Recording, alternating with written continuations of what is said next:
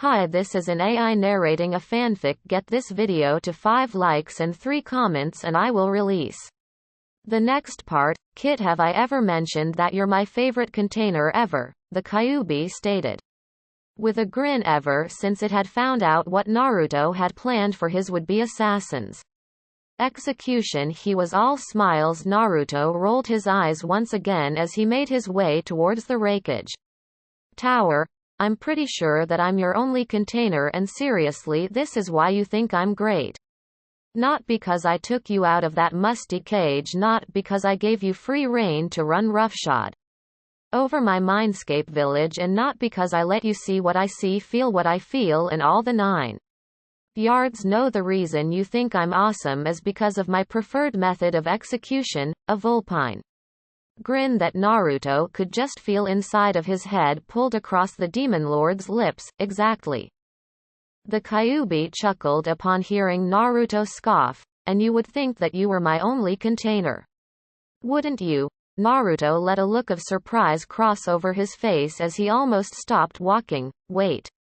What, you're saying you've had a Jinchuriki before? Who was it? Were they better than me? And is the fact that only I'm killing the bastard that tried to kill me really a good reason to label me as the best? He asked the last question almost mockingly. Kyuubi sighed.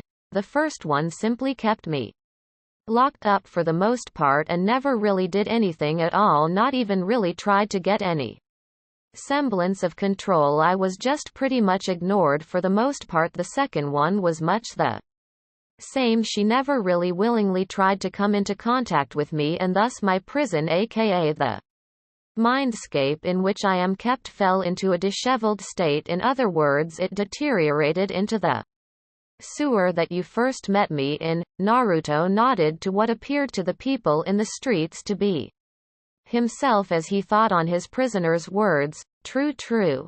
I can see how that would already put me leaps and bounds ahead of them. Kyuubi continued. Both of them also held the ability to restrain my power. My first Jinchuriki had very close ties to the Shodem Hokage, and with his ability to restrain the Biju with his Mokuton, he ended up passing off some of the ability to rein me in too.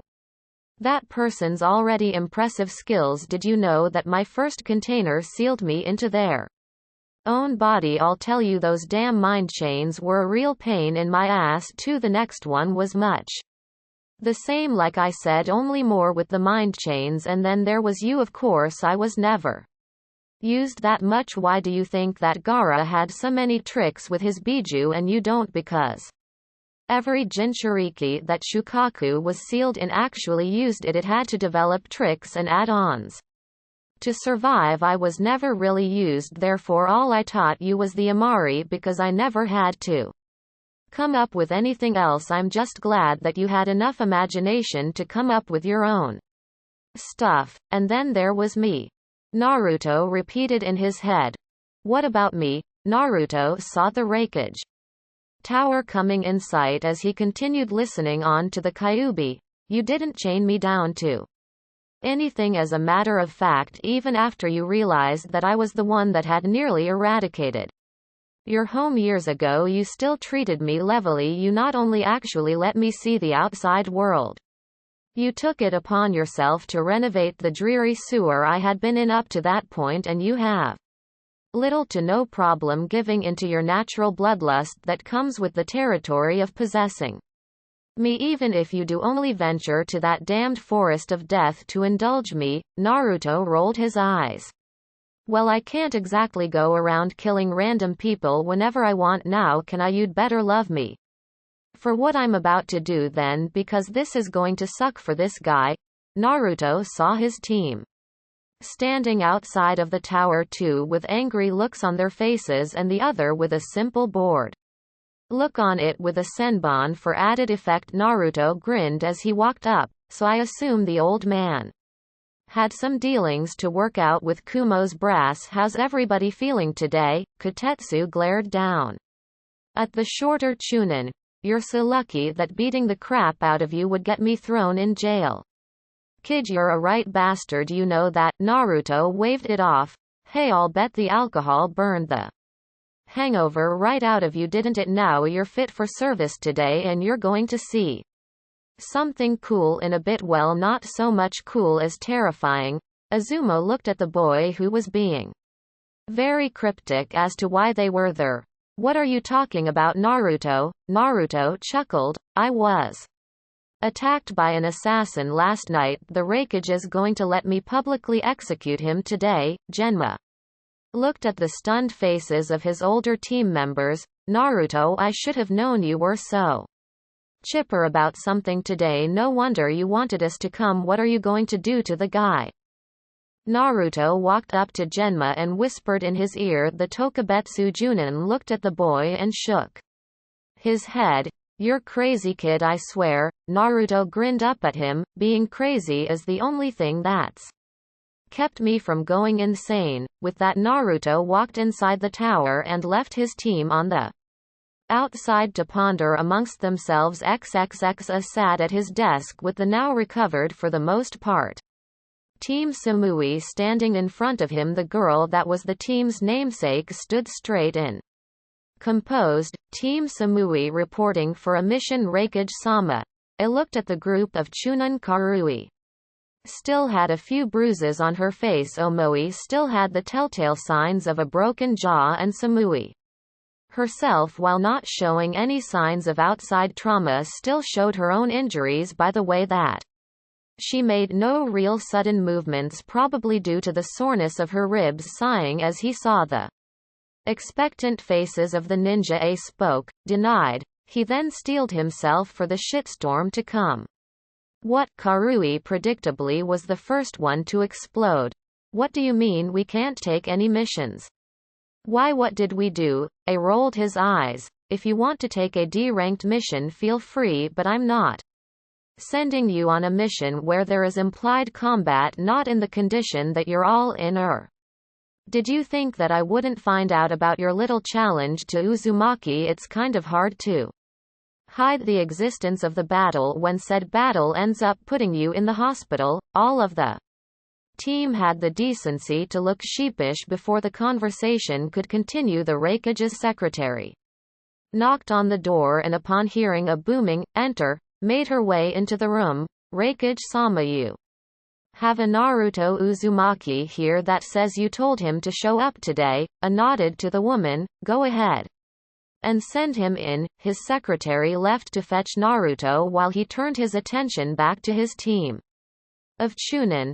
Speak of the devil, he's here. Samui voiced a question. Raikage-sama, why is Naruto-san coming to see you today? A decided to inform his ninja on what the boy was doing there, seeing as how he had somewhat established some sort of relationship with them. Uzumaki was attacked last night by one of our ninja in his hotel room. Instead of attempting to deal with the man himself, he avoided international incident and came directly to me. I have ordered the man be executed, and Uzumaki has asked to perform the service. Karui gave Naruto a somewhat appalled look. You volunteered to perform an execution? Naruto shrugged. It was either kill him last night and get into some village relation nightmare scandal, or kill him today. No one tries to assassinate Naruto Uzumaki for personal reasons and lives. If it was a mission, I'd still be pissed off about it, but I would have understood. You've gotta do what you've gotta do. This guy was simply related to the guy that tried to kidnap the Hyuga heiress a bunch of years ago. Had a gripe against Konoha ever since and decided to try and put down their Jinchuriki to cripple our strength. Personal revenge against me is fine, you just better make sure that you finish me off when you try it, or else you'll have hell to pay. Karui looked at the boy that had just broken into an entire explanation over her question. Did you know that you are extremely mentally unbalanced? What kind of kid just up and opts to execute people like that? Naruto raised an eyebrow. In the last year alone, I've met a kid whose entire life mission is to kill his older brother, who killed his entire clan when he was no older than we are now. A kid that had suppressed aggression issues that he took out on his younger female cousin. A kid that randomly crushed people with sand and called the demon inside of him, mother, and a kid that walks around outdoors in broad daylight in green spandex, a bowl-cut haircut, and routinely shouts at the top of his lungs about youth while hugging and crying a man that looks like his father only with bigger eyebrows.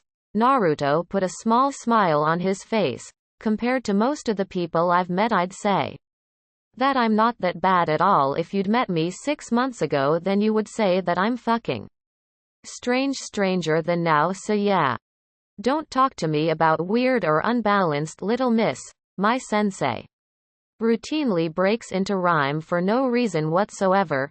Naruto finished while winking at the girl and clicking his tongue at her. Karui blushed at way that Naruto had just addressed her while Samui eye twitched faintly at her side. Naruto turned to face her with a smile on his face. So where's my late night unwanted visitor? I hope you guys didn't break him too badly over the night, because I need him fully receptive to pain for what I have planned for him. I was curious at what exactly a small boy could come up with to kill a prisoner in a public display. What exactly do you have planned as far as the execution itself goes? Naruto walked over and whispered his idea in his ear. Pulled away from him. What kind of kid comes up with that kind of thing?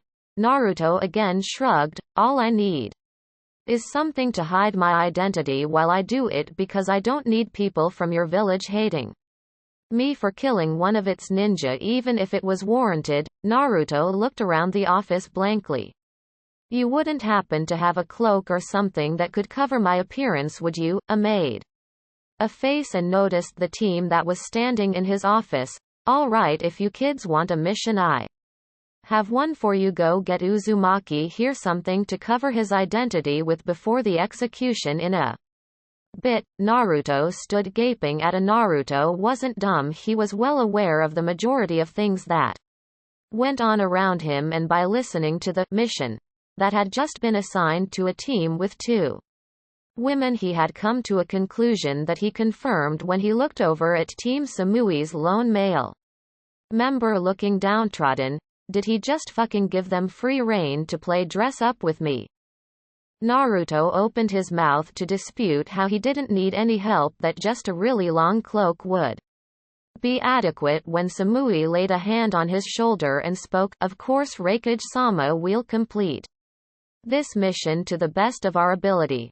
Naruto was then pulled out of the room by Samui and, surprisingly, even Karui by his hands. Turning back, he saw the smirking face of the Raikage and began cursing him out under his breath as the deep-seated chuckles came from the massive man. XXX 2 hours later, arriving back in the tower, Naruto's eyes were well hidden by his new apparel that his female companions so readily picked out for him. Omoi was simply standing in the background with an amused look on his face. Naruto stood in front of the Raikage while the women stood back with satisfied looks on their faces. Samui, because she got to see what the new guy looked like underneath his shirt by accident, and Karui, because she had just spent the last 2 hours more or less ordering around the guy that had thrashed her soundly the other day. Naruto's new look was a sleeveless hooded gray vest that draped far enough over his face to cover all of his features except for his mouth. In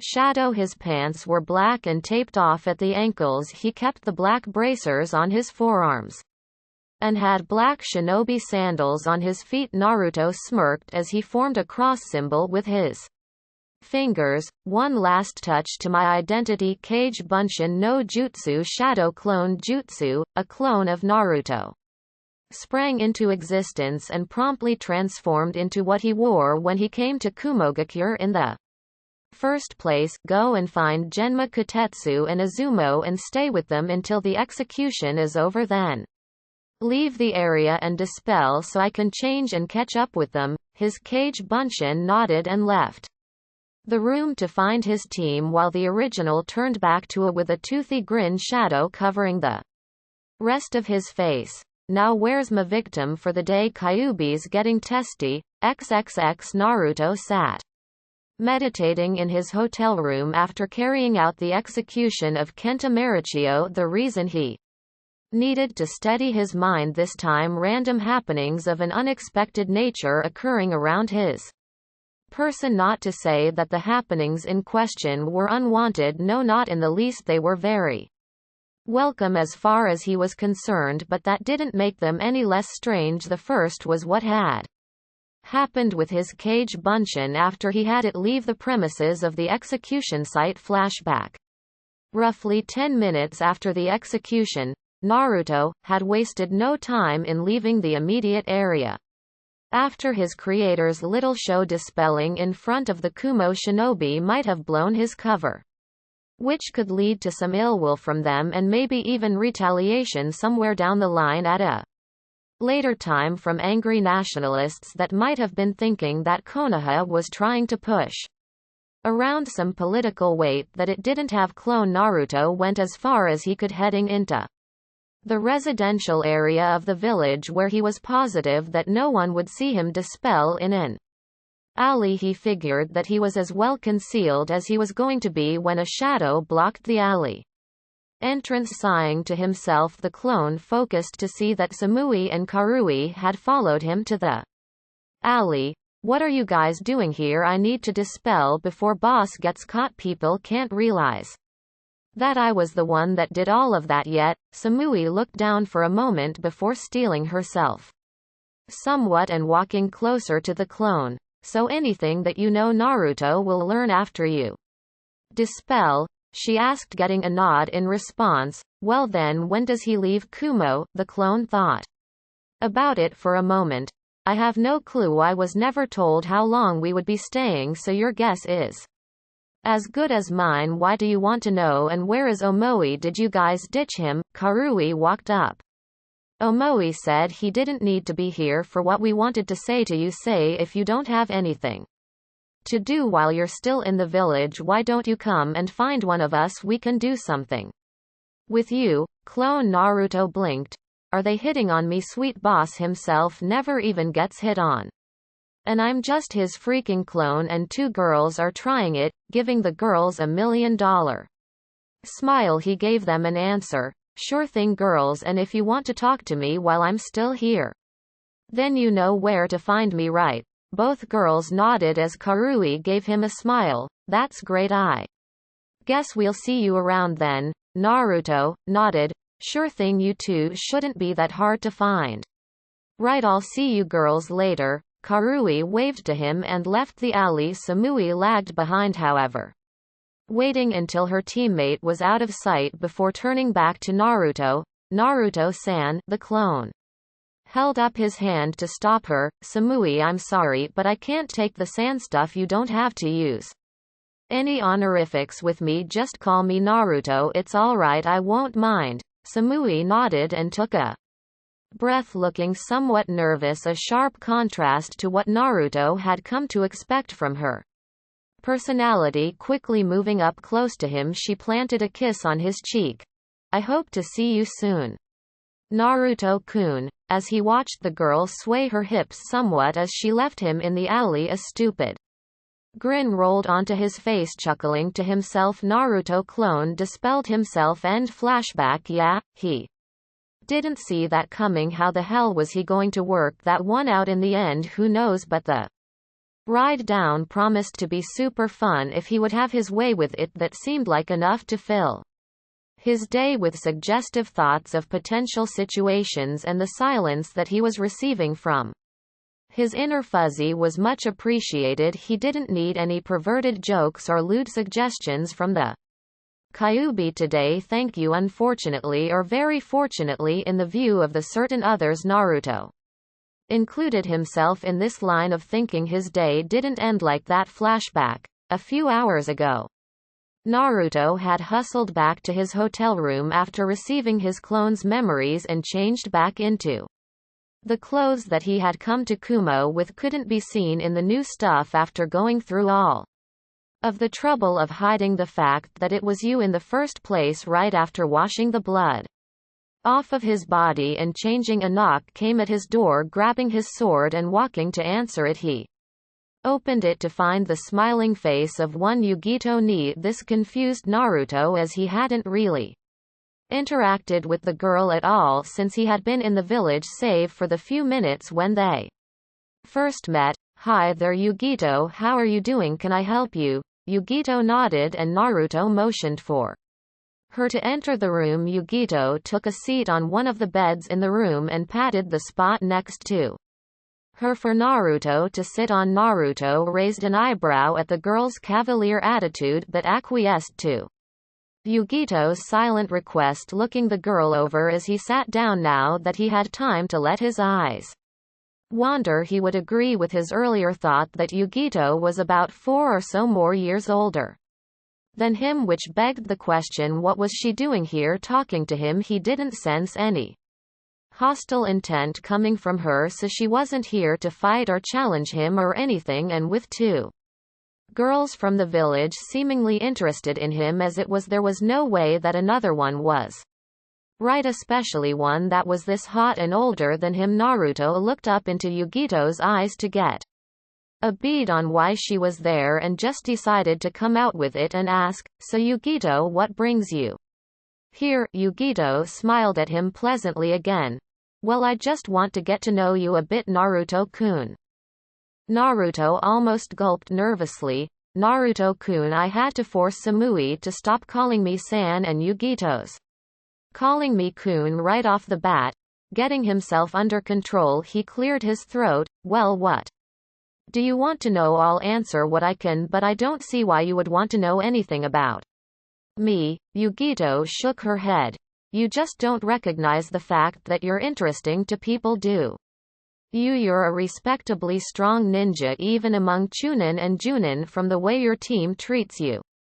And you're only 13 years old. You're a Jinchuriki like me and Kurabi, and you don't seem utterly insane like he is." Naruto gave her a questioning look.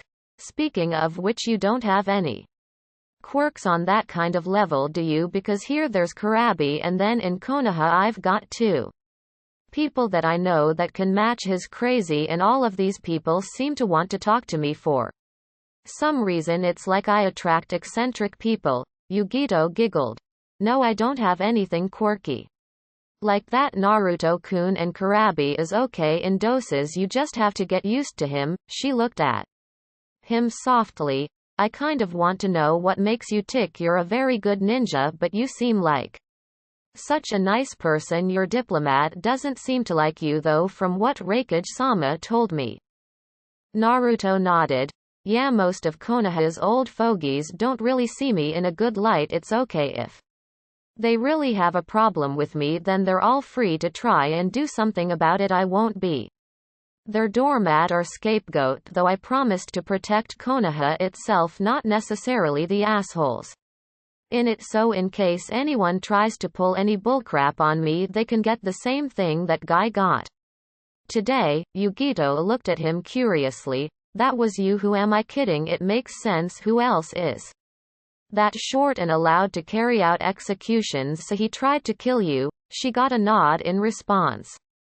"Have people in Konoha tried?" Naruto nodded. "Yeah, but not for a long time. I guess the stupid civilians got sick of getting their asses kicked by a kid and smartened up. You're right, I am a nice guy until you try to kill me, then I'm a complete bastard, as Kenta Marichio could attest to if I hadn't cleaved him into 5 segments." Yugito nodded. "True, so tell me then, what makes Naruto Uzumaki tick?" End flashback. Naruto and Yugito just spent the afternoon talking to one another. Yugito was actually a sweet girl that could relate on some level with Naruto. At first she wasn't trusted much either, but when Kurabi earned the people's trust by proxy, his reputation trickled down to her somewhat, as she also had gone through much for her village. She told Naruto that eventually his village would love him the way they loved Kurabi if he could just prove his skill and loyalty to them the way he did. Naruto heard the heartfelt way she spoke to him and didn't have the heart to tell the girl the reason that they would probably never fully trust him and that he would eternally be walking on eggshells around them. He was now forever linked to the Kyuubi, the thing that had come within a hair of destroying the entire village of Konoha. The only way that he would be able to earn their full respect would be if he somehow defeated an enemy that was terrorizing the village and killing countless villagers single-handedly when no one else could stop them but him or something.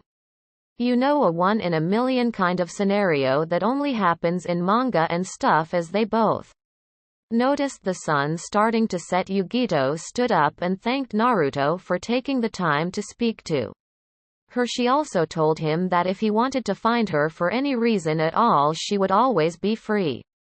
For a cutie like him, he had to fight down a blush on that one and had to stem blood flow to another place as he watched her leave the room and walk down the hall, because much like Samui, she certainly made a show of it for him. Naruto couldn't believe it. The only interaction with these girls that he had so far up to this point had been crashing the Raikage's office, kicking two of their asses with the other watching from a distance, and being arrested and hauled to the aforementioned Raikage's office.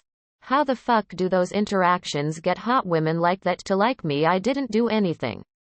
Was I really that badass? I was just being me. Naruto was thinking to himself.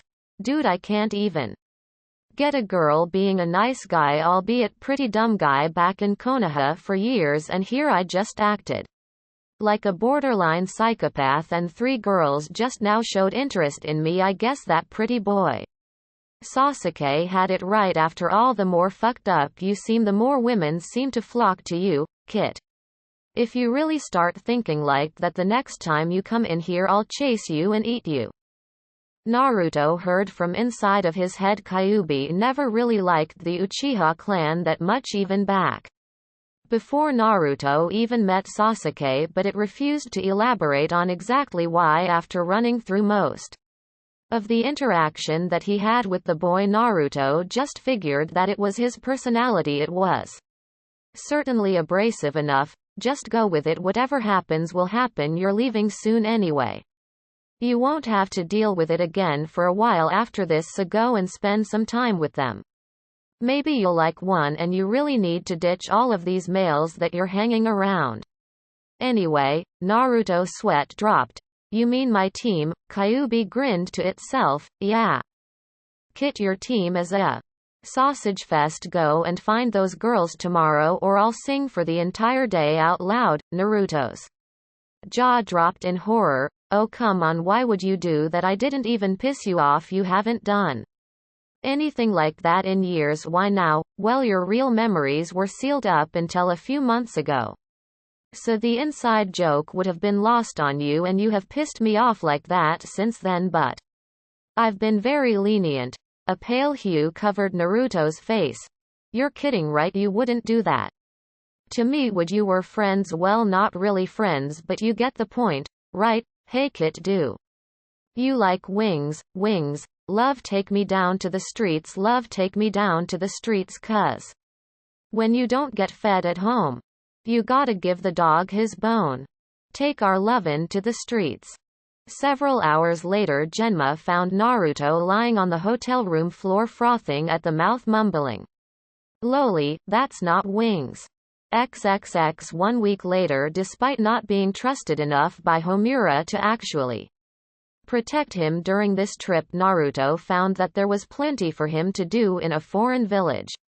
On the first day, he simply found Yugito and trained with her for the day. The girl was at first surprised that the boy was able to keep up with her, but remembered that he was no slouch and that the Kyuubi could pick up his slack if need be. Yugito even took it upon herself to teach him a lightning jutsu or two when he stated that the ones that he knew were very specialized. Naruto would have tried teaching her some wind maneuvers in return, but Yugito's elements were lightning and fire, and that made it hard for her to learn those techniques. She appreciated the effort though and said she'd keep trying to learn them. The second day, he was quickly found by Kurabi and was forced to follow the man around Kumo all day running errands with the man. Errands consisted mostly of standing by while the man stood on top of the Raikage Tower while he tried rapping to the masses. He even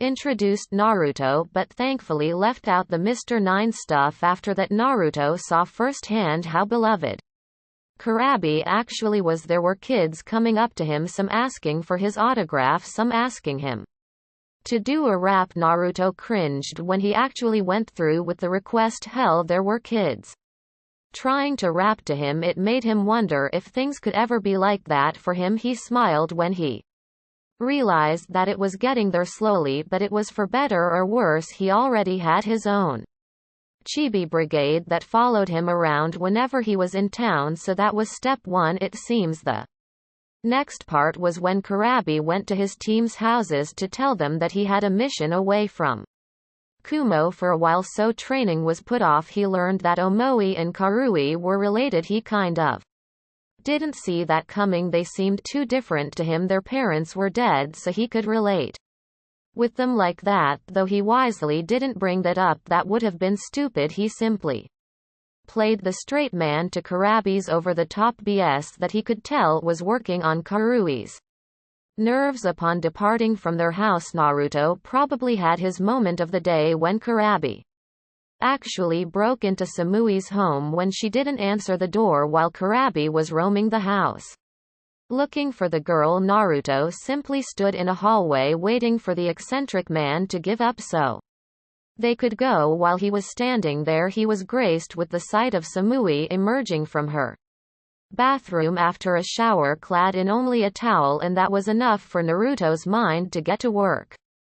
Strangely enough, Naruto didn't get the beating for that Kurabi did. Naruto dragged the man out of the house in pieces while apologizing and explaining to Samui, who just looked at him with a blush on her face. After dragging Kurabi to the curb outside of her house, he even offered her a massage as an apology, somewhat jokingly, mostly just to see what she would do. He was either expecting a stuttering decline to his offer or a rage-filled chase with her still clad in a towel, which would have been great. After a slightly shocked look, she smirked at him and invited him inside. Yep, good day to be the kid. The next day, Naruto decided that seeing Samui would have been somewhat detrimental to his health after basically seeing her naked the day before, so he simply stayed in the hotel room. Izumo and Kotetsu eventually made their way to the room and ended up playing poker with Naruto. The end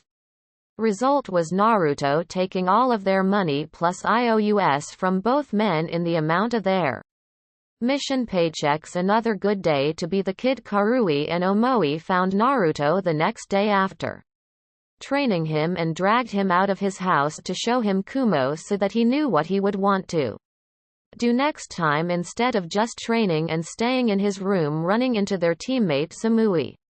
Later on, they decided to make a day of it and ended up seeing a movie. Naruto didn't really care about the movie as he ended up spending the majority of it working on his growing flirting skills, mostly with Samui but also with Karui when he was certain that he wouldn't be hit for it. The end of that day saw him sitting on the roof of his hotel listening to Yugito play her shamisen for him as she had asked if she could a few days before, and Naruto agreed, wanting to hear someone else besides him play an instrument, and also thankful that her innate musical talents came in the form of a more pleasant instrument to relax to, unlike him and his apparent skill with drums. That marked his last day in Kumo, as negotiations on this end of the table had ended and Konoha had to leave and receive word on the results while simultaneously preparing for a representative from Kumo to come in the near future. XXX after hunting down all of the people that he had ended up getting on good terms with during his stay in Kumo and saying goodbye, Naruto and his team set out for home with Homura once again in a carriage that was steered by Genma. Kotetsu yawned as he kept in pace with the carriage rolling down the paths. Man, I can't believe I'm saying this, but I miss gate duty, Naruto snickered to himself. Well, you do tend to feel fondness for things that you do well. I guess you would miss that job, huh? Kotetsu glared at the blonde boy. Hey, don't knock gate duty, it's a steady easy job. Your friends can come and talk to you when they want to. You get the gossip from all of the good missions firsthand and before anyone else, and the people watching is amazing. Azumo looked over at Naruto. So Naruto, are you going to try and join Anbu? From what I've heard and from what I've seen, you might not be too bad at it. Naruto held back the urge to roll his eyes. Ba-chan won't let me do it. Oh well, it's not like I need to jump back into the direct murdering of people yet. As long as I keep getting strong enough for those Akatsuki losers, then it'll be fine. Whatever happens, happens, just like the fox says. Turning to answer his partner's question, he smiles. I'm in no rush, I'm only 13, unless you want another Itachi-esque prodigy to rise up so you can say you worked with me when I get famous. Azumo and Kotetsu snorted with laughter, and even Genma cracked a smile from his place on the carriage. Whatever you say, kid. Naruto grinned to himself. Yeah, things will get hectic enough all on their own. I'm in no real rush. The amassed team of Genma, Shiranui, Naruto, Uzumaki, Kotetsu, Hagane, and Izumo Kamizuki stood in front of the Hokage's desk, having just given their report on the mission to Kumo. Tsunade had to rub her forehead at the report. Naruto, how do you get arrested in Kumo after being there for 4 hours tops? Naruto shrugged. Hokage-sama, Murphy's Law just loves me like that, I guess. Come on now, are you really surprised by this point that this stuff happens to me even when I don't instigate it? You should know this by now. Tsunade sighed and waved it off. All right, other than the extracurricular activities of someone here, she said while looking at Naruto. Good work, you're all dismissed and have a few days of leave. The group nodded and turned to leave. Naruto, you stay, Tsunade said before he could exit the office. Naruto turned back around to face the blonde woman. Can I talk to you for a moment? Naruto walked back over to her desk and leaned on it. What do you need, Ba-chan? The toothy grin on his face let her know that he knew this was personal more than anything else. I need to get some sleep and then head into my favorite place to get some destructive new jutsu down. Tsunade shook her head in amusement. All right, brat, I asked you before, but I'm going to try it again. How strong do you think you are? Naruto raised an eyebrow. In a straight-up fight or when I get the drop on somebody? Tsunade blinked. Both. If you know, Naruto, though, about it, well, I'm good enough from the shadows to kill one of Orochimaru's bodyguards before he even knew I was there, and I can stay hidden in an enemy stronghold for months at a time if I had to. I don't really like that, though. It's nerve-wracking. He started pacing around her office. What would you rank Orochimaru's right-hand man Kabuto and Kimimaro Kagaya if you had to? Tsunade understood where he was going with that. It was hard to rank yourself, so he was comparing himself to others. Both of them would be considered Junin level. Naruto nodded. I don't really count Kabuto, though he didn't try fighting me for real until I had him beaten, so I only have experience against one Junin level ninja since my promotion. You just promoted me like 2 months ago. Are you really looking to do it again so soon? Tsunade picked up Genma's written report from the desk. All of your teammates have stated that you might make a good candidate in the future for Anbu. I already figured that you would be a Junin in a year or 2 if you keep growing now. Enough about that. What did you actually do in Kumo? Your report says that you spent some time with a few of the people there, but you didn't elaborate at all. Naruto sat down in a chair and smiled at Tsunade. She was very good to him after he had brought her back to Konoha. It was something akin to a sibling-esque relationship. She was his boss, but she legitimately cared about him. Naruto was very grateful to her for this. He probably would do anything in his power that Tsunade asked of him, even if he didn't directly answer to her. I beat up an entire team of Kumo Chunin that challenged me to a spar after my arrest. By the way, there were 2 girls on that team and they seemed to like me. I met Kumo's two Jinchuriki, one of them is utterly insane, like on the level of Lee and Guy insane, but the other one is a few years older than me and she's hot, she's a sweetheart too. Tsunade's eyes gleamed. Finally, I might have some ammunition on the brat. Drink yourself into a stupor without me, will you?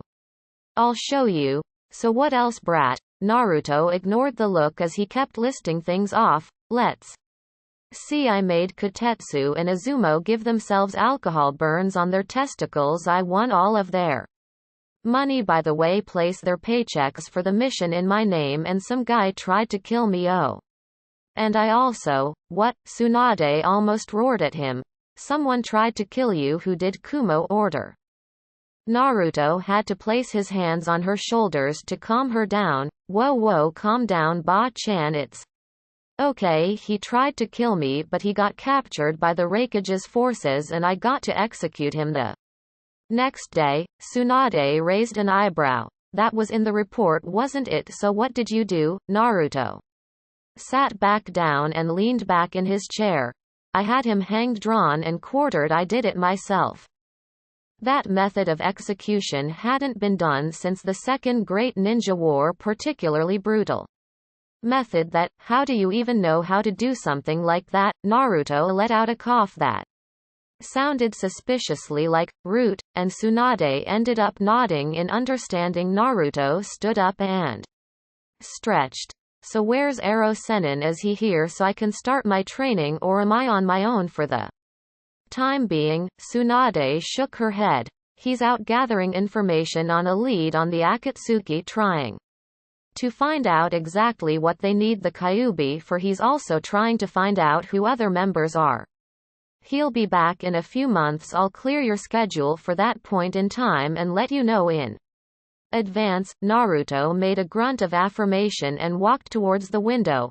All right, then, like I said before, I'm going home, taking a nap, getting some food, and then I'll be spending some quality time in the Forest of Death in order to avoid collateral damage from the training I'm going to go do. If you need to find me, then that's where I'll be. Tsunade turned her head as he walked past her. Brat, take the door, for crying out loud.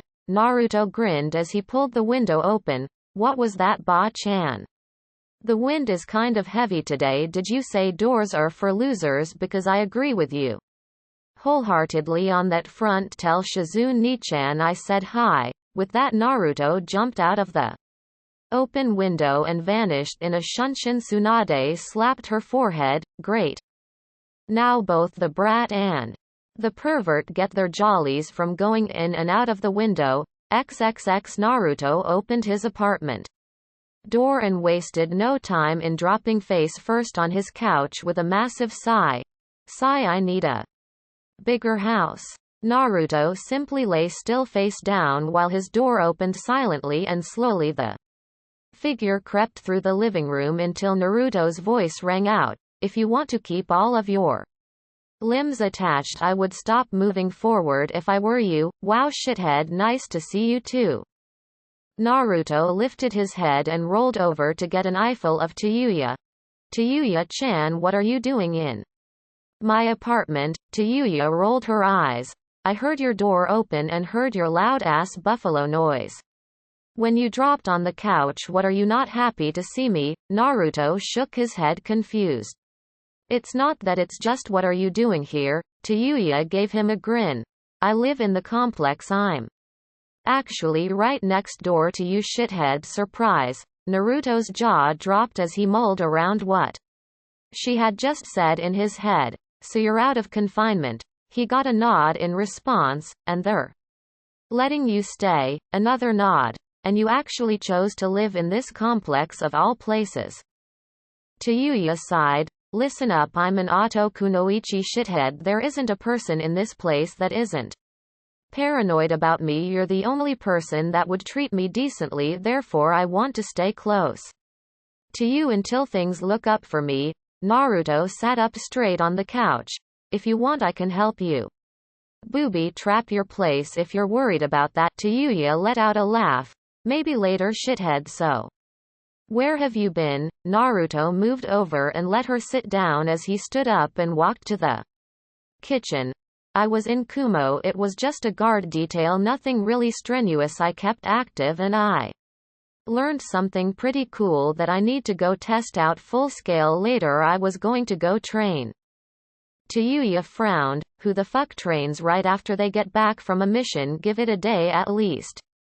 Kami, do you ever rest? Naruto grinned at her as he began boiling water for his ramen. Not really. I've got things to prepare for. I can rest when I'm dead. Tayuya walked over and poked Naruto in the chest. Listen up, I've been spending time with 2 full-fledged medic ninja and one that's in training, and that kind of ended up beating some basic fucking knowledge into my head. Don't push yourself. I know you're some kind of demonically rage, a whole-fueled juggernaut of energy, but everyone needs downtime. Naruto rolled his eyes. Tayuya-chan, I just got through with resting before I took the last mission. It's not like I'm burning out. How could I? I'm 13. Naruto stopped stirring the ramen he was making and placed the spoon in her hand. Stir, I need to go get something. Tayuya grumbled but carried out Naruto's request. Stupid shithead, making me stir his stupid fucking ramen. Language. Naruto walked back into the kitchen with a smirk, ignoring Tayuya's muttering of fuck you. Now what would you do if you had your flute back? You wouldn't try to kill me again, would you? Tayuya gave him a deadpan look, arm still stirring his ramen. I can't beat you even with the flute. Orochimaru made us specialize when we were training genjutsu is what I'm best at, and you can walk right through it. Besides, I like Konoha a hell of a lot more than Otogakure. Here I don't have to worry about some goon trying to take advantage of me when I let my guard down. Naruto nodded. Good answer here. He threw something at her from behind his back. Tayuya caught it and went wide-eyed. My flute, but I lost it during the fight. A snickering laugh came from Naruto as he took the spoon back from Tayuya and kept stirring while he turned his stove off. Who do you think took it from you in the first place? What did you think? I just dropped it in the forest and left it there. I've been keeping it. Tayuya just kept looking between her flute and Naruto, who just kept on grinning. Now you can register as a ninja for the village and can get a rank higher than Genin and avoid the grunt work of D-ranked missions. He noticed she hadn't moved yet. Are you happy? She nodded. Good, you can go on home and start cataloging your jutsu for tomorrow. Tayuya nodded and walked out of Naruto's apartment, almost zombie-like, eliciting laughter from the boy as she shut the door behind her. Grabbing a bowl for his ramen, he smiled to himself, glad to help Tayuya-chan. XXX. The next day, Naruto's personal obstacle course of death that had used to hone his reflexes and increase his speed. Since he had gotten his memories back, wasn't really an obstacle course at all. Naruto would make a random number of Kage Bunshin and send them out into the heavily wooded areas of the Forest of Death, and have them set traps, hide themselves in order to attack him during his dash, attract animals that had the potential to harm him and anything else his twisted clones could think of to hurt him. He would make the clones meditate for 3 hours, then he would begin his deadly game. Naruto would traverse the rugged terrain back and forth 5 times each. Each time was a length of 5 kilometers. From a starting point in the forest to the gate leading to the outside, and was fraught with peril.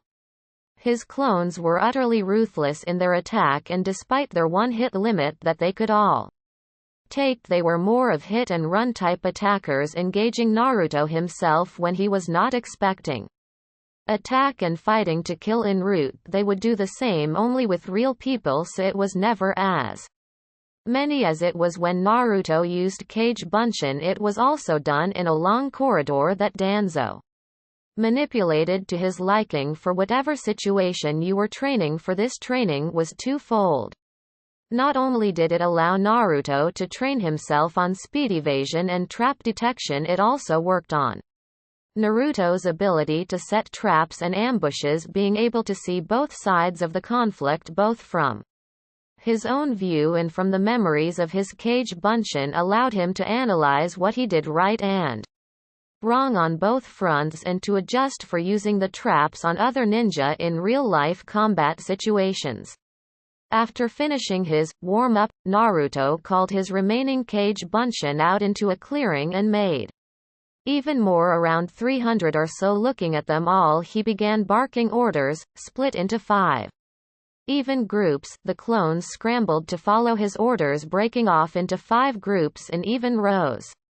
First set of you find a spot and get to splitting leaves. Any review work is still very much needed. Also, I want you to work on kunai balancing. Pointing to the next group, he continued, you all will go back through our jutsu catalog and start getting down the ones that we still can't do. He looked at the last group.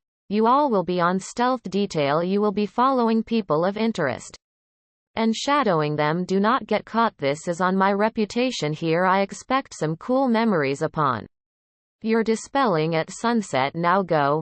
Naruto cracked his neck and made his way deep inside the forest for some live fire combat training. Oh spiders. You and I still have a gripe.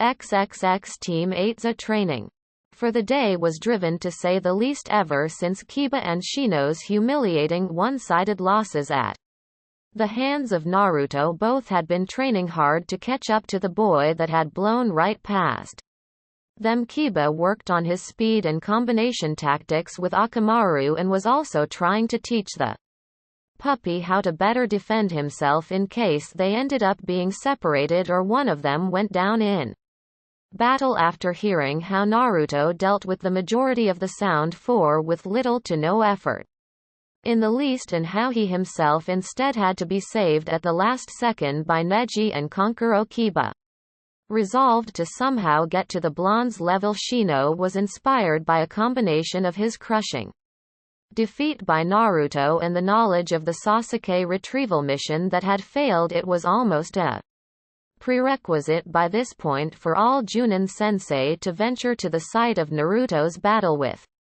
Kimimaro with their genin cells in order to either inspire them to work harder or to let them know just how powerful Naruto was. The sight of the countless bone spires sticking out of the ground and the knowledge that Naruto was able to outlast such an enemy on his own planted a seed into Shino's head that if he didn't want to be left behind even more than he already had been, then he needed to improve and fast. Kurenai watched as her 2 students stood at opposite ends of the training ground, with her lone female charge standing between them in a blur. Kiba and Akamaru charged the blue-haired girl and launched the Gatsuga directly at her. On her other side, Shino unleashed a torrent of insects at her, opening her eyes with her Byakugan active. She began spinning and directing her hands in precise and exact locations all around her. A field of chakra as precise as lasers surrounded her body, bouncing Kiba off and actually shredding Shino's Kikai insects on contact. Kurenai had to smile, as her most timid student had come up with her own technique on par with the Hyuga clan's Hakesho Kaiten. The Shugohake Rokuhuion show protection of the 8 trigrams 64 palms was more tailored towards Hinata's flexibility than the rigid form that the Kaiten required from its users. The fact that she came up with the technique on her own without help except to test its development was incredible to Kurenai. Kiba stood up from where he was launched off, holding his head that had a gash on it, but with a smile on his face as his ninkin came bounding up to him. Wow, Hinata, that was rough. And you're saying that it's not finished yet? Hinata smiled as she turned off her Byakugan and dropped her stance. No, it's close, though I'm not sure what it would do against an attack from all sides the level of your Gatsuga, but when focused in just a few areas it should be fine. Kurenai smiled. At least Naruto's utter thrashing of everyone's genin in front of the entire village did good things for the majority of them. Hinata's stuttering had all but vanished. She had learned that things with Neji were getting better. Even her father was beginning to improve. Hinata, that was Very impressive. When that jutsu is complete it should be B rank if not a rank. A blush came to the girl's face but she gave a firm nod. Shino walked over and despite not giving away any expression, nodded his agreement that he was very proud of her. Thank you Kurenai-sensei. The words of one particular blonde boy rang out clear in her mind as she felt like she was finally making strides for herself. I wonder what you would think Naruto-kun. XXX Team Guy leapt through the tree limbs of the Forest of Death. They had been assigned a rare C-ranked mission inside the village gates recently.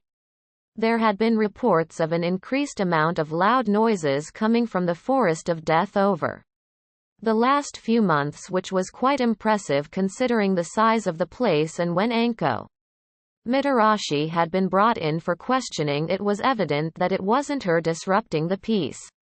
So this mission had been commissioned to discover what was going on now. Team Guy had no idea, seeing as how Tsunade, the only other person besides Anko that knew who liked to frequent that place, wasn't forthcoming with the info that everyone's favorite blonde kid had a habit of raising Cain within the gates of the dangerous forest. Thus the team lead by the green-clad taijutsu ace had next to no idea what they were getting into. Guy led the group followed by Neji, who was flanked on both sides by Lee and Tenten. Lee had never even heard of a C-rank mission inside of the village, thus why he was excited, more excited than usual.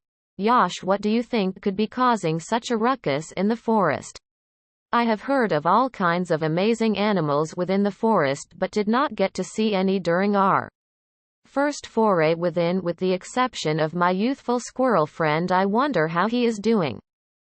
Tenten tried to calm the hyper Guy clone down. Lee, please be quiet. We didn't come across any of the weird things in here last time because we were careful. Don't go screaming your head off in here, or who knows what you'll bring down on us. Lee opened his mouth to retort in a youthful fashion, but Guy turned his head to give Lee a firm look. Lee, Tenten is right. You may have made your way through the woods before, but you should count yourself lucky that you didn't come across any of the creatures in this place. I don't care if we are inside of the village. Treat this like a hostile environment because it is. Even Junin are somewhat wary of entering this place. Lee gulped and nodded after being reprimanded by Guy. Neji squinted and spoke up. Guy-sensei, I am seeing countless human life forms in an upcoming clearing. Guy nodded and looked back at his genin once more. Prepare yourselves when we enter the area. Who knows what will be here? Getting a nod from his students, Guy turned back ahead. The group's mojo was disrupted, however, when Neji face fell onto one of the branches, forcing his team to halt. Tenten jumped back and helped the boy stand up. Neji-kun, what's wrong? Are you okay?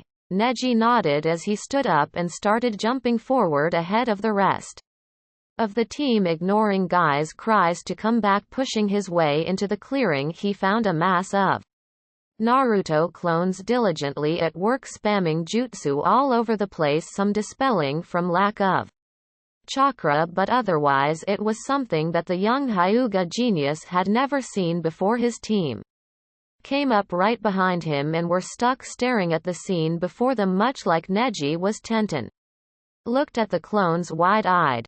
What is going on? Naruto-kun, he's everywhere. Lee's eyes were ablaze with youth.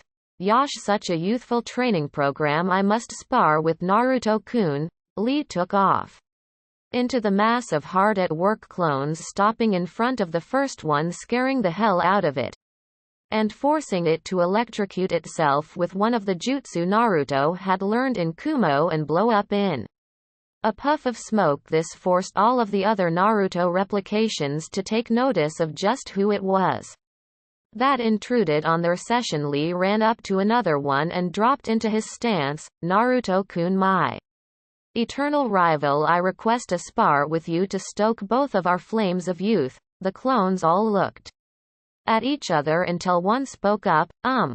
We're all clones, boss just told us to work on his jutsus until We dispelled from lack of chakra. He's out further in the forest getting even with those stupid spiders. The clones all broke into a smattering of chatter, mostly circulating around how the original Naruto was going to go medieval on those spiders' asses and how they all wished they could be there to fight. Guy listened in to what was being said. So you're saying that Naruto-kun is deeper in the forest, getting a collective, yep, from the clones, he continued, and he's actively trying to provoke the more dangerous wildlife just for training. They all nodded as one clone spoke up. Yeah, I mean, you're saying that like it's a bad thing. Sure, there's a shitload of spiders in this forest, but they have to realize that they can't win after he slaughters like a few dozen of them.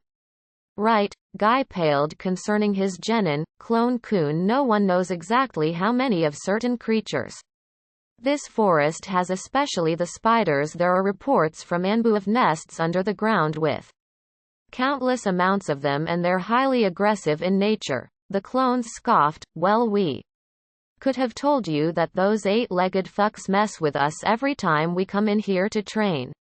We have to divert clones just to keep a lookout and as extermination squads in case the bastards get too close. Guy palmed his forehead. Clone-kun, you're not getting it. These spiders mature at an absurd rate and they reproduce far too quickly. If your original is out there killing them for sport, then he is in grave danger. Which way did he go? The clones all pointed northeast, to the bad spot where we know the spiders hang out. Like I said, we have a gripe with those bastards. Knock over 2 barrels of my sake, will they? Guy turned to his team.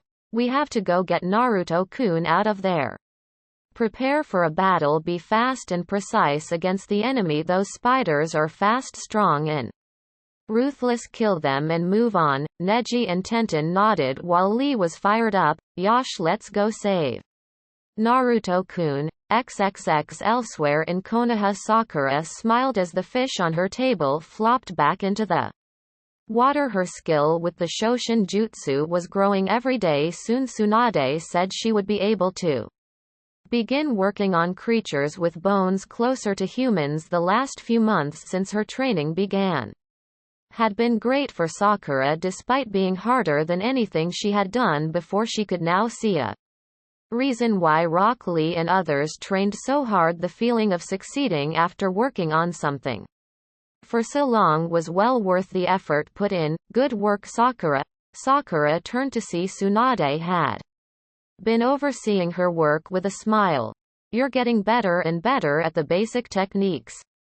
After you master most of the medical techniques, I can begin teaching you my strength amplifying technique. Now let's work on your taijutsu. You need to be able to keep yourself in one piece and defeat your opponents quickly as a medic ninja. For now, we'll begin working on your elusiveness and I'll teach you form later. Sakura nodded with a determined look on her face. She wouldn't be the weakest link ever again if she had any say in her own skill. XXX team. Asuma had just returned to the village after a B-ranked mission. Ino was groaning loudly while rolling her neck. I'm so glad we're done with that mission. I need a hot shower and some rest. Asum smirked as he took a drag of his cigarette. Good work with those bandits, team Shikamaru. Good work with the plan. It went off without a hitch. Choji, you're coming along nicely with your family techniques. Ino looked at her sensei expectantly, who looked at her for a moment before speaking up. Ino, that was a good use of shitenshin no jutsu to scout out the camp. One was sure that you wouldn't use that jutsu again for quite some time. After what happened the last time, all of you take the rest of the day off and meet me at our training field tomorrow. With that, the bearded Junin walked towards the Hokage Tower to give his report to Tsunade about the mission. Choji looked between his teammates. Hey, do you guys want to get some barbecue before we go home? Shikamaru chuckled and patted his friend on the shoulder. Sure thing, Choji, let's go. Ino. The group found their way and ended up in a booth shortly after placing Their orders. The team started to converse with Shikamaru, launching out the first question. Ino, you never told us why you stopped using Shitenshin no Jutsu after the fight with Naruto in the first place. Did he have some kind of defense like Sakura had that actually hurt you? Ino hugged herself. Slightly, yeah, but it wasn't really a straightforward kind of thing. Naruto's mind is strange. It looked just like Konoha. Every inch of it was to scale. No one had a mind that extensive. Choji squealed happily as the beef was placed in front of him. He wasted no time in throwing the meat on the grill while Shikamaru kept asking Ino his questions. So just being in Konoha in the guy's mind freaked you out? That's kind of weak, Ino, the platinum blonde growled at him as she placed her own meat onto the grill.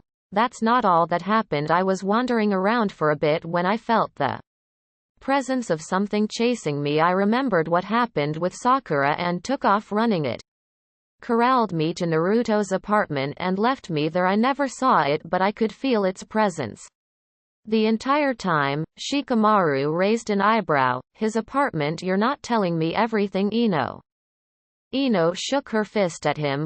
I'm trying to tell a story here, you blockhead. She glared at him when a troublesome slipped from the pineapple-haired boy. His TV was on in the apartment and I thought that was central control, the thing in everyone's mind that allows you to gain control after you use the jutsu. But it was his memories, or what seemed like memories. It had to be some kind of trick. It was already queued up to one in particular. It had Naruto running through an entire ballroom full of people like a hot knife through butter. It was the single most terrible thing I had ever seen. And when I started watching it, I felt like I was actually there. I could hear the directions of the screams, the panic of the people trying to escape. I could smell the blood that spilled out on the ground and everything. Choji paused in his eating for a minute before shrugging off that mental image and continuing to chow down. Ino continued her description of Naruto's memories. That was just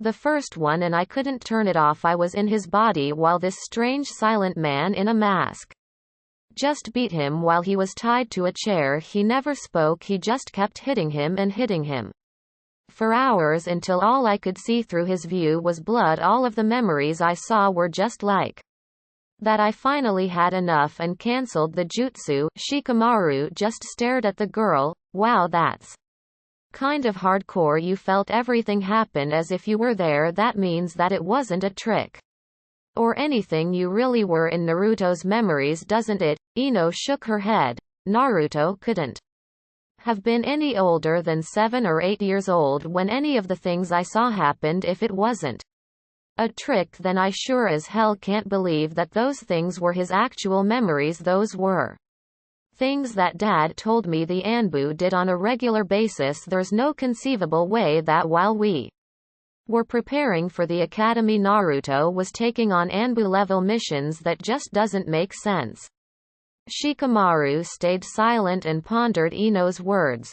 The things that Naruto did when he fought everyone, those techniques, that fighting style, the way he carried himself, all of those things didn't just come out of nowhere.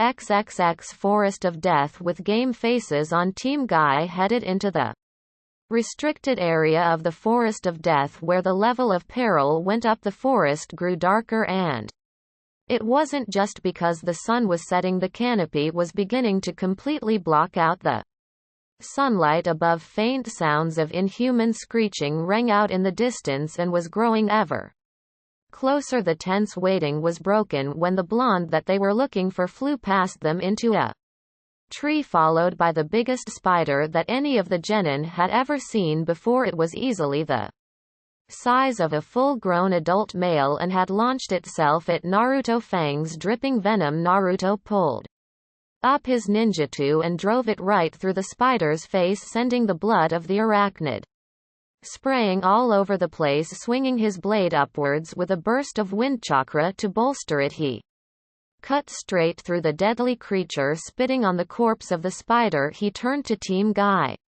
Oh sweet Cammy, what are you all doing here? Do you know where you are? Lee ran up to Naruto. We've come to protect you, Naruto-kun. We'll get you out of here in one piece, it's a promise. Guy walked up to the two. It's as Lee said, we've come to get you out of here before the sun goes down. Come on, Naruto-kun, let's escape. Naruto looked at Neji and Tenten, who were both serious but otherwise fully calm. He shook his head. Guy-sensei, is this the first time that you've ever come this far inside of the forest of death? Guy nodded and Naruto sighed. You guys have no idea what you're getting into. Neji, activate your Byakugan and tell me what you see. Neji did as instructed and gasped as he shakily spoke up. I see at least a dozen of the spiders that Naruto just fought surrounding the area. Watching us, Naruto nodded as he saw the other genin pale. That's why I don't tell anyone that I train here. There's no one that I would feel safe putting into this kind of situation. I come in here to fight against opponents that are willing to fight and kill me. I can't take on people, but if I want to split a spider in half, there are always a few dozen skulking around this place. It's the closest thing to simulating a real full-pitched battle against a vicious enemy that you can get. Definitely not for genin. Naruto propped his ninjutsu on his shoulder. Since you're here now, I have to cut this session short. I was going to keep going until midnight and then make a mad dash out of here to escape, but having you guys show up has forced me to skip straight to the bat out of hell rush that I was planning for later. You guys brought too many of them here. They'll come in waves to try and wear us down. You fight until I tell you to run and you follow me out. Keep your eyes peeled. When we break out, those sneaky bastards like to hide in the canopy and jump you from the shadows. Tenten had to choke down her fear at the situation and brandish kunai when Naruto placed his hand on hers. Naruto-kun, what are you doing? Naruto's eyes darted around the area. You're going to need something bigger than those that will just piss them off. Kami, I just had to get stuck in this situation with a team of taijutsu specialists. None of you know any jutsu or how to use your element with your fighting, do you? Lee blinked at him in confusion. Will taijutsu not work on them? Naruto-kun. Naruto looked at Guy and Lee. If you can generate enough force to crush the exoskeleton, then it can, but you don't want to stay up close with these things unless you can smash them in one shot. Guy shot Naruto a shiny smile. Naruto-kun, it's time to show you what good old-fashioned hard work and youth can do. Lee and I will have no trouble dealing with these spiders with our taijutsu. Neji, how about you? Neji stood in his Juken stance. If they have a chakra system and they do, I can fight and kill them. Naruto looked at Tenten, who put her kunai up and unsealed a battle axe from a scroll. I'm ready. Naruto stared at her blankly. Tenten, you can use an axe, that's awesome. The first spider saw a moment of weakness and jumped from the trees at the group. Naruto jumped in the air and gave the spider a wide berth while swinging his blade, extending the end of his sword. With wind chakra, he cut right through the spider and landed on the ground. You fucking eight-legged pieces of shit just don't get it yet, do you? Naruto formed two cage bunshin to watch his back as he ran directly towards the closest spiders that would jump at him. He cut out one of the spider's legs from under it using a one-handed swing while simultaneously driving a Rasengan into the torso of another, carving into it with the force of a drill, sending guts all over the place. I'm not trapped in here with you, you're trapped in here with me. Naruto's clones ran to back him up as three more spiders emerged from the surrounding area to attack. The giant arachnids were now extremely wary of Naruto's sword, seeing as how it had been his weapon of choice for the entire day's events. Getting sick of how the spiders were avoiding him, he ripped a sword from one of his cage bunshin's hands and threw it at one while enhancing it with wind chakra, impaling it against a tree and killing it. Hey, that was mine, was the indignant cry from the victim clone. The original just shrugged before the 3 Narutos scattered due to being double-teamed by the 2 other spiders, the original and the clone that still had his blade engaged the spiders, with the clone being far more conservative with its way of fighting, as one bad shot could dispel it. The original simply ran some misdirection and cleaved all 4 legs on one side of his spider off before running off to assist some of Team Guy. He planted an explosive note on the nearly helpless spider, forcing it to explode in a shower of guts. While he was judging which one of the team required assistance, he ended up being blindsided by the spider that had dispelled his cage bunshin and sent sprawling along the ground by the powerful creature. The giant spider skittered closer to the boy before one of the more sizable tree limbs from above came crashing down on top of it, killing not only that one spider but 2 more hiding in the background. Naruto's other cage bunshin landed on top of the tree limb with his sword that Naruto had thrown in hand. "Hey boss, I found my sword." Naruto nodded. "Good work, I'm going to help the others." You wait for an opening to escape dispel when you see an opportunity to leave. The clone nodded and went off to stay out of the fight, while the original Naruto headed into Team Guy's melee.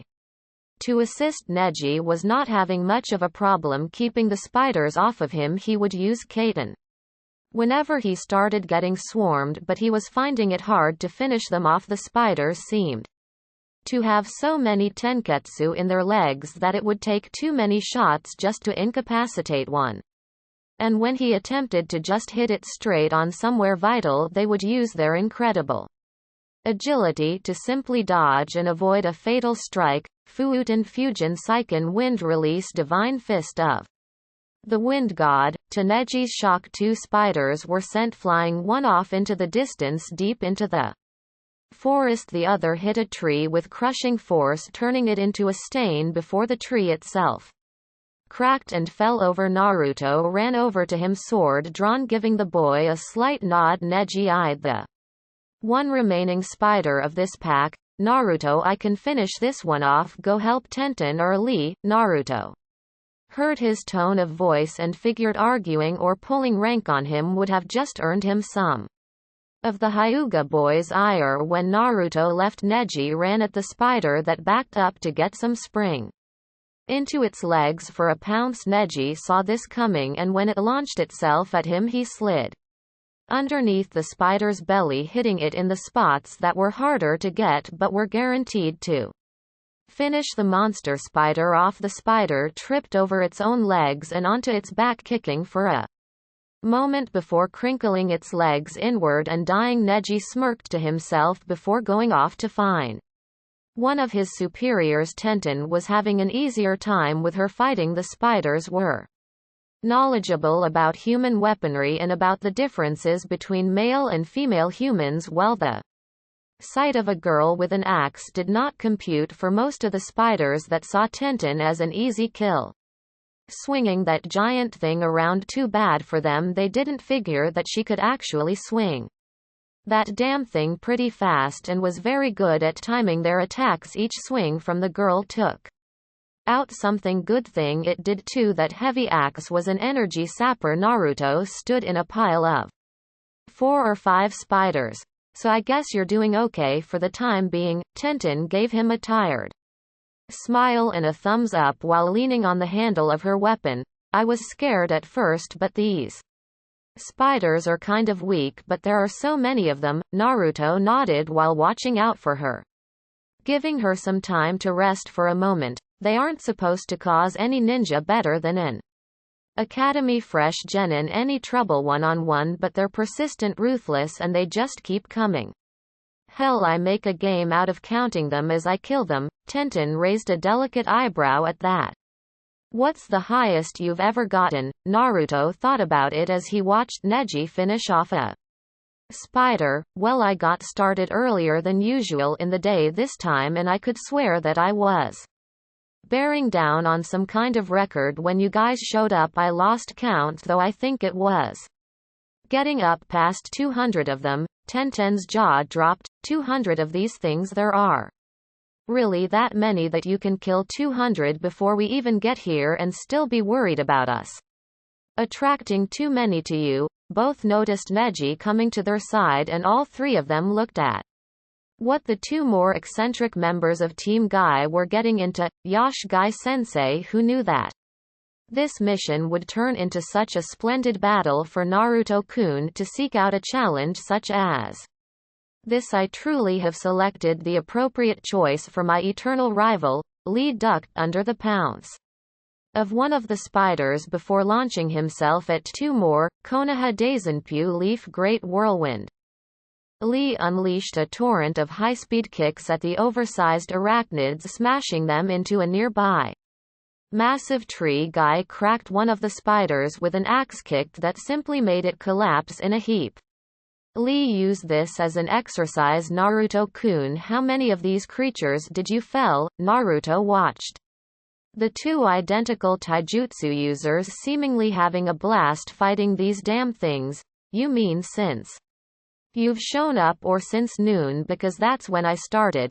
Guy sent Naruto a gleaming smile. I believe in my Lee. Let's go with this afternoon. Naruto, Tenten and Neji looked at each other before Neji and Naruto shrugged. Tenten sighed and answered him. Guy-sensei, Naruto-kun says that he's killed around 200 of them since he came in here. Guy stood seemingly shaking in place. Naruto thought that the number of spiders he killed had pissed Guy off. He didn't know Guy was all for arachnid rights. How was he supposed to know? Guy turned to Naruto with flaming tearful eyes. However impossible that seems. Such a youthful combat-filled day. Lee, in order to defeat your rival you have to defeat more than 200 of our eight-legged enemies. Lee's eyes blazed over in a similar fashion. Yes, Guy-sensei, and if I cannot best my rival Naruto's number of spiders slain, then I will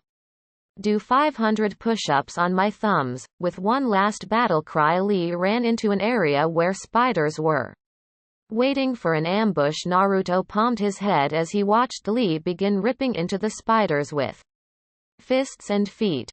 You guys are going to bring the whole damn population of the things on us. Look, we need to get out of here. The more you kill, the more show up. If it was this easy, then don't you think it would be recommended for ninja to train in here? It's actually frowned upon because you can't take them on forever. You'll run out of energy and chakra before they run out of bodies to throw at you. Kill all you want as we get the hell out of here. Naruto ran in and grabbed Lee by his collar before dragging him off, with everyone else following close behind as they started to go back through the thick of the woods. A spider tried to come from behind a tree to sneak attack them. Guy saw it coming and flipped at the massive thing with punches and kicks. Dynamic action, turning the spider into goo as they didn't break their stride. Naruto-kun, what is the best course of action to escape? Naruto moved back. Guy-sensei, watch the front. I'll keep them off of our backs. Neji, Tenten and Lee, stay between us. Neji, keep your Byakugan on. Tenten, prepare some kunai with explosive notes. Take two the trees. It narrows down the angles that they can attack from. Team Guy listened to their chunin tag along and got themselves into position as they leapt into the branches of the forest. Naruto's knowledge of the terrain by now was second only to Anko. He knew where the majority of things of interest in the forest were, and the current thing of interest was the closest exit that wouldn't take them straight into the nest of the spiders. We need to get further south. If we head straight north or east from here, we'll have to go straight through the nest to escape. That would be suicide. Even for me. Guy nodded and lead the group further south. During their run, Naruto held his head in pain and fell down on a branch. Lee jumped back to help the boy to his feet. Naruto-kun, what is wrong? Are you hurt? Naruto cursed to himself as he grimaced in pain. A bunch of my clones actually fully lasted for their time limit and dispelled all at once. It's like the worst headache you've ever had, hitting you all at once. Thanking Lee as he stood back up, they were distracted by Neji's shouts. There are more coming. Naruto turned around to see 5 of the spiders jumping from branch to branch, getting ever closer. Naruto threw Lee off of his branch at his team. Stay back, there's something I need to test out anyway. They all watched as Naruto let the spiders in close before making a set of hand signs and crossing his arms in an X motion while crouching. Fuut and Senpyu Kakusu wind release whirlwind pyramid, standing up and stiffening all of his appendages straight out. A vicious crosswind surrounded the area around Naruto's body, catching the spiders within and sending them flying into the air, some of them cut into pieces, others missing legs, all of the survivors hissing in anger and pain. The jutsu faded after a few seconds and he turned back to Team Guy, getting everyone moving again to stay ahead of the spiders attempting to prey on them. The genin were pretty stunned by the use of Naruto's new jutsu but were too occupied with staying in one piece at the moment to ask anything. After another half hour of random spider attacks and running, they escaped the forest of death and collapsed a good distance away from the gates that cut it off from everything else in the village. Naruto laughed to himself as he looked up at the night sky. Well, that was fun. You guys all right? Guy looked back at the forest of death. We're fine, Naruto-kun. What was the inspiration for going so far into the forest of death? You know how dangerous that place is, don't you? Naruto stood up and dusted himself off. Of course I do, that's why I went in there for a challenging fight. I'm training to kill my opponents, Guy-sensei, not just defeat them. I need to be used to ending lives whenever I need to, and since I'm pretty sure that absolutely nobody would miss any of those spiders being gone, I go in there to fight them. It's amazingly good battle experience. The genin all deadpanned. We noticed. Naruto chuckled but then turned a suspicious eye on them. Wait a minute, what were you all doing in there? The only person besides me that ever goes in there is Anko, and she doesn't even spend time there like I do. She'll just go in far enough to train in peace or find me to spar, not deep into the back end of the place. Guy nodded. We had a mission to head into the forest of death and find the source of all of the sounds coming from the place. Naruto laughed slightly. Well, mission complete, because you're looking at him. I make tons of cage bunshin and have them work on lots of different stuff. Pretty cool, huh? While I handle my physical stuff, they can handle things like my chakra control and ninjutsu. Neji understood what he was saying. So you get the accumulative memories of your cage bunshin, and while they do memory related things, you go in and develop things like strength, speed, and he stopped and looked back into the forest. Battle experience. Naruto grinned and nodded. Lee ran up to Naruto and dropped into his stance. You have inspired me, Naruto-kun. I challenge you to a friendly spar. Naruto sweat dropped. Lee, it's almost midnight. I've been spending the last 12 hours fighting a life or death battle against spiders from hell. You're all exhausted from looking for me and fighting spiders by my side. And lastly, how many spiders did you kill? Lee looked confused until his eyes widened and he hit the ground to begin his push-ups. You have bested me this time, Naruto-kun. Next time I will win our challenge and show how splendid a ninja I am. I will complete these push-ups or else I will run laps around Konoha on my hands until the sun comes up, and if I cannot do that I will. Naruto walked off with Tenten and Neji in tow as Guy stood over Lee shouting about his youthfulness. Naruto gave Neji a chuckling smile.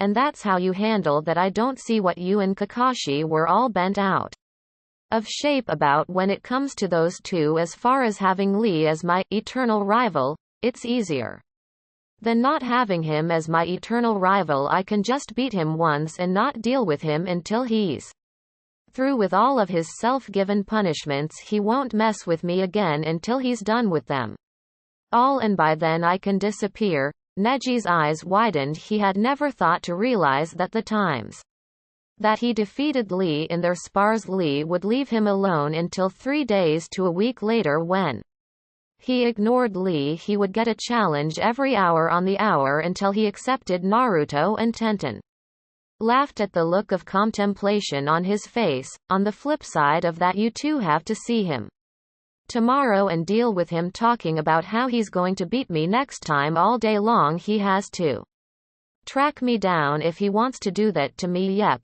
Being Lee's rival actually spares me more of the creepy sunset genjutsus than not being Lee's rival. Tenten realized that Naruto was right. He'd only seen it twice, once when they first met before the Chunin exams and once before they all went to get his sword. Any other time when he was around them, he would usually accept Lee's challenge, win or lose, and then bid everyone a swift goodbye compared to the people that are around when Lee and Guy have their little moments in town, and not even trying to tally up all of the times that it had happened around Neji and Tenten. Since the team had been formed, she realized that Naruto had to have the pretty much lowest victimization rate of being subjected to the sunset of youth.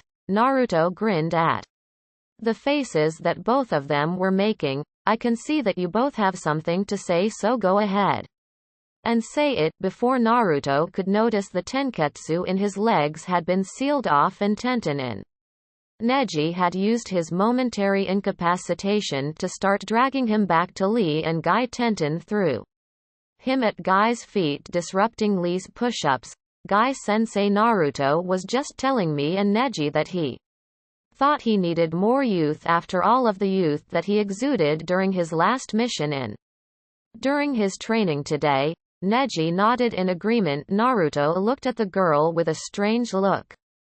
Really, that was the best you've got? That was the stupidest thing I've ever heard anyone say about anything ever. There's no way they're going to fall for that. He noticed that his words didn't deter the evil grins on the faces of the normal members of Team Guy who pointed behind him. Tenten waved to him. I'll see you when my team meets up tomorrow, Naruto-kun. Before he could say anything, Guy and Lee had placed their hands on Naruto's shoulders and had hoisted him to his feet with tears pouring from their eyes. Do not worry, Naruto-kun, Lee and I always have time for a comrade in youth. Lee nodded vigorously. If need be, Guy-sensei and I will stay up all night with you, making sure that your fires of youth are fully replenished. Naruto resigned to his fate and turned back to the still smiling Neji and Tenten with a dark look.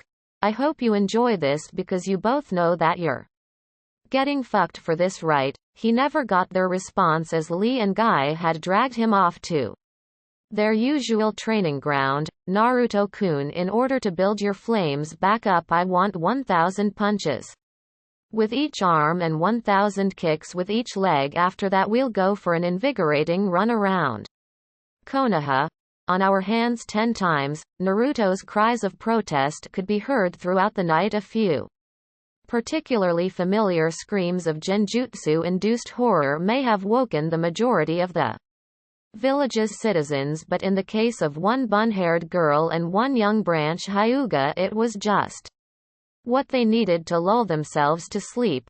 It's about time something like this came up. I'm kind of nervous though, Naruto's thought to himself as he sat in the trees just surrounding a somewhat secure clearing. After 2 months of doing C-rank missions with a team, he was given a solo B-rank mission of his own, remembering what Tsunade had told him about one of his teams a few months back, that they had thought he might be somewhat good as an Anbu. He figured this was something of a tryout mission or something. Chunin don't get solo missions, so he figured this was the only thing this could be. His mission had been to head to a town in Tsuki no Kuni, land of moon. Tsunade wasn't very forthcoming with the information on exactly what he was doing here at all, but he figured this wasn't some kind of trap or anything. Why would she kill him off? So all he really had to go on was that he had to meet a contact once he arrived. This was the first time he had worked without a team in years. And while he wasn't expecting anything anywhere near the borderline suicide things that he had done the last time he had solo missions, it was always nice to be ready just in case. Instead of taking his usual clothing, he decided to don his execution gear that he had worn during his escapades in Kumogakure. He doubted that it would really matter what he wore for this job, because as long as he had his hit aid, he was told that the contact would find him. But hey, why not after a few days off? Following the diplomatic mission to Kumo, he had been blasted with back-to-back missions ranging from escorts to bandit extermination. They had been mostly snoozefests, mainly because he had an entire team to help him out. Nothing had occurred the likes of the disaster to Nami no Kuni, thank Kami, but he missed the action. The only instruction that the boy had received for his mission was to head to an inland town on Tsuki no Kuni and find the bar that had been listed when he first left. Before burning his mission scroll after entering the small town, it wasn't too difficult to find, as this town was not too large like the coastal towns that the tourist country were more known for. Upon entering the bar, Naruto had to stop and check back outside to see if he had made a mistake. It wasn't. That was the only bar in the town. The reason he had to check after first entering was because the first thing that greeted the boy was a loud, boisterous laugh that he was quite familiar with. The sight of spiky white hair filled his vision upon first walking in. To add on to the laugh, whoa, slow down ladies, there's enough of the great Jiraiya to go around. Jiraiya, as per the course, was surrounded by a bevy of women hanging off of his money. His every word. Naruto couldn't believe that Jiraiya was his contact for whatever he was about to do, so he simply sauntered past without stirring the man's interest and made his way to the bartender. Pulling off his hood, he showed off his hit in the low light of the bar and sighed as the man looked at him. "We don't serve minors, kid. You know that." Naruto gave him a dry look. "I know your country has a hidden village, so you should know better." Naruto flicked the metal on his headband, showing to the man that he was a ninja. "One bottle of sake, please. Whatever brand you think a kid should be drinking." The man nodded and turned to grab Naruto's order. "A kid shouldn't be drinking at all, so what's a Konoha ninja doing in Tsuki no Kuni?" Naruto gave him a wry grin. "I'm on vacation." Turning back around and pouring Naruto his first cup with a smirk, he spoke. "Kid, you're in the wrong place for a vacation. There are no resorts or attractions around here." Naruto chuckled as he began sipping his drink. "Let's just say I find the charm of the countryside appeals to me more than the beaches do." The man let out an amused laugh. "You're a strange kid." "What kind of kid doesn't like the beach?" Pointing to himself, Naruto refilled his cup after finishing off his first one. "This one right here." The banter was stopped short when a hand placed itself on Naruto's shoulder. The guard covering the back of the hand gave away who it was. "Ero Sennin, what are you doing all the way out here?" Jiraiya had a grin on his face as he sat next to Naruto at the bar. "What, Gaki, you don't think it's just a wonderful coincidence that you and I met up here in this bar in the middle of nowhere randomly out of the blue?" Naruto had to crack a smile at that. "Maybe it's because Ba-chan told me that you would be calling for me to start working with me after a few months, and the deadline is very close. Add on to that, she said she would clear me for some time off, and she ends up sending me on a mission to the country with more resorts than anywhere else in the elemental nations. That kind of tells me something. When I combine it with running into you while looking for my Konoha contact." The older man snatched up Naruto's bottle of sake and looked at him strangely. "You drink Gaki?" Naruto shrugged. "I had my drink with Gamabunta, and I actually like the stuff. I don't indulge daily like Ba-chan, and I don't down 2 or 3 in one sitting like you, so don't worry. I take offense to that, kid." Jiraiya asked for another cup from the bartender before pouring himself a drink. So what have you been doing?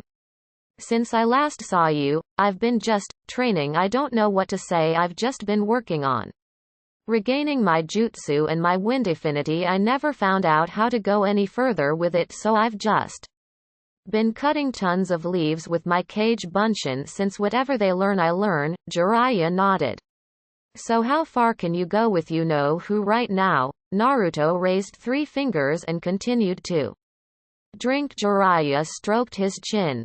That's actually very good. You weren't supposed to be able to use that much of its chakra, yet I have to unlock a bit of your seal for you to go any further. Honestly, you shouldn't have been able to draw that much. Naruto frowned. Drawing that much isn't convenient. If I take any more than one tail, it takes way too long to be effective. I need about 5 to 10 minutes of preparation time depending on how much I use. I had to come up with an alternative way of increasing my power in a pinch, and even that takes too long to use in the middle of a fight. The upside of it is that it is a fantastic visual distraction, but on the flip side it hurts like hell to use. Jiraiya grunted. In though, you've been through this in your head quite a bit, haven't you? Naruto nodded and took another sip. Every other Jinchuriki out there can wipe the floor with me as I am. I've never said that to anyone in Konoha, but it's true. I went to Kumo. Both of their Jinchuriki have absolute control like Gaara did, but without the crazy hostile takeover of their demon hell. All say that the only reason I beat him is because I had Gamabunta run interference on the simple-minded fuck while I woke Gaara up. If I had tried to just fight and match power even with Gamabunta there, we might have lost. Jiraiya stroked his chin. I'll loosen your seal and have you work with that maybe.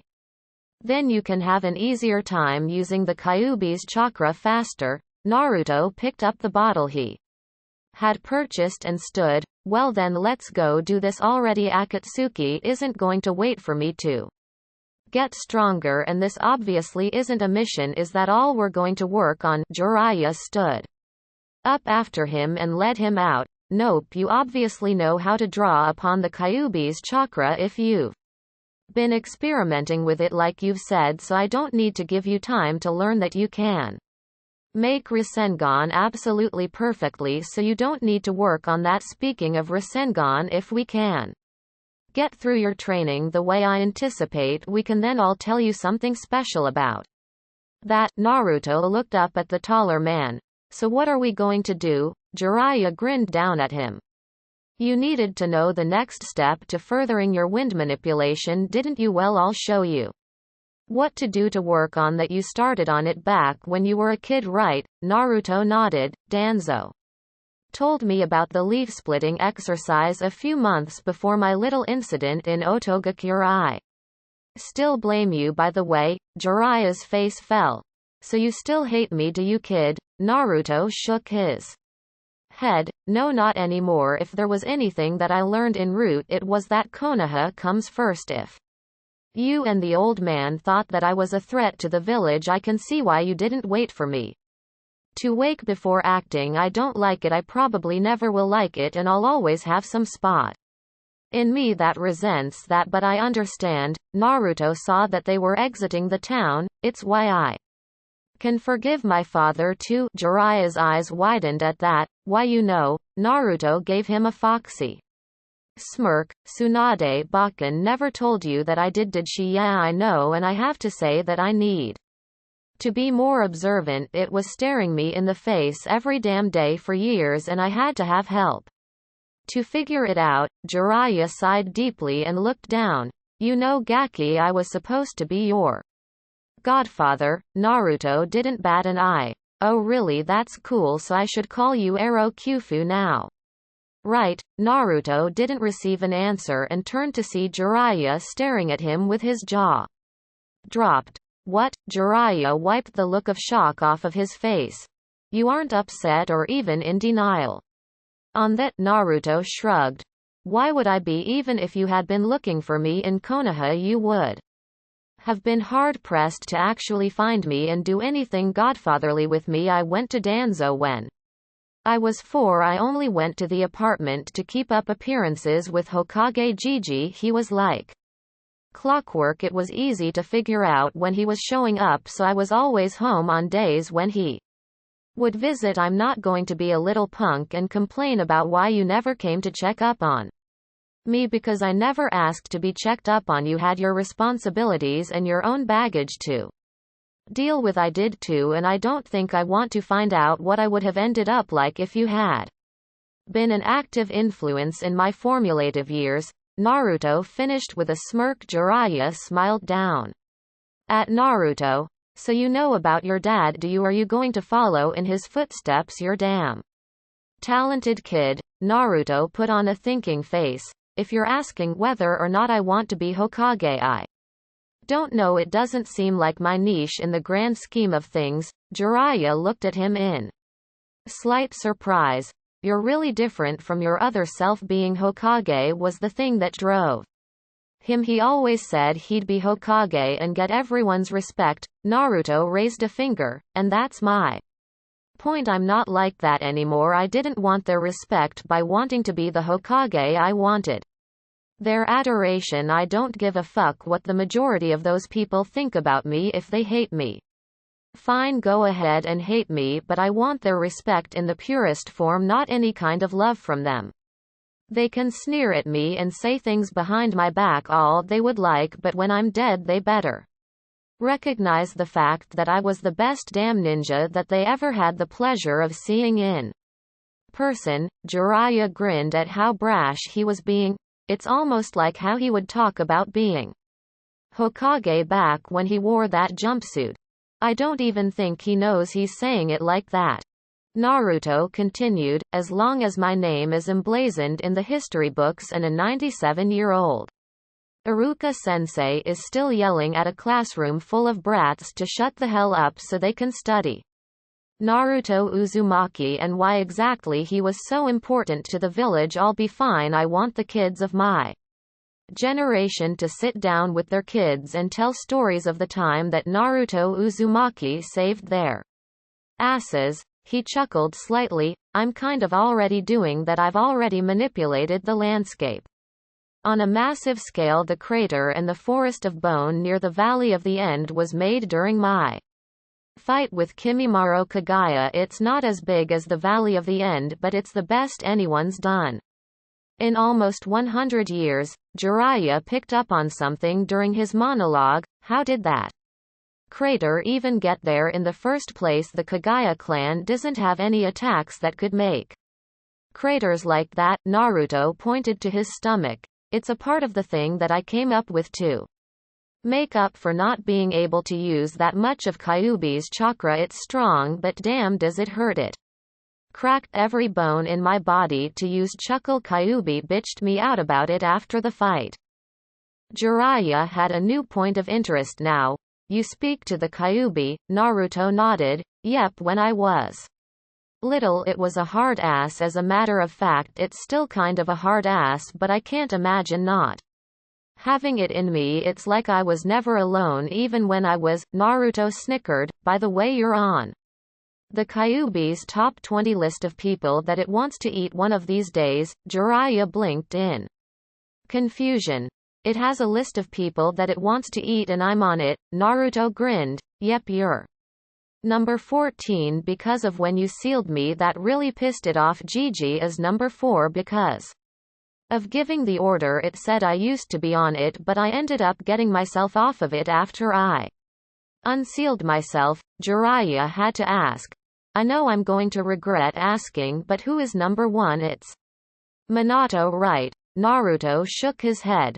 Nope, he's actually number 20 and bordering on leaving the list altogether. Number 1 is Madara Uchiha. The Kyuubi says that it hates that bastard and wants to eat him without chewing so that when it swallows him he can die the slow way. Number 2 is Hashirama Senju. It says that the tree-hugging bastard can go down the wrong tube just so it can spit him up and eat him again. Jiraiya had to take a minute to picture that and cringed visibly. Wait, you're not on its list? Why not? You were its prison after all. Naruto grinned like he had a secret. Yeah, I'm Its prison. I control pretty much everything in my head before I started trying to use its chakra.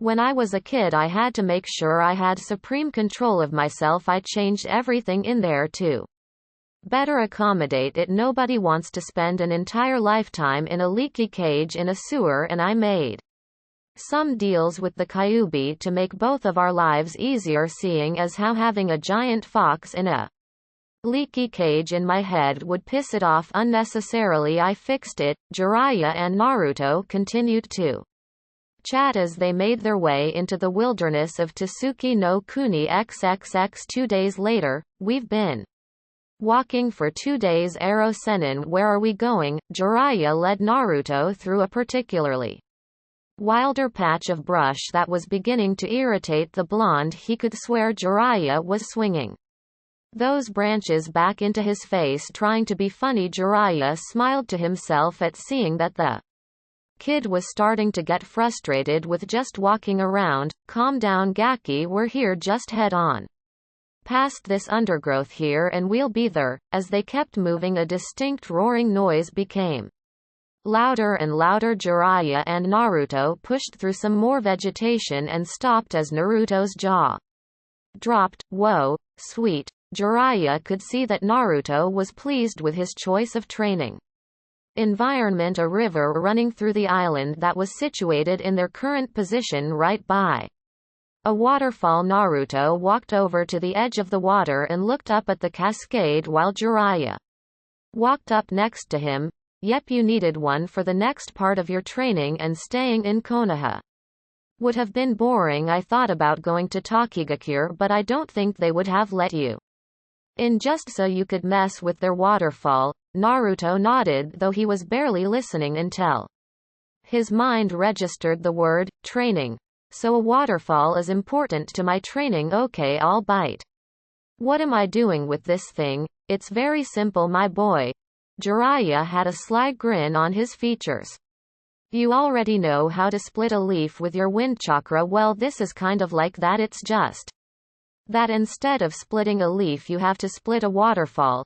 Jiraiya was eager to hear Naruto's outburst at what he had to do.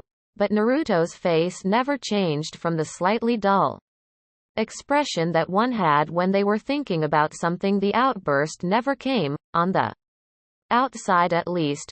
What the fuck, split a goddamn waterfall? Who am I, the fucking Nidame Hokage? Shut the fuck up, Kit, I'm trying to sleep, he said. To cut the waterfall, not stop it, you retard. If you're going split the waterfall, just split it and leave me alone. Naruto had mentally stirred the Kyuubi from its slumber, and it was none too pleased. Naruto turned his venom onto the Kyuubi. Oh. Really, mister? I can flatten mountains and raise tsunamis with swings of my tails. Why don't you bring your big chakra conducive ass out here and make me? The Kyuubi growled lowly and started radiating chakra. I'm not a mister, you idiot. I'm a corporeal mass of chakra, and come in here and say that to my face, ninjin, and see if you don't leave with more than a few chunks of your ass missing. Jiraiya snapped his fingers in front of the unresponsive Naruto's face. Oi Gaki, I think I broke him. Naruto, however, was oblivious to the outside world as he was busy having a territorial pissing contest with a demon of near infinite power. Oh, I'll come in there, but that's the last thing that your furry ass wants. I'll shove my boot so far up your ass your tongue will have grip. The only reason my tongue would have grip is because I ate your legs and decided to keep your shoes afterwards to chew on. You're obviously forgetting who you're talking to, Gaki. Naruto was finally brought back to the world of the waking by Jiraiya shaking him and yelling at him. What, Arrow Sennin? I was in the middle of something with my inner furball who was being an ass. Jiraiya sweat dropped. Yeah, bitch. At the Kyuubi later we have work to do. Just channel your chakra and try to cut it the way you did with the leaf. He pointed. You can use the bridge over there as a stable point to stand on. Naruto nodded. Who built the bridge on the waterfall? We're in the middle of nowhere. Jiraiya preened like a peacock. I built it myself. I found this spot and decided to bring you out here, kid. Someone else decided to chime in once more. Who the fuck else would have built it, you brain-dead hairless ape? Naruto growled on the outside. I'm sick of your bullshit, Kyuubi. Be productive or shut the hell up. And go back to sleep. Jiraiya tapped Naruto. Geez, calm down, kid. Kyuubi chuckled and spoke mockingly. Listen to the hermit, kid. Calm down, just calm down, calm down, just calm down, calm down, just calm down. Naruto's eye twitched. Mute. Naruto sighed in relief as the Kyuubi's voice went silent. I forgot I could do that. What the hell is up with him? He hasn't tried to provoke me like that in forever. Naruto turned to Jiraiya. Sorry about that, arrow Sennin, you were saying. Jiraiya frowned momentarily. He's already showing signs of the added demonic chakra from the loosening of the seal. Maybe I should have waited until after we finished his elemental training to do it. Alright, Gaki. Get up there and get started on trying to split that waterfall. Naruto saluted Jiraiya and scampered to a spot in the middle of the waterfall on the bridge, pulling his hood up to avoid getting totally soaked. He stuck his hands into the waterfall and began generating wind chakra. Naruto could feel the force of the waterfall snuff out the force of his minuscule amount of chakra. Okay. It looks like I need to come up with more raw force to split this thing. Goody. Naruto shook his hands dry as Jiraiya came up next to him on the bridge holding an umbrella. This is more or less a trip to get you started on the training. The entire process could take upwards of a few years too. Master. Naruto looked at Jiraiya before forming a cross seal. Kage Bunshin no Jutsu Shadow Clone. Jutsu. Naruto filled the bridge with copies of himself that immediately went to work trying to cut the waterfall. I just wanted to try it for myself before I had my Kage Bunshin. Did I have something I need to do for myself right about now? Naruto jumped off of the bridge to the surface of the water and walked to shore before sitting down and getting into a meditative position. Jiraiya appeared at his side. What are you going to do, Gaki? Naruto looked up at Jiraiya. I'm going to go into my mindscape so that me and the fox can hash out our little situation. Jiraiya looked apprehensive. That might not be such a good idea if it's mad at you, kid. Naruto shook his head. Why not? I mean, we've been at each other's throats before, but it blows over. We fuck with each other. I stopped being malicious about it years ago. Naruto shut his eyes and put his hands back in the ram. Sign. Jiraiya grabbed his hands and broke his concentration again. Don't remember when I told you that I was going to loosen the Kyuubi's seal to give you better access to its power? Well, I did it the other night while you were asleep when I said I was going to check your seal. Haven't you felt yourself getting more aggressive and angered easier? Naruto nodded. I figured that puberty was finally starting to make me nuts with all of the shots of testosterone. You're telling me it's because the Kyuubi's chakra is leaking out more steadily now? Jiraiya pulled Naruto's shirt up and revealed that the seal was showing even though Naruto wasn't doing anything. Your body is adjusting to the influx of demonic chakra, though now it's more important than ever for you to control your emotions. It's now far easier for you to lose control when you become angered. You tried picking a fight with the Kyuubi a few minutes ago. I would have slapped you right then if I wasn't sure that it would have made you madder. Naruto blushed out of embarrassment of being called out like that. It had been months since anyone had called him out for being overly emotional. Having been en route, he took it somewhat personal that he was being told that he needed to control himself until he realized that he had been freer with his outbursts than even 4 months ago. Jiraiya noticed this. I'm not saying that being expressive makes you a bad ninja. I mean, just look at me, he said with a stupid grin that got Naruto to crack a smile.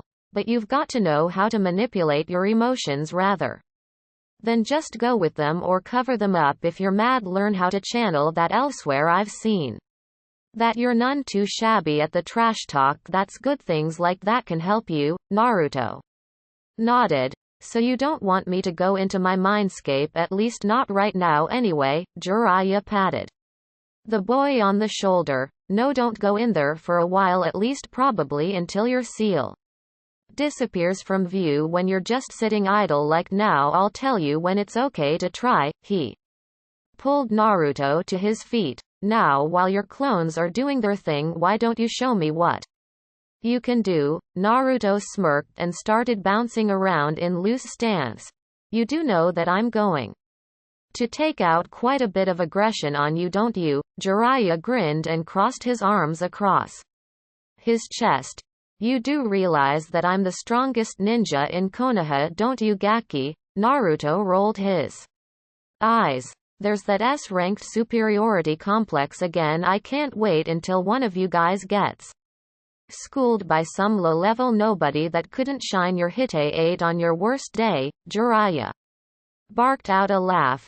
It's not like I'm taking you lightly, Naruto. I've seen what you can do now. That was then. This is now. Feel free to cut loose and hit me with your best shot. Naruto looked somewhat apprehensive.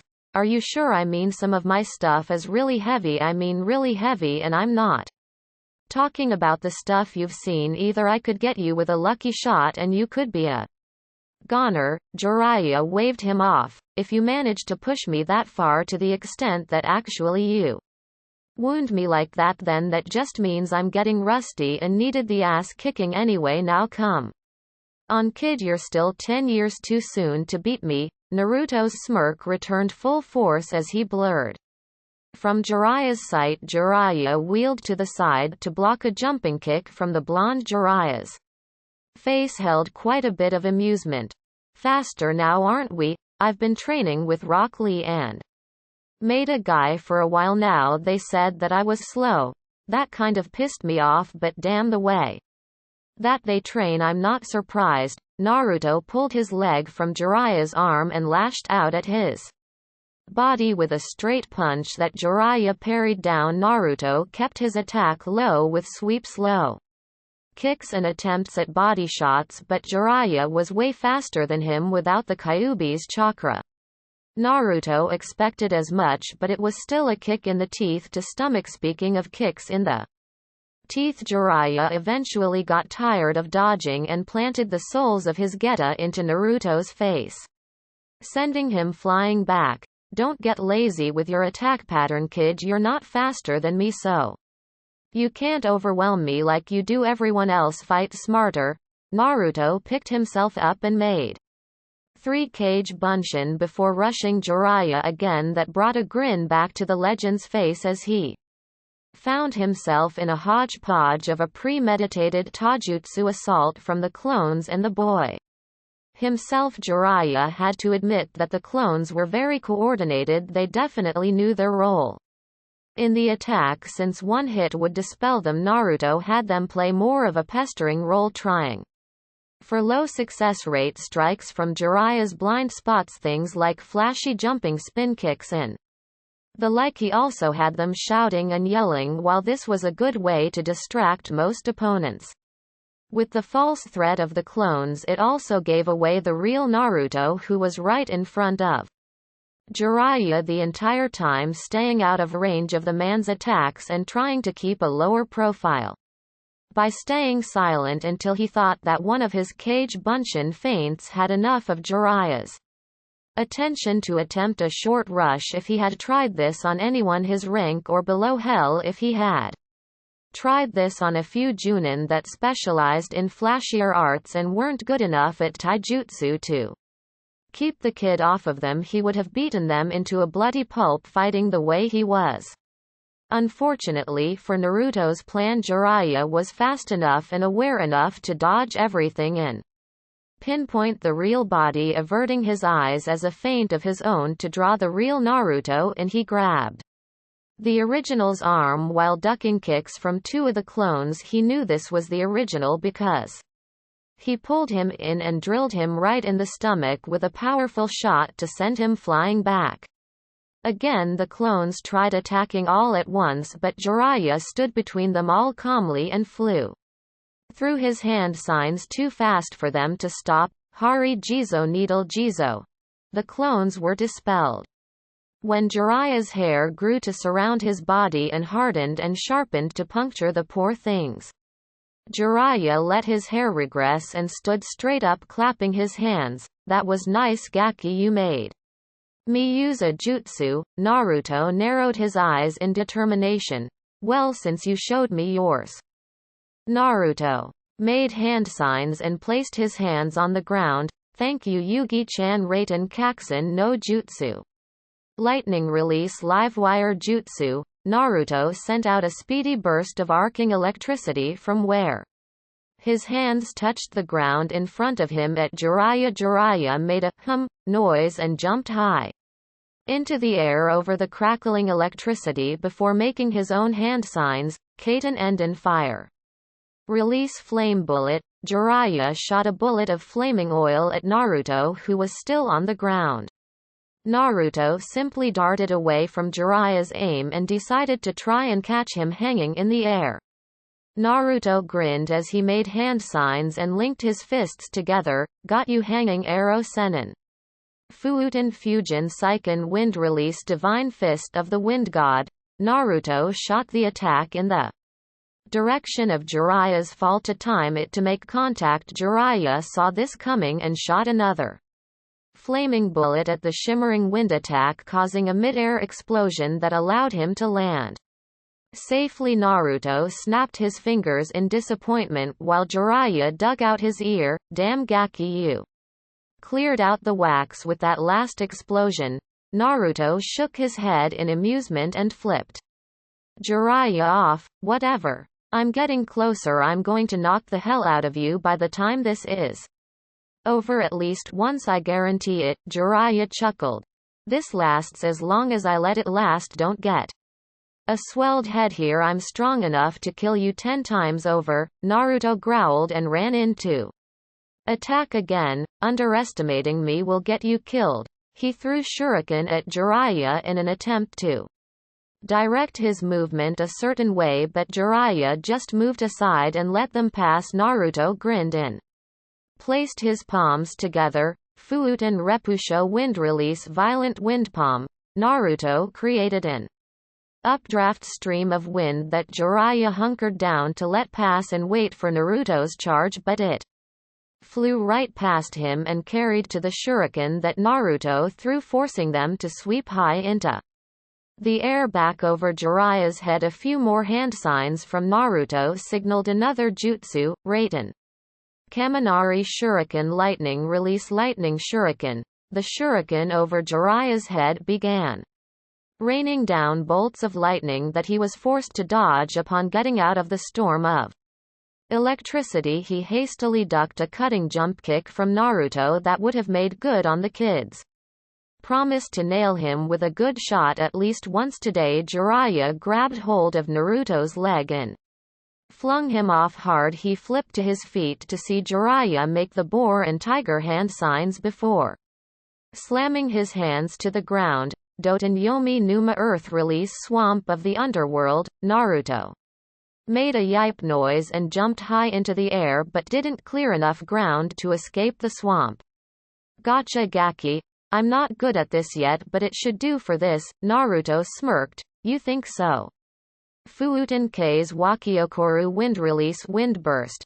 Naruto seemingly jumped on nothing but air and shot himself the rest of the way over the swamp. Jiraiya's jaw dropped until he realized that Naruto was hovering directly over him and was falling fast. Naruto linked his fists together again and pushed them out. Fuuten Fujin Seiken. Jiraiya hightailed it out from under Naruto before the ground where he was standing ended up with massive fist-shaped marks flattened into the earth. The force of pushing out the jutsu helped Naruto land softer. Jiraiya shouted at the boy, "What the hell Gaki, where are you learning all of this crap, and who the hell taught you any lighting ninjutsu?" Naruto dusted himself off. "I knew this stuff when I was en route. I'm just now starting to get them back, and they're Are still more that I can't do yet. I never could. Danzo had me learn them in the hopes that I could get the control to use them one day. And about the lightning jutsu, let's just say a certain Neko in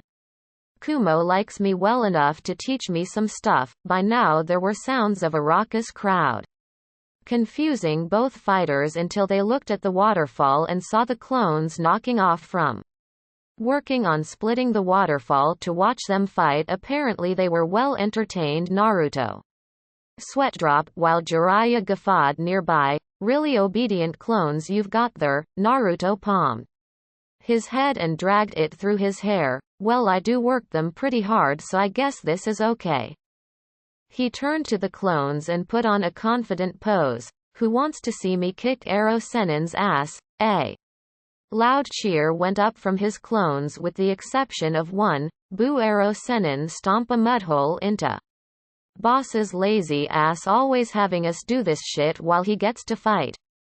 Jiraiya grinned cheesily at the clone and gave it a thumbs up. The original Naruto was looking at the lone Kage Bunshin blankly, as were the rest. Naruto pointed at him. You shut up. Before the clone could respond, Naruto dispelled him. Jiraiya turned to Naruto.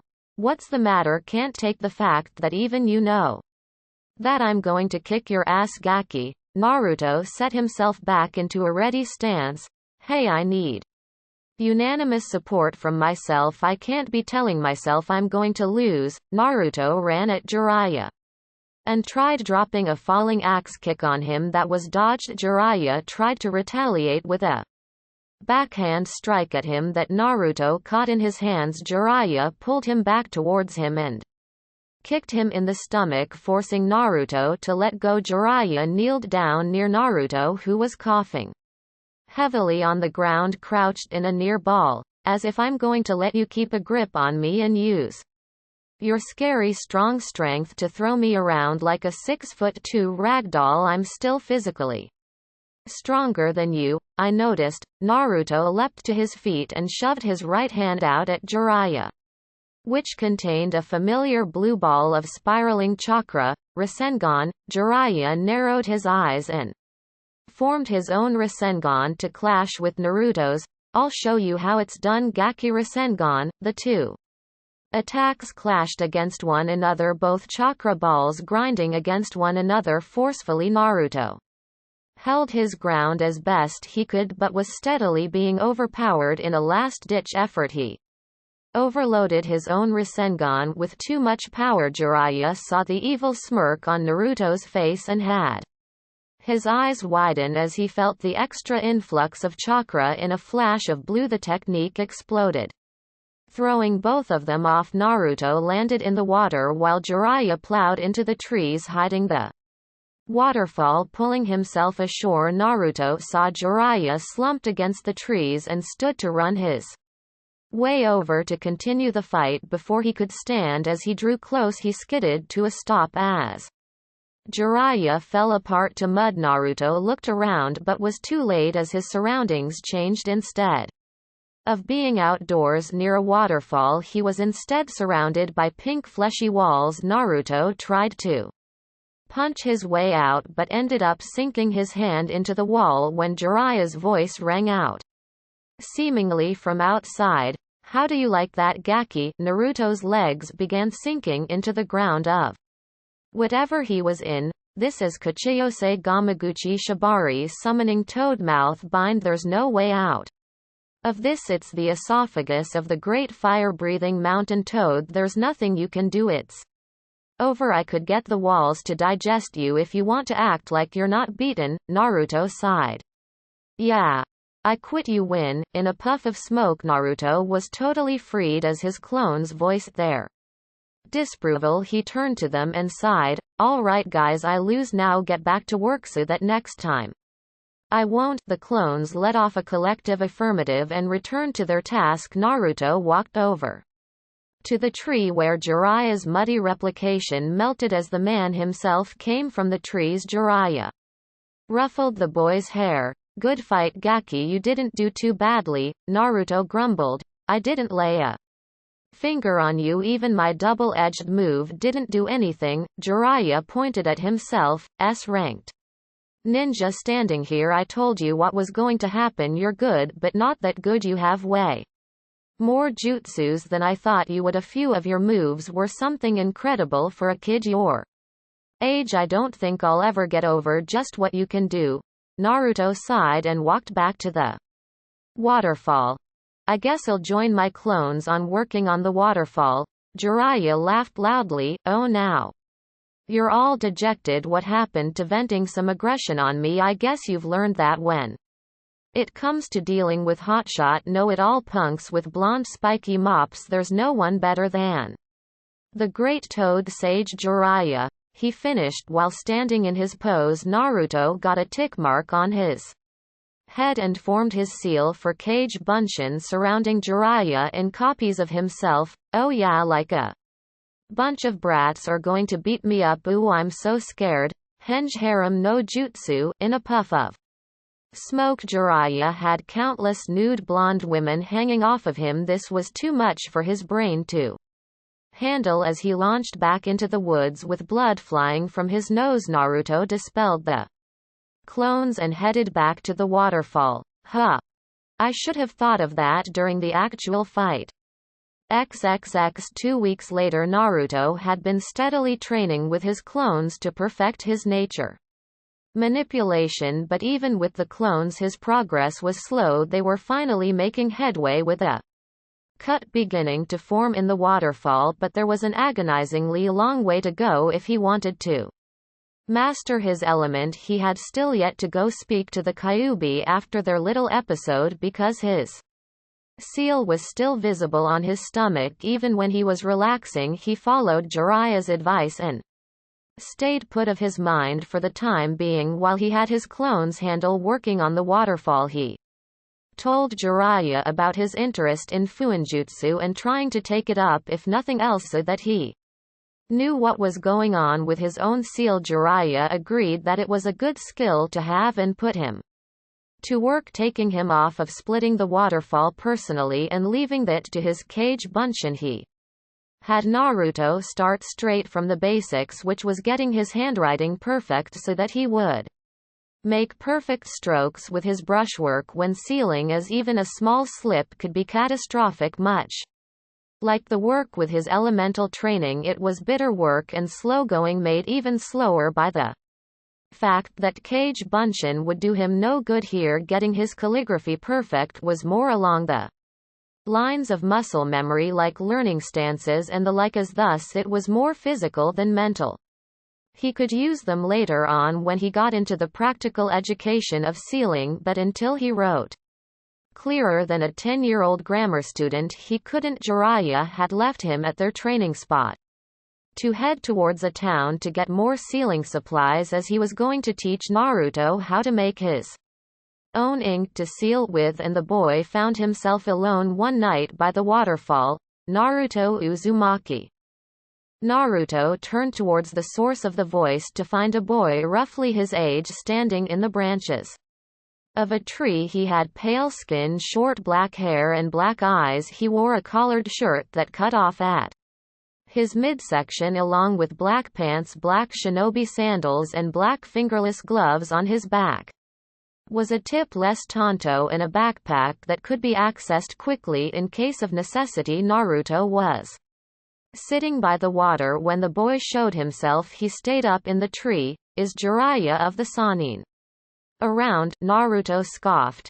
If he was here, then you wouldn't even be this close. What do you want? Who are you and why am I not killing you right now? I am here for Danzo-sama. He has been wanting to get into contact with you for quite some time now. The boy bowed slightly. I have been given the name Sai for this assignment. Naruto looked at Sai with an appraising eye and decided to test out Sai's claim to be one of Danzo's men. So Danzo Gigi decides to send out a gay hood ornament to contact me. Tell him that he needs more girls en route. It's a sausage fest, I swear. Sai didn't blink at all, getting a nod from Naruto. Okay, you're Danzo, so what's the message? I probably already know. But go ahead, Sai spoke. Danzo-sama says that you are no longer one of his tools. You were extremely useful during your time under him, but you're too risky to try and take back now. Besides that, he says that you wouldn't fur back in anyway. Naruto nodded. I figured that. He's right, I can't just disappear back to HQ now. I'm too out in the open and he can't keep risking guys like you just to make contact with me for assignments either. It's too high of a gamble now for him to have me. He looked at Sai suspiciously. So what does this mean then? Am I a loose end for him and he sent you to try and kill me? Sai shook his head. I am incapable of bringing you down, Uzumaki. I was simply dispatched to bring you Danzo-sama's messages. You are by no means expendable. You carry his teachings inside of you deeper than any other. He just cannot risk trying to meet with you himself. It would seem too suspicious, and it is no longer necessary. Even without him, you are true to the one thing that he put into you more than anything else, that Konoha comes first. Everything we do is for Konoha to that end. He says to you to grow stronger and protect our home. The foundations of the great tree will always be rooted inside of you, Uzumaki. Naruto nodded and turned to return to watching the water. When he still sensed Sai's presence. Yes, do you still need me for something? Sai was still in place. From when he first started speaking, Danzo-sama does have one last assignment for you, Uzumaki. It is one that he is certain is well within your parameters to complete. Naruto turned around and stayed seated watching Sai carefully. One last mission? Huh, what the hell? Why not one more for old times? Sake-io, the old cripple that at least. He gestured for the pale boy to continue with the message, which he did without delay. Danzo-sama wants you to do all that is in your power to become Hokage. Naruto's eyes widened. Root training be damned. Even though he was in front of one of the operatives, he was surprised as all hell to hear that. Danzo Gigi wants me to become Hokage. What? I thought that was his kick. Why would he want me to do it? Sai stared at Naruto emotionlessly. He has not truly given up. Danzo-sama is getting old, Uzumaki. He says that the death of Hiruzen Sarutobi, the last Hokage, showed him his own mortality. He is well aware of the fact that he will probably die before another opportunity to take the position ever shows itself again. You are the closest thing to an apprentice that he has. He has shown you his ways of working. He has shown you what he could about the system of the village. With you in power, he would feel secure in the fact that Konoha would have a cage that would truly be strong enough to handle the job, to do what is necessary. Naruto still couldn't believe it. Why me? Couldn't he have actually trained someone for something like this? Sai spoke again. Who else would suffice? Even though you have Danzo-sama's backing, no one knows it. He could never instill his views into someone and send them into the political world without suspicion arising. You already are mistrusted by a good portion of the population, and you are slowly turning that number around. You already have the backing of a few significant names in the village due to your actions and character alone. The entire country of Nami no Kuni sees you as a hero for one, and you are close to the current Hokage herself, as well as the children of the Kazekage, and the current Raikage favors you. You inadvertently put yourself in the position for this. Naruto looked at his hands. Me, the Hokage? It was a pipe dream of a foolish mindset, not something real, and he wants me to actually go for it. Sai turned to walk away. I have given you Danzo-sama's words to you, but he asked me to leave you with this in case you were having trouble. Turning around to face Naruto, he looked at him firmly. Where there is light there is shadow. To be a shinobi is to sacrifice oneself, closing your eyes to the sunlight, distinguishing yourself in the shadows. That is the true form of a ninja. Naruto nodded in agreement but snapped his eyes open when Sai continued, but that is not your destiny, Uzumaki. The truth is you are the leaves bathing in the sun, and I am the roots that grow in the dark. Naruto looked up at Sai, who turned and began walking back to the woods. Before he made it to the edge of the trees, he turned around one last time. You have the full support of Danzo-sama and Root. We will be in touch. Uzumaki, do not worry about that, we will not disappear. Sai gave Naruto a closed-eye smile that seemed totally out of character and left the area, leaving Naruto alone with himself. Naruto looked at his reflection in the moonlit water, splashing the water to disrupt the image. He looked up to the moon and sighed. The last order from Danzo Gigi. Become Hokage. Or die trying. Naruto chuckled to himself. Naruto Uzumaki, the Rokudame Hokage of Konoha no Sato. Now that sounds like it would look good in a history book. Jiraiya looked over Naruto's handiwork from the last few hours and HMMED thoughtfully before balling up the paper he was looking at just moments before. Nope, it's total crap. Gaki, do it again. Naruto grumbled at the Toad Summoner as he pulled out more paper and began copying down the practice strokes, kanji and symbols that Jiraiya had given him to improve his calligraphy, the important physical things that Naruto needed to be a decent ceiling artist were great speed with his strokes and flawless writing ability.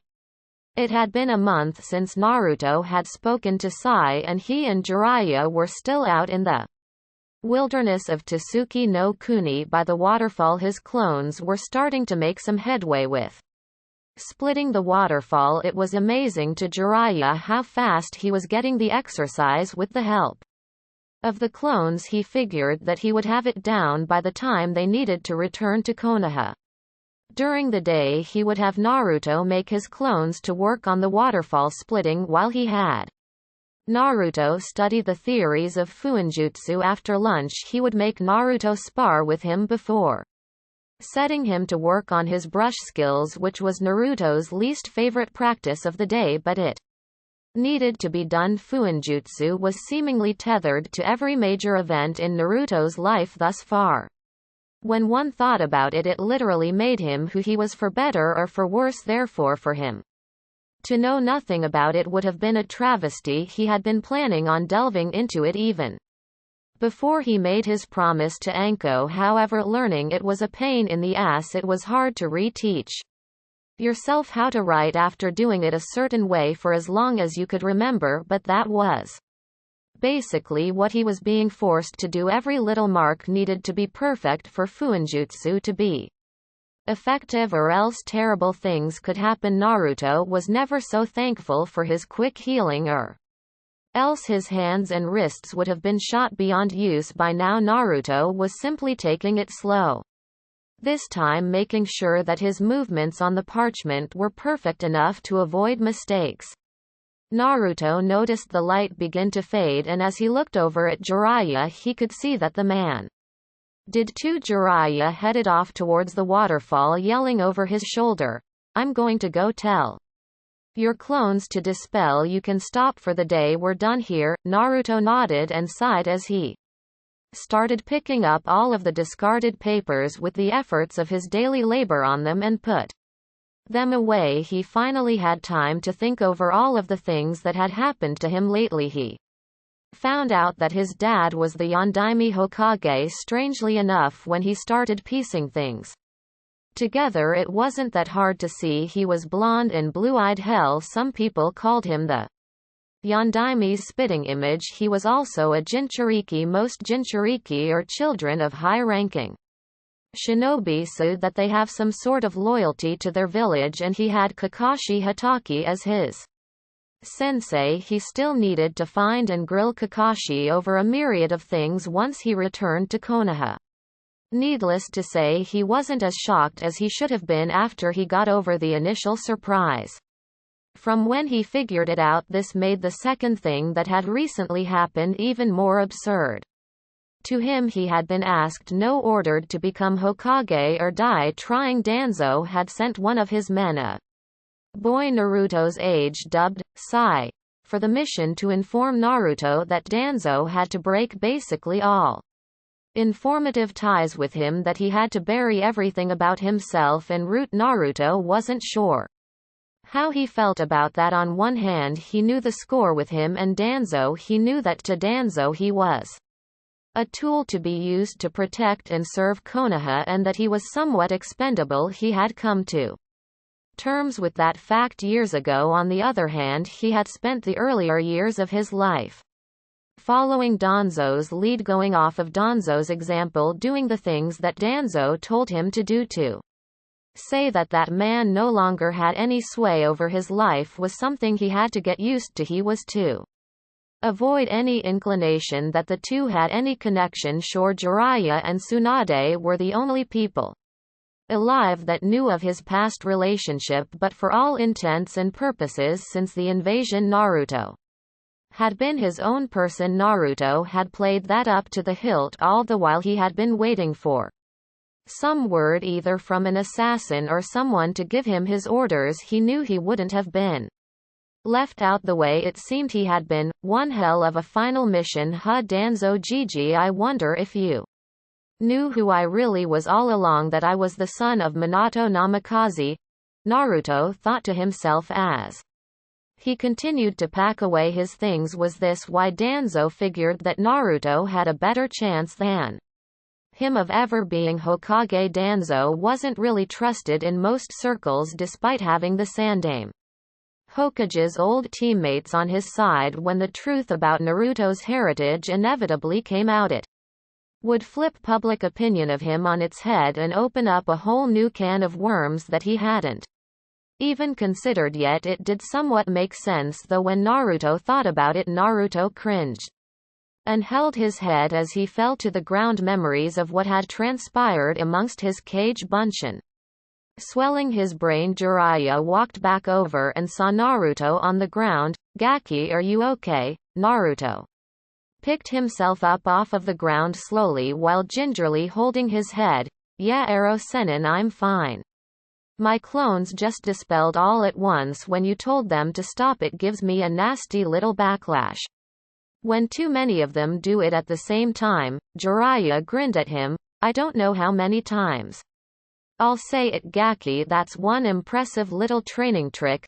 Naruto shrugged his shoulders. You take what you get. The Uchiha had their Sharingan, the Hyuga have their Byakugan. I just so happen to have a giant fox roaming my mind and I work with it. Jiraiya scratched his hair. So why don't you use Kage Bunshin to help with your handwriting the way you use it with your nature manipulation training? Naruto stood up straight and cracked his back. Well, since handwriting is muscle memory, that would be physical instead of mental, wouldn't it? Jiraiya palmed his forehead. You know, sometimes I forget that you're a kid and kids aren't that smart. Naruto was about to verbally lay into the white-haired man until he raised a hand for him to stop. Muscle memory is mental, Gaki. You can use Kage Bunshin to get your handwriting to be better. Naruto just stared blankly at Jiraiya, who eventually got bored and walked away, leaving Naruto standing in place. XXX Konohagakure, Hokage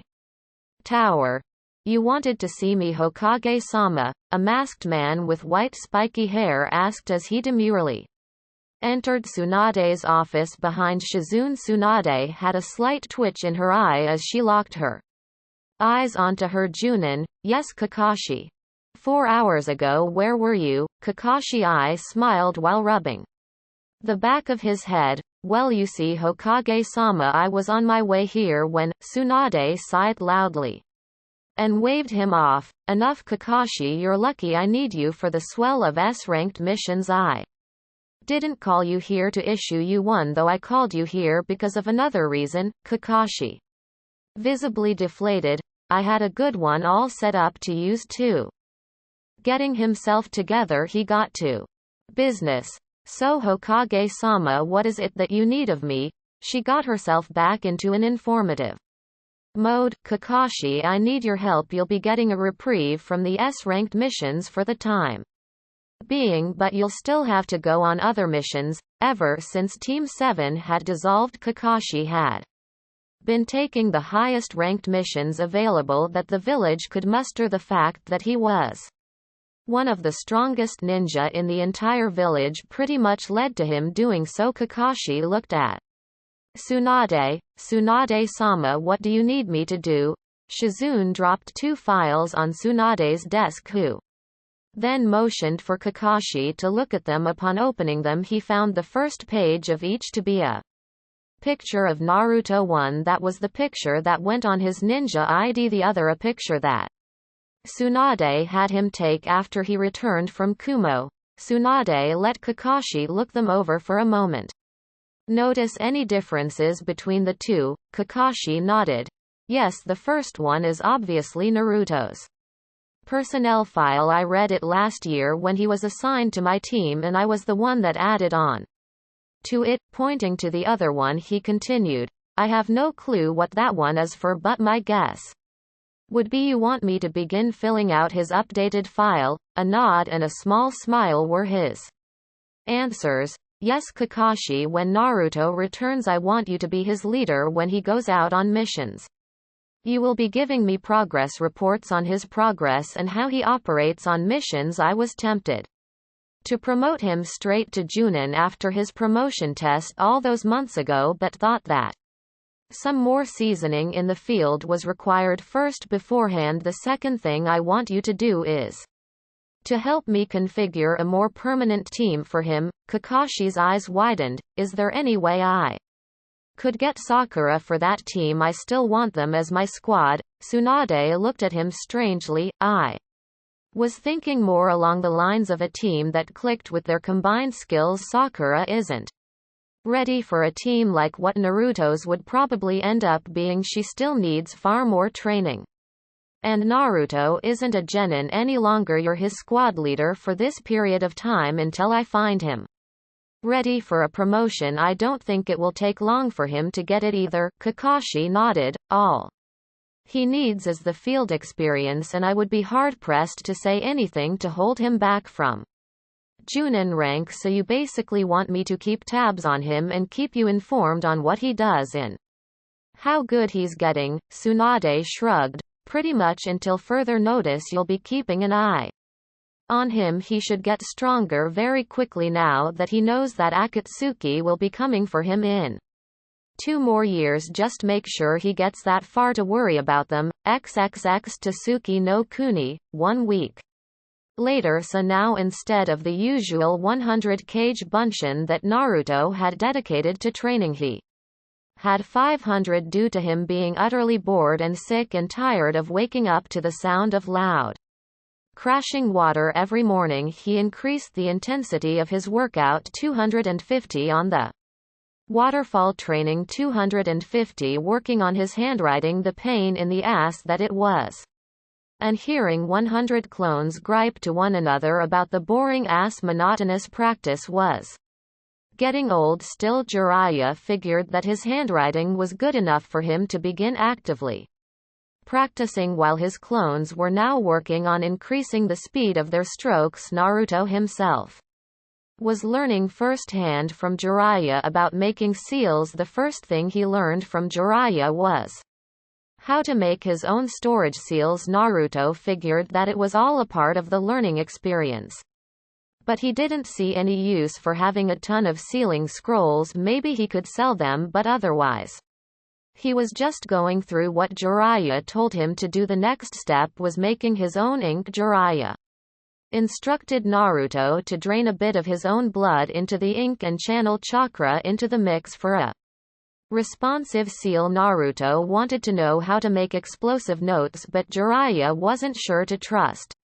Naruto with the knowledge of how to make his own high explosives. Simply put, when he started teaching Naruto things like that, the boy could easily then go out and get his own things to make them. He still had money left over all the way back to the mission to Nami no Kuni a year ago. He was now taking higher ranked missions, and Jiraiya had seen his home. It wasn't a very lavish place. Therefore, now that Naruto had something to blow all of his stacked back money on besides ramen, namely ink and The material for seals, in addition to having a nigh inexhaustible supply of cage bunshin manpower to make the seals and the normal male desire to make things go boom, as well as something akin to a blood feud with the abnormally large spiders in the Forest of Death. Jiraiya had learned this when he found Naruto talking in his sleep about the eight-legged bastards, and you can see how Jiraiya may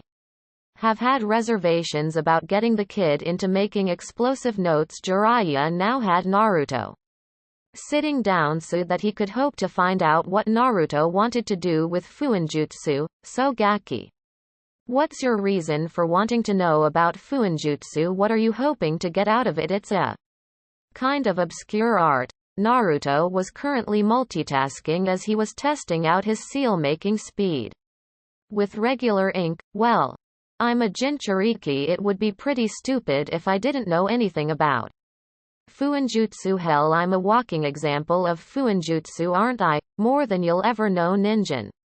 More than you'll ever know, were the rumblings from the fox within Naruto cryptic. Oh yes, was he going to go and deal with it? Not now. He was having a conversation. Naruto cleared the Kyuubi's words from his mind and focused on the old man in front of him. I made a promise too. I promised Anko that I would get the cursed seal off of her when I was in Otogakure all of those years ago. I memorized Orochi Tomi's notes on it. Some of that stuff I wish I could forget. But I have an idea of what to do to get it off of her. I just need some things first before I can do anything about it. One of those things is knowing exactly what the hell I'm dealing with, hence why I'm doing this. Jiraiya nodded. And none of this is stemming from you wanting to get the seal off of Sasuke Uchiha. He was your teammate like Orochimaru was mine. I know when Orochimaru left Konoha I was like that. I wanted to save him. Naruto snorted and placed his materials aside. Ero Sennin, the only way that I even care about removing Uchiha Tomi's seal is when I sever his head from his neck. There's no saving there. He had an entire village that was willing to save him. He had a girl that was willing to give herself to him at the cost of her own career and probably her life to save him. Fuck that he went to a traitor for power that he could have easily gotten here. I'll save him. Alright, I'll save him from becoming Orochimaru's next body by ending him the next time we meet, but I don't care about him. I care about Orochimaru getting the Sharingan and coming to eradicate our collective asses. Jiraiya let a smile come to his face. Thank goodness I don't have to beat that save him stuff out of you. Gaki, you're smarter than I was when it happened to me. Naruto shrugged. You can't save someone that doesn't want to be saved. Ero Sennin, every Hokage knows that. I wonder how pissed off he would get if I beat Itachi before he could get to him himself. That idiot. All he had to do was stay near me until Itachi came after me again and he could have had his shot. Naruto laughed to himself at that thought. He might come after me then. Jiraiya chuckled alongside him. Yeah, seeing as how Itachi is one of the two slated to come after you, I guess you'll get a better shot at him than Sasuke will. He then noticed that Naruto had said something quite interesting. Hokage, what are you saying, Gaki? Naruto smirked and rubbed his nose. Well, I was thinking I spent 4 years of my life dreaming about being a Hokage. It would be a shame to throw it away now that I have a realistic chance of getting there, wouldn't it? Jiraiya's eyes widened as a smile started forming on his face. Are you saying what I think you're saying? Naruto nodded. So Ero Sennin, you trained the Yondaime Hokage. How do you feel about training the Rokudame? Jiraiya simply burst out in laughter. That kid is confusing as all hell, but at least he's never too boring. XXX Naruto's mindscape. Naruto took the time of his slumber to finally reach out to the Kyuubi. It had been over 1 month since Naruto's seal had been tampered with by Jiraiya, and he had yet to try and communicate with the creature earlier in the day.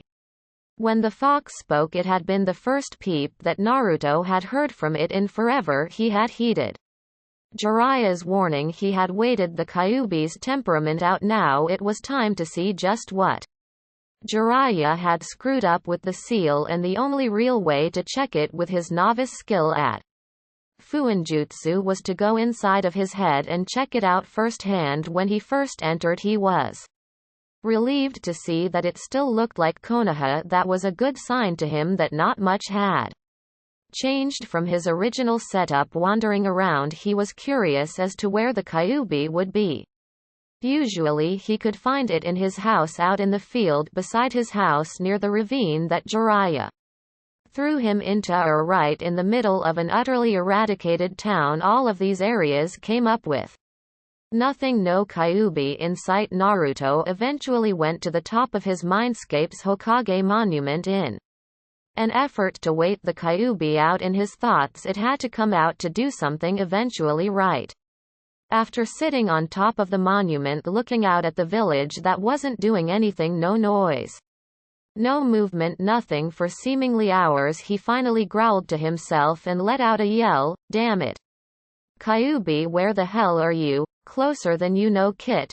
Naruto heard the voice from all around him as he stood up to look, scanning the area around him intently. He found nothing. "Kyuubi, where are you? I need to talk to you about the seal." "Sigh, I'm well aware of that, Kit. Your idiot godfather loosened the seal in an effort to allow you to draw on my power more readily without knowing what he was actually doing. I'm an entity of anger and hatred. This spilled over into you, which was why you and I were so arbitrarily aggressive towards one another, and why you were so quick to anger." Naruto stopped looking for the Kyuubi as it was getting him nowhere and listened to it speak. "So you're saying that Ero Sennin pretty much fucked something up and forced too much of your chakra into my system as opposed to normal. So now what?" Kyuubi finally emerged from nothingness in front of Naruto. The size of a normal fox, only with 9 tails. Well, he was kind of successful in his endeavor. You can now access extra tails quicker than you could before, but now it's going to be harder to control. Naruto raised an eyebrow at the diminutive figure of the fox. "What do you mean, Kyuubi?" Kyuubi sat down on its haunches and gave a look that could be construed as serious if foxes could look serious. Now, instead of having to take 10 to 15 minutes to build up the necessary chakra needed for a two-tailed cloak, you can activate it almost instantaneously. However, without even thinking about it, you can slip further and further into using more of my power subconsciously. Your anger in battle, even from the tiniest things such as someone surviving one of your lethal attacks, could force your temper to the point of you going past your limit of control. You will lose yourself to bloodlust if your battles drag on for too long." Naruto shrugged. "So I'll feel a greater need to kill my enemy in a fight. Big deal. If I was using your chakra to fight, then I was probably going to kill them anyway.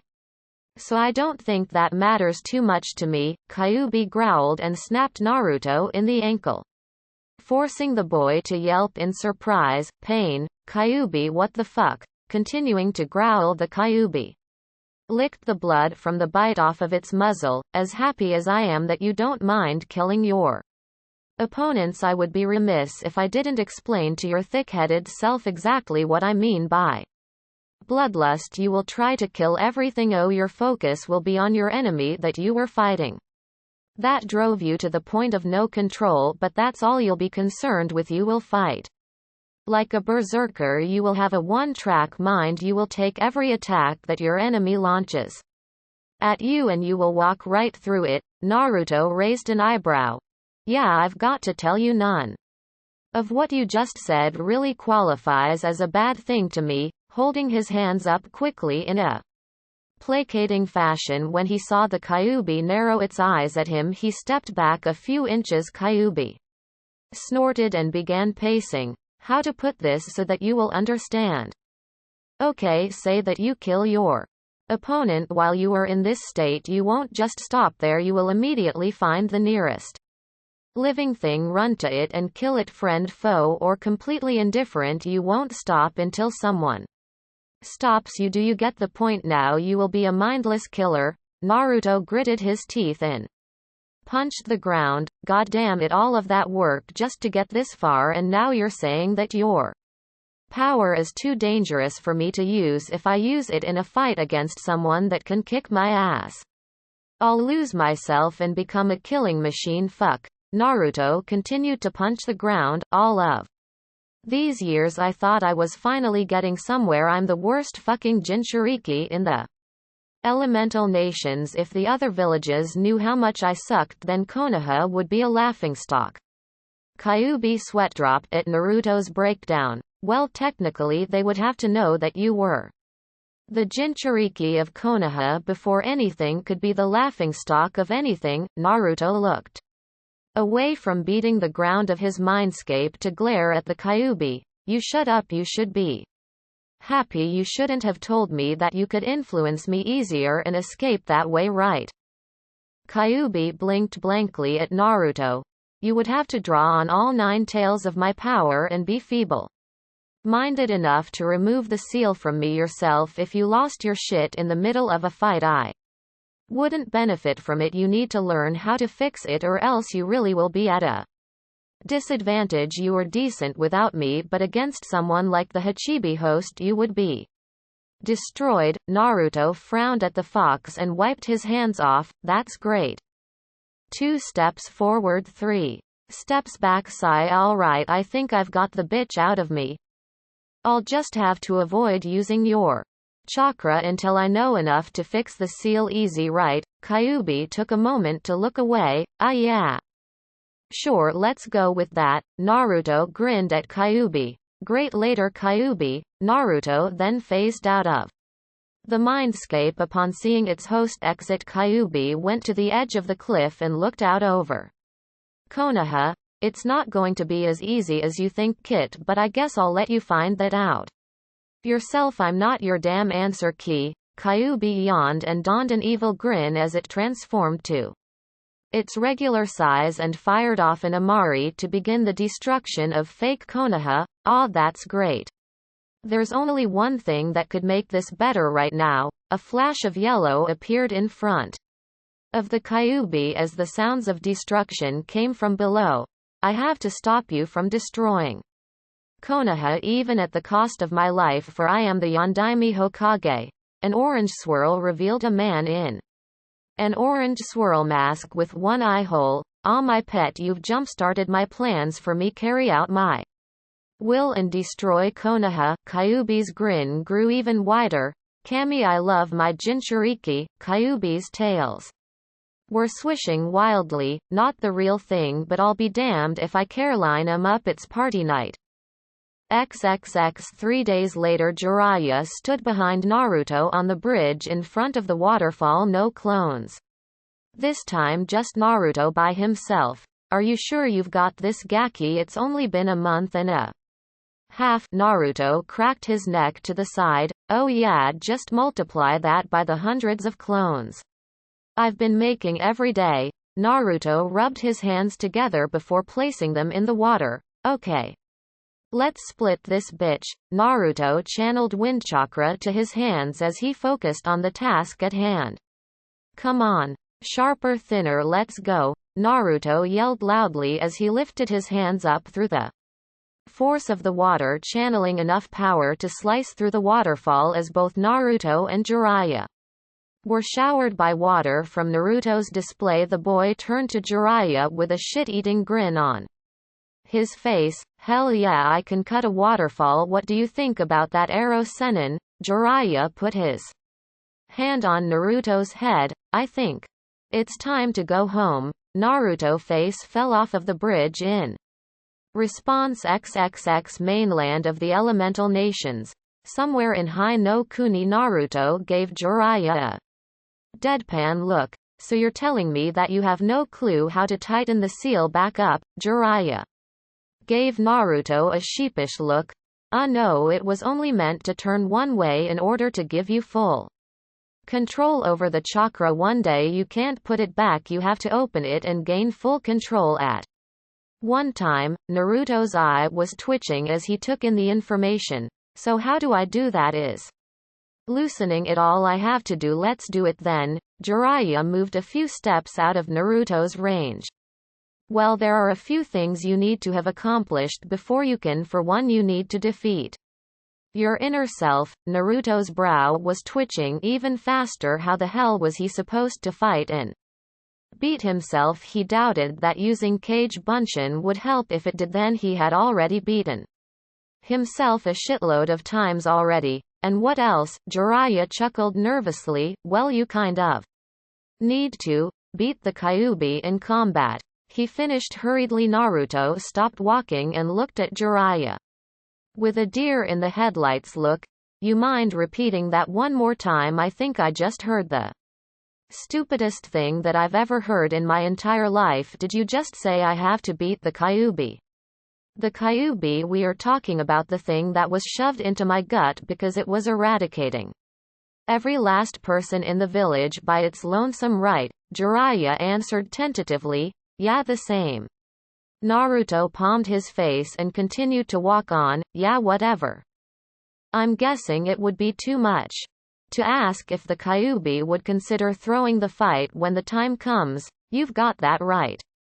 Ninjin, beautiful. Okay, fine, just makes me feel so much better about being me. Ba-chan better have some good old-fashioned mind-numbing missions for me or I'm going to pop. Seriously, life just knows how to pile it on, doesn't it? The man that trained me wants me to become Hokage since he thinks he's too old to go for it anymore. I can't use my Biju or I might end up killing everyone within seeing distance of me, which is pretty fucking far all things considered. I have to fight said Biju and beat it or else I'll never master using my demonic chakra. Well, baby steps right now. Let's just worry about getting back to Konoha. Maybe go vent on some spiders in the forest of death. Yeah, that sounds good.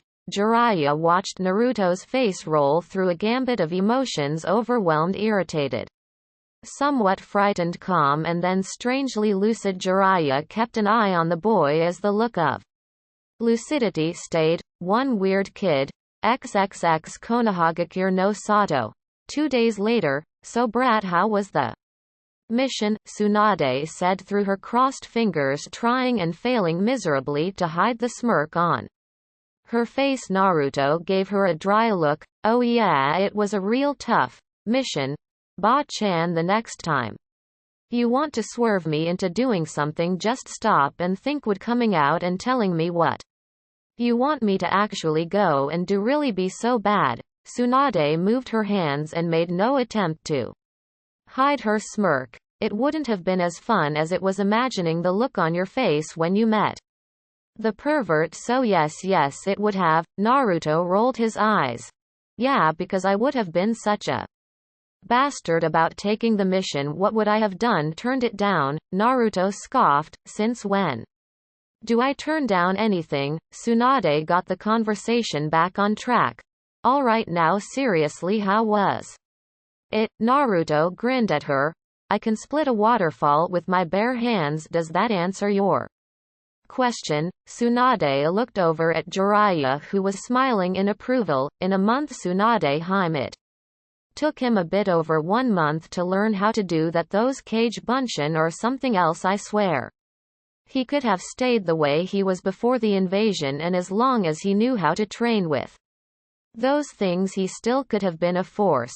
Both looked at Naruto, who was standing in front of Tsunade's desk with a combination of being at attention and at ease. Tsunade nodded, satisfied that something had been accomplished while they were gone. Anything else I need to know about? Naruto raised a hand. Actually yes, my seal after Ero Sennin tried to let more of Kyuubi's chakra leak out.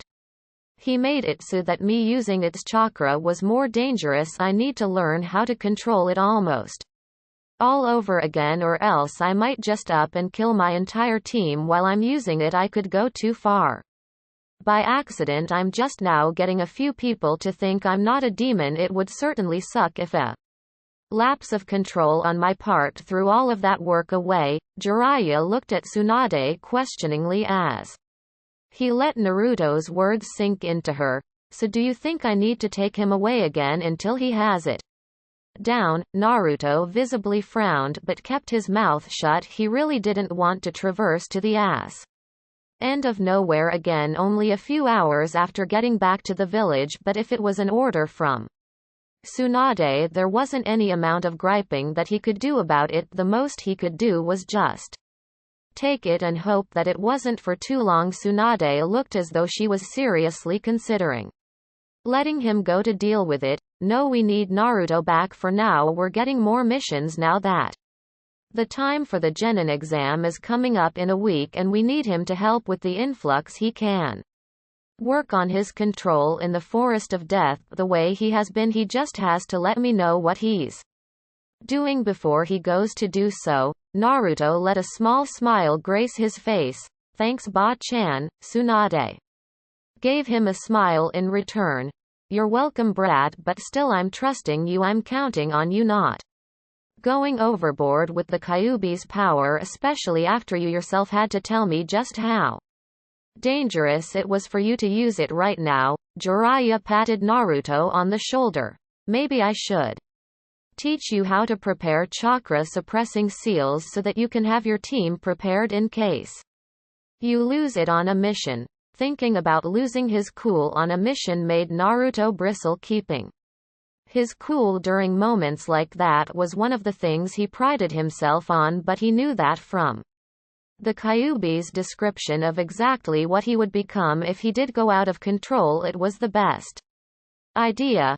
If you say so, Ero Sennin. I'm heading out now. If you guys need me, I'm sure you know how to find me. Naruto walked over to the open window and jumped out, not getting any dispute from Tsunade on his chosen method of exit. Tsunade looked away from the window with a sigh.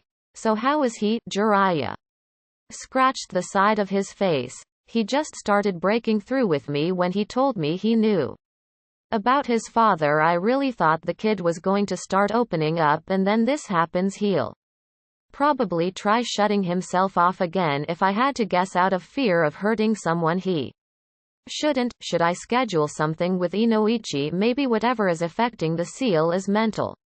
Tsunade didn't want Naruto to become reclusive. He was a good kid. It was kind of unnerving how efficient he was, but he was a good kid nonetheless. Jiraiya couldn't give her an answer. I'm not sure. He's not holding back any anger or anything to make the kid mad. You have to really grate on him. It's just when he does get mad, the chances of him drawing too much of the Kyuubi's chakra is magnified. That's my fault, though. I underestimated the complexity of Minato's seal. There was more to it than I could have figured before I messed with it. I need to head to Mount Myoboku for a while. Tsunade laced her fingers and set her chin down. Go and do what you need to in order to figure this out. Just keep in contact. Send a toad with letters or something. Jiraiya got a grin on his face. But of course you going to send me some revealing pictures backheim? It might get lonely out there by myself. XXX. With Naruto's attention was drawn upwards as a white blur flew from the direction of the Hokage Tower. Shaking his head, Naruto continued on his way. I knew it was a good idea to leave that window open. Ero Sennin is seriously a glutton for punishment, I swear. Finding himself at his destination, Naruto's stomach growled in anticipation as he threw aside the curtain keeping him from the stools of the Ichiraku ramen bar. Taking his seat, he smirked to himself. Hey, I'm back, and I've been deprived for far too long. Tucci came from the back grinning as he realized it was Naruto making all the racket. Well, look who came back from the dead. Where have you been, Naruto? We've been wondering where our primary patron was. Naruto rubbed the back of his head sheepishly. Yeah, I was away for a while. I'm going to start getting more back-to-back missions too, you know, with the village recovery and all. We need every shinobi we can get out there. Tucci nodded and pulled out a pad. So what will you have, kid? Naruto thought on it for a moment. Give me 3 bowls of miso back to back. 4 beefs and what the hell 2 vegetable ramen. Variety, right? Tucci laughed to himself. Yeah. Variety. Right, it'll be right out. Naruto Naruto tried to hide it, but the subtle tapping of the underside of the counter along with the kicking motions his legs would sometimes make let it be known that he was actually anticipating his meal before he ended up getting his food. He ended up getting a tap on the shoulder from a familiar face, turning to face the person who had tried getting his attention. Naruto came face to face with the eye smile of Kakashi Hatake. "How are you doing?" "Naruto, long time no see." Naruto let a ghost of a smile come onto his features as he faced his genin cell leader. "Hey Kakashi, what brings you here?" Kakashi took a seat next to Naruto. "Well, I heard you we're back in town and I thought why not go see my old genin. So how have you been?" Naruto shrugged. "I can't complain really, I'm definitely kept busy, that's for sure. I can only imagine what Ba-chan has you doing." "Sharingan no Kakashi. She overloading you with ANS ranked missions or what?" Kakashi laughed lightly as Tucci brought Naruto his first bowl. The boy dug in after a small utterance of "itadakimasu." Kakashi ordered a small bowl of chicken ramen. "Yeah, pretty much though.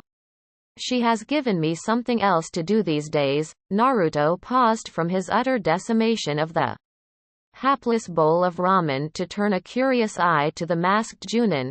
"Really, what's she got you doing now? I bet it's something irksome." Kakashi's eye smile never faded. "You shouldn't talk about yourself like that, Naruto. You may be a handful at times, but calling yourself irksome is just self-deprecating." Naruto looked up at Kakashi with the last remnants of his bowl of noodles hanging from his mouth. "Huh." He mumbled out through the bits of food. Kakashi pointed at the hot fresh bowl that Tucci had set in front of Naruto to return his attention to his food for the most part. "Tsunade-sama has informed me that in your forthcoming missions I will be your commanding Junin." Naruto started choking on his food out of surprise after much effort, with him beating himself in the stomach and Kakashi patting his back. He finally got the food down the right pipe. "You're going to be leading me in whatever team I get on my missions?" "Yep," Kakashi chirped happily, standing up. The man placed his money on the counter. "Well, this has been nice talking to you for a bit, Naruto. Hopefully we can do it more when we're working together. It'll be just like old times." Hard to believe it's only been a little over a year. Naruto snickered to himself. "Yeah, just like old times, except instead of picking up dog crap we'll be babysitting merchants and wiping nobles' asses." Something came to Naruto's attention. "Hey Kakashi, aren't you going to eat?" As he turned, he saw that Kakashi had left the stand. Looking at Kakashi's empty bowl, a smile came to his face as he returned to his meal. "I've got to learn how he does that. XXX. Go home, go to sleep, find someone to bother all day tomorrow." "Yep, that's a good plan," Naruto thought to himself as he again made his way through the streets of Konoha. As he drew closer to his apartment, he began to realize how good of a view he had from his apartment. He chuckled to himself as he remembered what his goal had been when he had his seals and the task given to him by Danzo. "I never had a chance, did I? Of course I was going to want to be Hokage if 4 big gigantic faces were staring you in the face every morning when you left the house. Wouldn't you get somewhat curious about it? Men, no need to worry about that now. I've got more pressing issues to worry about these days. I'm 10 years off before I need to think about Hokage." Breaking himself from his thoughts, he noticed the looks he was getting from the people around him. As usual, the older people were glaring and wishing death on him with their eyes.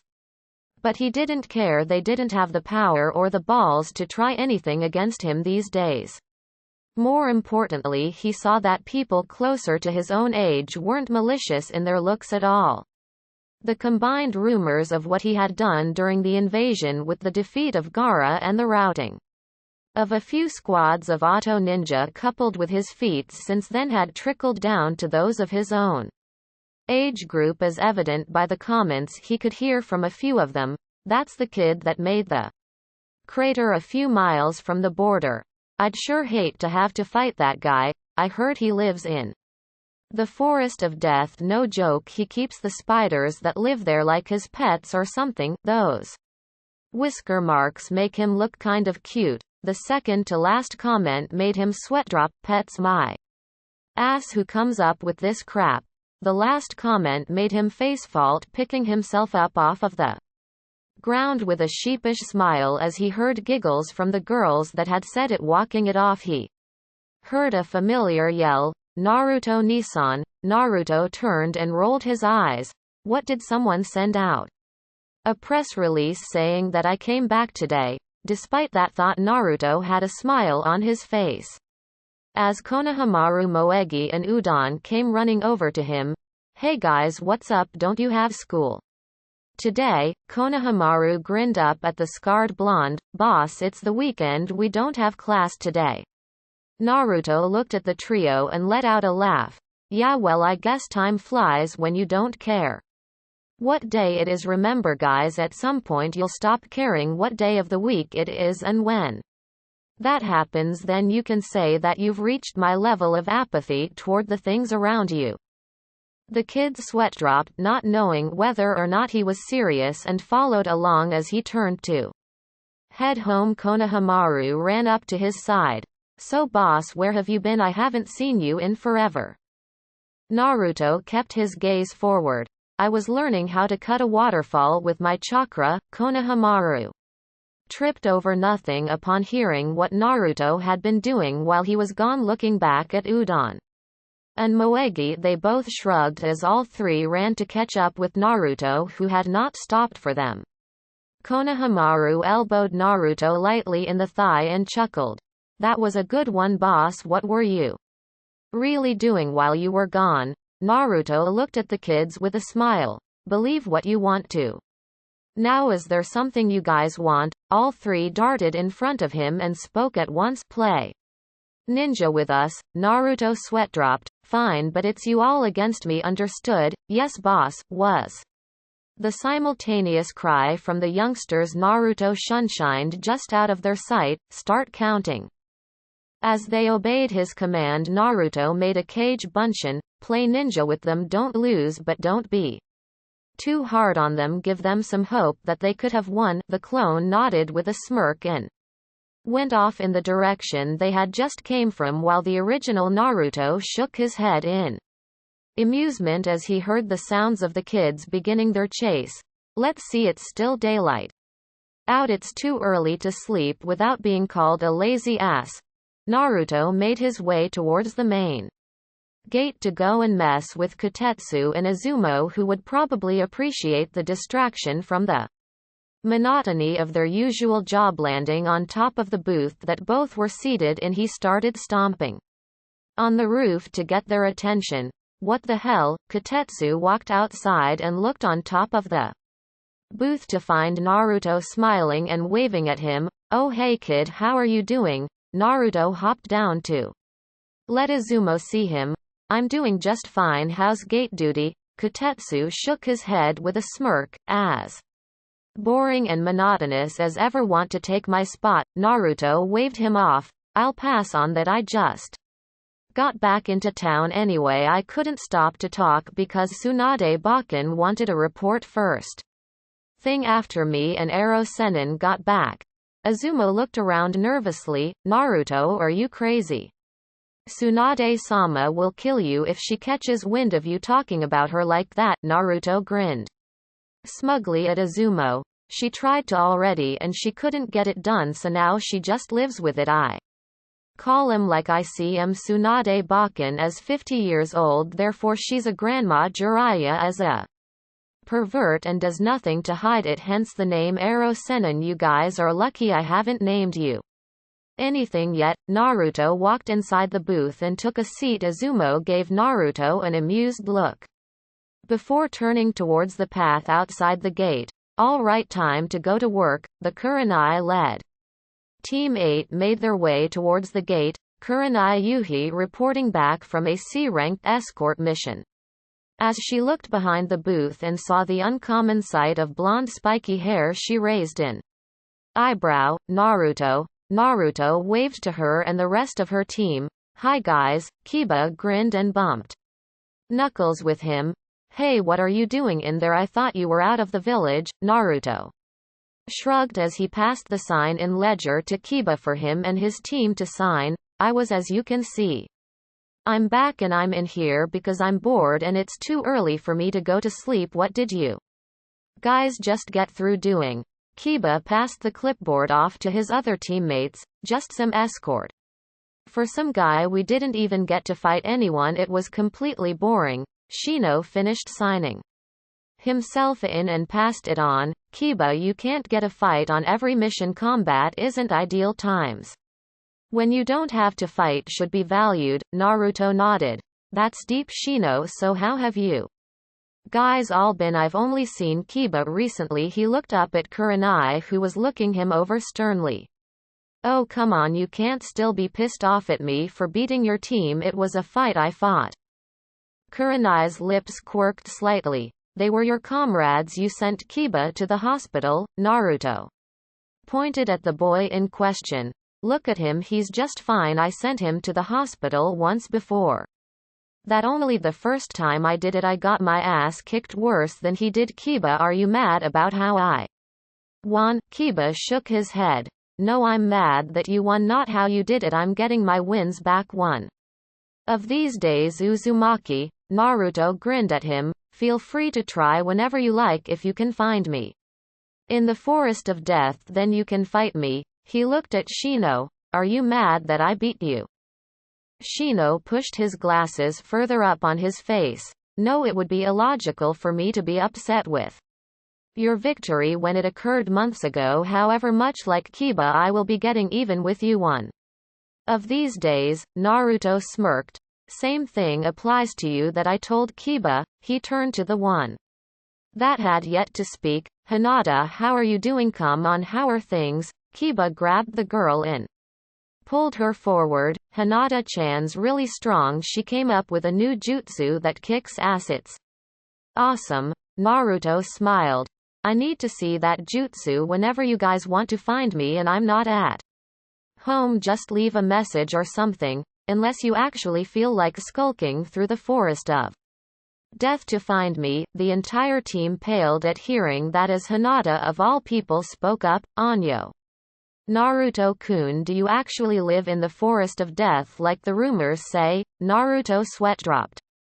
Whoever started that stupid rumor is going to get their ass kicked. No, I don't. I just go in there all the time to train. It's a better workout than any other training field, that's for sure. Kurenai decided it was time to break up the rabble while there was still daylight. Alright, come on guys, we have to report on our mission. You can find Naruto and talk to him later. It would be nice if you could spar with the team one of these days. Naruto grinned at her. So you're not going to try and genjutsu me into a coma? Kurenai let a small smirk come on her face. I thought about it and nope, I'm not. Naruto nodded. Good, because it wouldn't have worked anyway. I keep my mental mind extra secure. Nothing gets in. The team started to walk towards the Hokage Tower, but Kiba got one more shot in before they got too far. Oh, so that's why you were dead last in the academy? Naruto jumped out of the booth and flipped him off. Dead last? That Kiba, I'll be happy to show you how dead last I am again if twice wasn't enough to get the point across. After a moment of silence, Naruto nodded, satisfied that his threat came across loud and clear before he turned to leave. However, he was stopped in his tracks before he could even take a step. Fuck you, Naruto. Naruto whipped around to only see them as dots in the distance. He left grumbling to himself as Kotetsu and Izumo were seated in the booth snickering. XXX, welcome home, shithead. Tayuya chirped from her place on Naruto's couch. Naruto had a dry look on his face as he walked inside his apartment. You know, when I asked you to watch my place, I didn't really think you would be over here when I got back. Tayuya shrugged. You have a TV, therefore I consider your place better than mine, hence the reason that I'm here. Where did you go anyway? Naruto looked through his refrigerator before giving up on finding something and heading over to the chairs. Tasuki no Kuni. Fun fact: I can now split a waterfall into two with my chakra alone. Killer. Naruto grunted and plopped down next to her on the couch, garnering a confused look from her. There are two other places to sit, you know. Naruto gave her a tired look. This is the best chair. This is also my house. You're lucky I didn't just flop face first on the couch like I usually do. You're sitting where my face would traditionally go, by the way. Tayuya blushed at Naruto's implication and was about to call him on it until his next move, Naruto fell to the side and landed with his head in Tayuya's lap, which ended up with the girl's cheeks becoming dangerously overcolored. Shithead, what are you doing? She squeaked out. Naruto smirked up at her. Huh, well, I told you that you're sitting where I place my head on this couch, or would you like me to go full on traditional with how I lay on this chair and turn face down? Tayuya stammered before narrowing her eyes, still blushing. You don't have the balls. Naruto's smirk became a mischievous grin.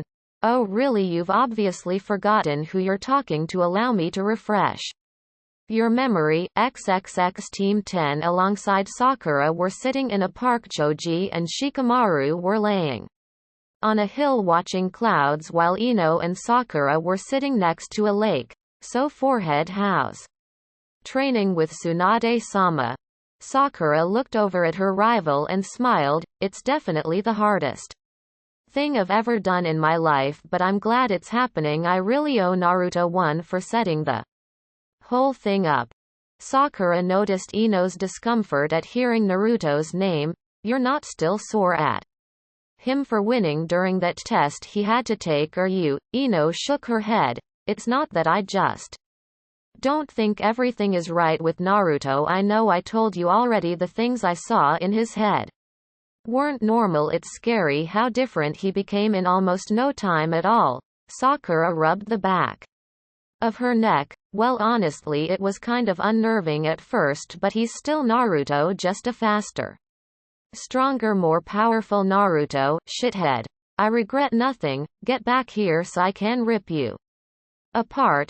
You know you liked it, Tayuya-chan. Why else did you let me stay like that for 15 seconds? I was counting. Die, you bastard. Sakura and Ino blinked as the clear-cut voice of the person the conversation was about rang out across a distance, followed closely by another irate female voice. Sakura palmed her face. You see, same old knucklehead. XXX. Somewhere in Konoha, where a large white-haired man picked himself out of a body-sized hole. A tear fell from his eye. Way to go, Gaki. I knew I'd get you on my side eventually. Well, Naruto, is this familiar or what? Kakashi said as he gave the young blonde an eye smile. Naruto rolled his eyes. Yeah, Kakashi, real familiar, except we aren't going to Nami no Kuni this time. We're going to Mizu no Kuni. I still have no idea how the hell we're even pulling this one off. Isn't there a civil war going on right now? Kakashi nodded. Well, it's mostly over. The anti-bloodline forces were all but wiped out now. It's mostly just cleanup duty for the victorious side. We should be just fine. The new Mizukage sent out a message of goodwill to the other villages, so nothing should go wrong. Naruto sighed. Kakashi, what's my track record with you when it comes to easy detail missions? Kakashi raised a finger in dispute. We've only had one true easy detail. Naruto snapped his fingers. There you go, 1 for 1. That's 100% on the bullshit ratio. That's why I brought a shitload of explosive notes. He then fished through his gear and pulled out a fat stack of explosive notes, flipping through them like paper money. Oh yeah, Fuinjutsu is the greatest thing ever. Kakashi sweat dropped. And what, pray tell, are you going to do with? Kakashi lifted his Hite 8 to use his Sharingan for a quick count. -34 explosive notes. Naruto grinned at him as he put them where he got them from. Any damn thing I want. I have 34. Explosive notes, troublesome. Why am I here again? Shikamaru stated as he caught up with Kakashi. And Naruto, you took me away from my team and sent me on a mission that has a high probability of the you-know-what hitting the fan. What did I do to you guys for this? Naruto glared lightly at the lazy Chunin. You made me do an entire day's worth of menial labor without the use of Kage Bunshin. I didn't forget that, but Kakashi was the one that requested you a deal, or would you rather be on gate duty like Kotetsu and Izumo? Shikamaru yawned.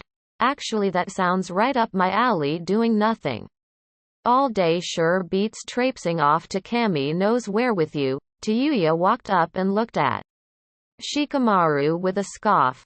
How the hell did your lazy ass get promoted to Chunin? Naruto and Shikamaru looked at each other before Naruto pointed at Shikamaru lamely. He's really smart. Tayuya frowned and looked Shikamaru over. Can he beat you, shithead? Naruto shrugged. I don't know, the last time we were supposed to fight he just quit. I guess he was just too unmotivated to go up against me. Shikamaru palmed his forehead. Don't make me out to be like that, Naruto. You broke my Kagemon no Jutsu, shadow possession jutsu, without even trying. Remember, I tried it the second the fight started. Naruto scratched his nose and looked up at the sky. Oh, so that's why it was so damn hard to move my arm. Or anything in general. I swear I had a crick in my neck that was totally stifling. Shikamaru face fell and jumped up with the quickness. So you're telling me that you had no idea that you were caught in my jutsu? Naruto grinned. Nope, I just thought you were being a lazy ass and didn't want to fight. I didn't say anything because by the time you came out to fight I was sick and tired of beating up all the genin. You actually made my job easier. Tayuya barked out a laugh. Shithead bluffed you into quitting a fight without even knowing that he did it. That's great. So what are we doing anyway? I doubt we're going to Mizu no Kuni to see the sights after the Civil War. Naruto grimaced and thought about why they were heading out to Jagiri no Sato in the first place. Flashback. You've actually got something on the Akatsuki, so I'm not going to get blindsided randomly out in the middle of nowhere. Naruto asked as he stood with Kakashi in Tsunade's office. Tsunade gave Naruto an apprehensive look as Shizune laughed nervously at her side. We're not saying that. Naruto Jiraiya just said that he found some interesting information about Akatsuki, but he needs someone to go to Kirigakure to investigate. Naruto filled in the blanks. And by someone you mean me. Right, me too, Kakashi chimed in with his ever-present one-eyed smile. Me and Kakashi. Anyone else coming on our little getaway to a glorified war zone? Naruto griped at the blonde woman Shizune. Cut in, Naruto-kun, the civil war in Kiri has been over for upwards of a few months now. There's a new Mizukage and everything. It's not a war zone anymore. Naruto chuckled slightly and looked at the black-haired medic. Shizune Nichan, tell me what happened to the old Mizukage, the one that was there while the war was going on. Shizune gave Naruto a sheepish look. I don't know, Naruto-kun. No one does. Naruto nodded. And that's the point until the leader can be accounted for. We all know that nothing is over. What is this ranked? If it's anything less than a rank, I'm calling your sanity into question. Ba-chan, I'll have to ask if you're going senile. A paperweight to the face was his response. Naruto spit some teeth on the floor and ignored the looks of shock he was getting from Kakashi and Shizune. They'll come back in an hour from now. Kakashi peeled his eyes away from the bloody-mouthed Chunin. Right. Well then we're to search as much of Mizu no Kuni as we are permitted to look at and come back with anything we can find on Akatsuki, correct? Tsunade nodded. Yes, Kakashi. You have free rein to select 2 other Chunin to assist you and Naruto on the mission. This will be run on your orders as you will be the ranking shinobi in charge. Take care and make sure you get Everyone back alive. End flashback. Naruto came back into focusing as Shikamaru shouted in his ear. The troublesome redhead asked you a question. Why are we going to Mizu no Kuni anyway? Naruto scratched his cheek and looked away sheepishly. Cloud watching. Yeah, Red Cloud. Watching. Kakashi looked at his young charges. We're going on a reconnaissance run to see what the landscape of Mizu no Kuni looks like, also to see if we can set up some kind of rapport with the new Mizukage. Seeing as how the old one was deposed, Naruto looked over at Tayuya. So Tayuya-chan ever been in Mizu no Kuni before? You were Orochimaru's bodyguard, right? You've probably been all over the place. Tayuya chuckled.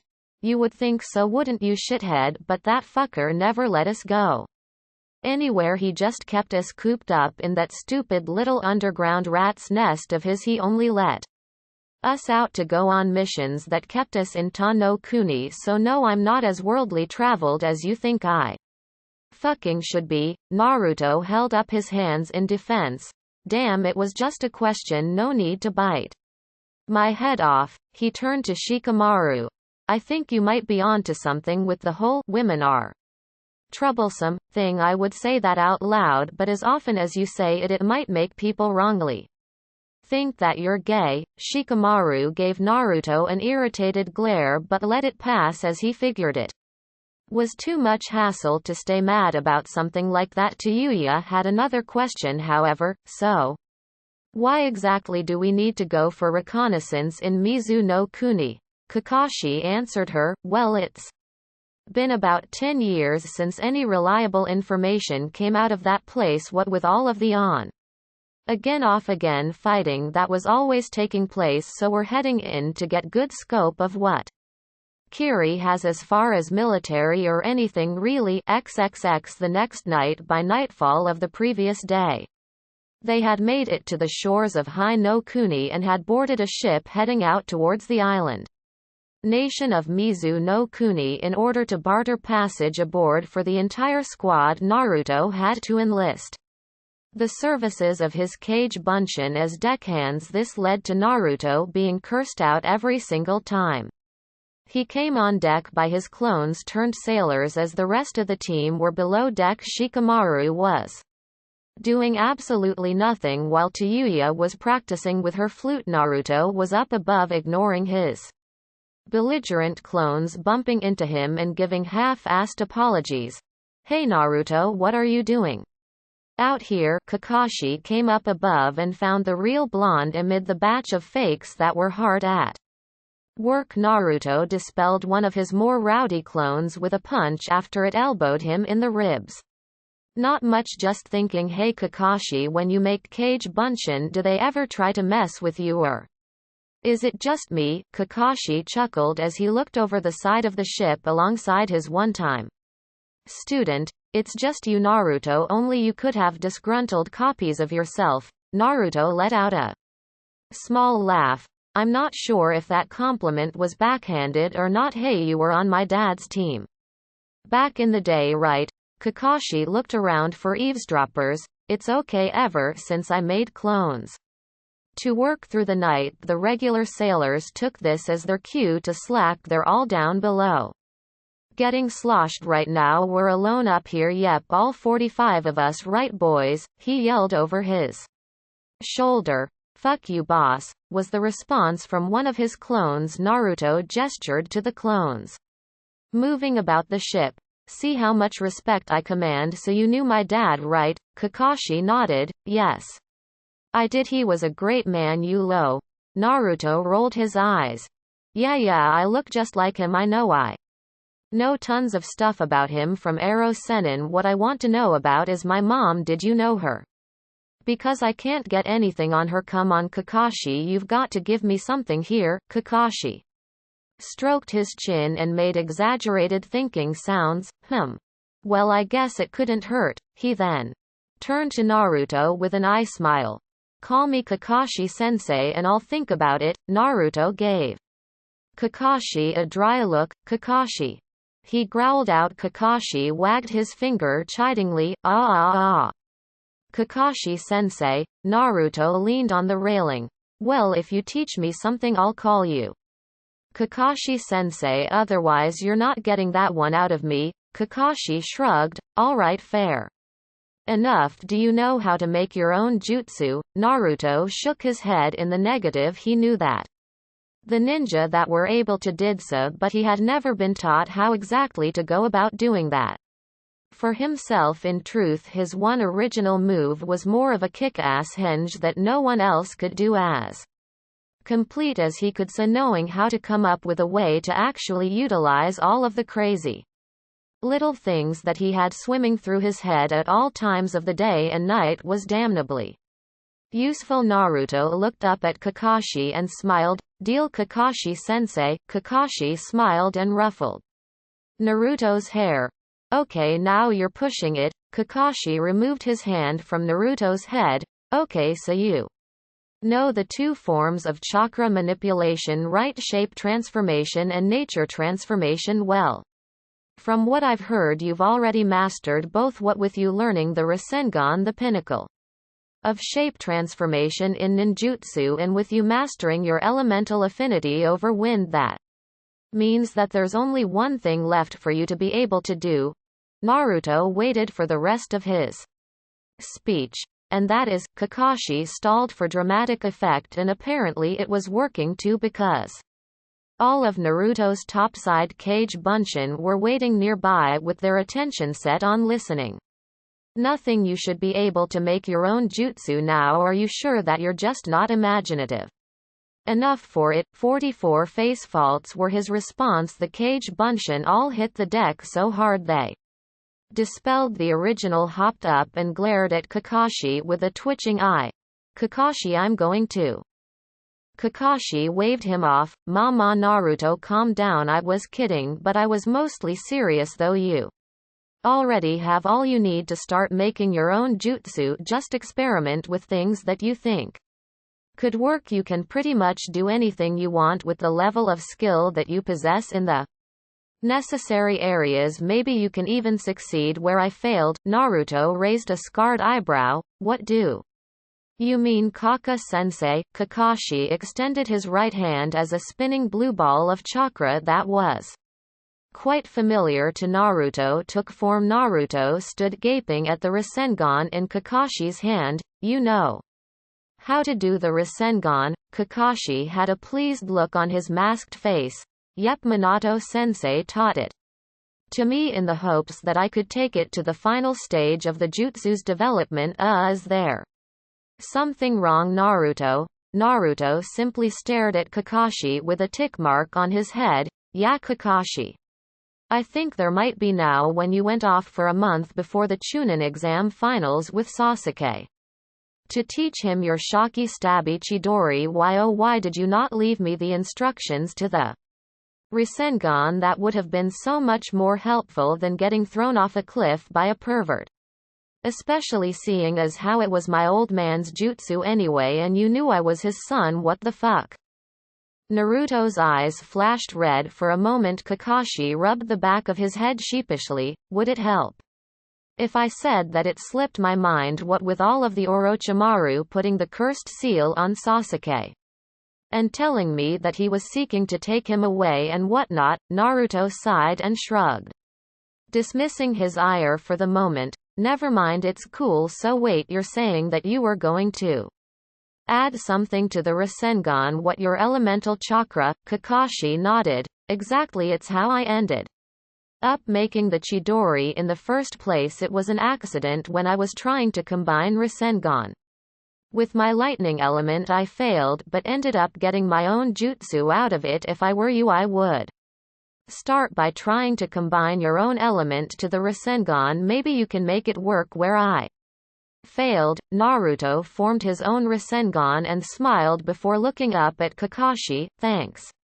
Kakashi-sensei. I know what my next major projects are going to be now. So did you know my mother at all? If you didn't, that's okay. I can't seem to find anyone that would tell me anything, so I thought I would come to you. Kakashi looked at the hopeful look on Naruto's face and paused. Your mother's name was Kushina Uzumaki. You got most of your looks from Minato, and when you were on my squad I could swear you got your personality from her. I think you've still got some of it actually. She was something of a hothead, a trait I see in you quite often these days whether you try hiding it or not.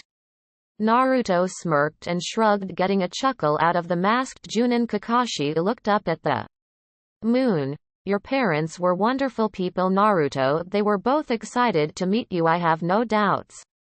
In my mind they would have given anything in the world to see how you turned out. I think they would be awfully proud of you. I know I am. Naruto looked away bashfully before turning back to Kakashi. So if you were my dad's student, doesn't that make you like my godbrother or something? Kakashi looked up curiously. Huh, well, when you put it that way. Naruto's eyes widened. Oh no. I've got a pervert as a godfather and as a godbrother, and both of them are my senseis. I never had a chance, did I? Naruto's eyes shrank back to normal size and he let out a dismissive noise. Whatever, no use fighting the flow. I might as well enjoy the fruits of my affliction, though I could do without taking Ero Kyofu's ass beatings. You guys are crazy to flaunt it in public the way you do. Hey, by the way, Kaka-sensei, do you like being insane? Kakashi gave Naruto a thumbs up. I enjoy every waking second of it. It definitely makes things a hell of a lot more interesting, I'll tell you that. XXX 2 days later, sweet fucking land. Tayuya ran off of the ship as it docked in Mizu no Kuni so fast she left a scorch mark where she had been standing on deck. Being seasick for the duration of the trip wasn't fun for Tayuya, which meant it wasn't fun for anyone on her squad, as she invented new ways to curse someone out even when hanging off the side of the ship. For most of the journey, Shikamaru yawned and rubbed his eyes as he stepped off of the ship and got an eyeful of the port town they had docked at. I was rather enjoying just doing nothing on that ship the whole time. Maybe I should be a sailor when I retire. He shook that notion from his head and watched Kakashi and Naruto get off of the boat. You're welcome on our ship anytime, boy. Come back soon, kid. Did you ever think of being a sailor on this ship? Naruto turned around and growled at the sailors, bidding him farewell. Fuck you lazy bastards, my ass, I'm getting back on this ship. Shit, you should be paying me. Naruto grumbled down the boardwalk as he sat on a bench next to Shikamaru, who was staring at clouds, and Tayuya, who was sucking in wind to kick the seasickness out of her system. The redhead with a colorful vocabulary turned to Naruto with a questioning look. What pissed you off so damn badly, shithead? Naruto glared at the ship of still waving sailors. Well, if you weren't upchucking overboard for 3 days, you would know that I pretty much made up all of the physical labor of the ship. How else do you think we all got on? I think I can captain my own ship now with as much practice doing everything as I've got now. Kakashi walked up with an eye smile.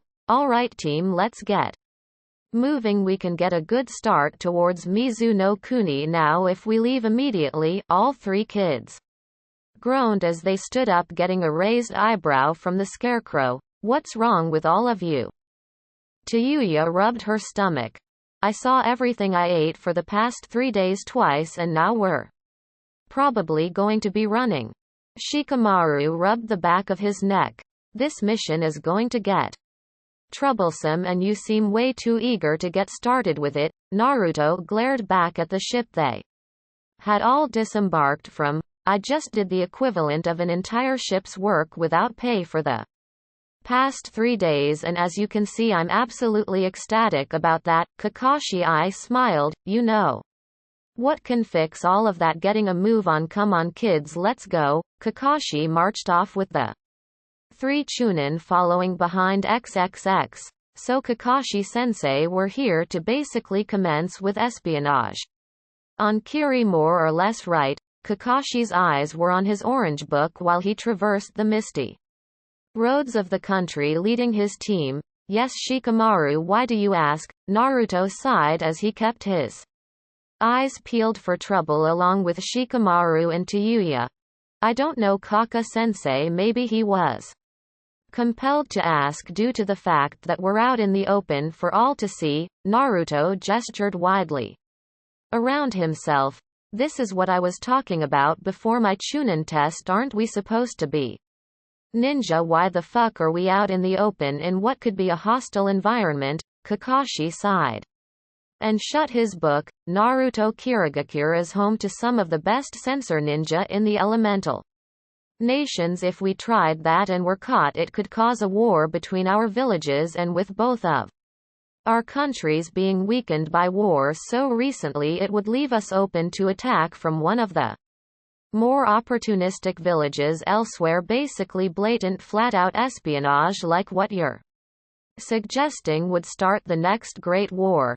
Naruto sweat-dropped and looked away. Point taken. So why are we going to Kiri again? Kakashi eyes smiled at Naruto. Well, the new Mizukage is instituting something of an open-door policy to the village until everything is back on the up and up, mostly so that immigrants and others that Kiri will need to help rebuild and regain some stability can enter the area easily. It's a pretty double-edged sword. Tayuya chuckled. Orochi Teme didn't have that kind of thing going for Otto, that's for damn sure. Not particularly the most pleasant place ever fucking devised. Naruto smirked. Oh, I know. Naruto met Tayuya's eyes as the two of them shared a silent laugh with one another. Shikamaru rolled his shoulder with one arm. So what exactly are we looking for? I think Naruto is kind of right. If we get caught looking around where we shouldn't, we can get busted, and I don't think Chunin level ninja get diplomatic immunity. You might, Kakashi-sensei, because you're a Junin, but the rest of us are screwed if this goes south. Kakashi nodded. True.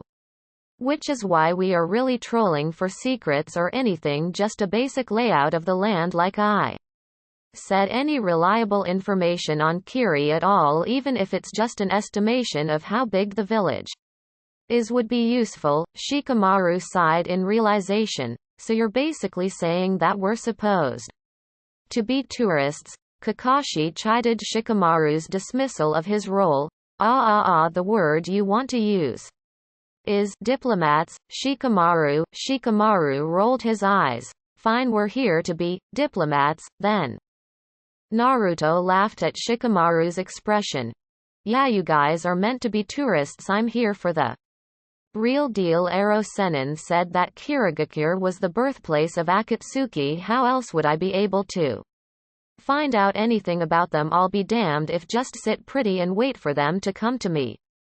Alright, everyone ship up. We'll be at Kiri within the hour. Kakashi snapped his book shut. All of you, these people are going to be on edge. Shikamaru, keep an eye on everything. You're the smartest of the three of you, and being able to piece together anything that seems off will be paramount to you. Do not antagonize these people. They just spent the last several years fighting a war with their own people. A fresh foreign Chunin would just piss them off. Naruto, make yourself scarce. Naruto saluted Kakashi and shunshined out of the lineup. Tayuya and Shikamaru both had their jaws dropped as Kakashi walked along like nothing had happened at all. Tayuya pointed at the spot where Naruto had stood just a moment ago, leaves signifying his past presence. Wait, what the fuck just happened here? Shikamaru mumbled and followed after Kakashi. Troublesome. XXX 6 hours later, Kirigakure hotel room. Alright, Kakashi, where the fuck did shithead go? Tayuya hadn't calmed down since she walked into the village. Shikamaru had made sure to keep a body between himself and her at all times. Namely, Kakashi's body for self-preservation purposes. Why did you split him off? It doesn't make any sense. Shikamaru was standing by the door.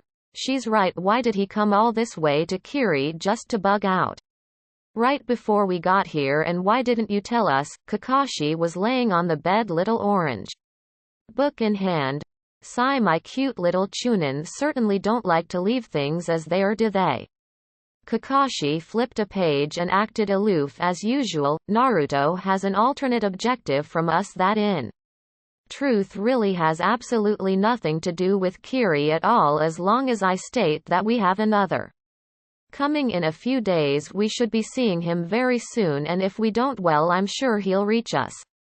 Somehow, Tayuya felt like grinding her teeth together. But where did he go? He just up and left the moment you gave him the cue to go. Shikamaru now had something else to think about. The way he up and left without a trace was way too smooth for a chunin, let alone a rookie chunin in his second year as a ninja. And secondary objectives, what kind of things are you into, Naruto? Kakashi sighed as he saw the look of pondering on Shikamaru's face and decided to run damage control. Fine. Naruto is on his way to Nami no Kuni, land of waves, as we speak. Kakashi clenched his teeth under his mask, waiting for the outburst. What? Tayuya felt like strangling Kakashi now.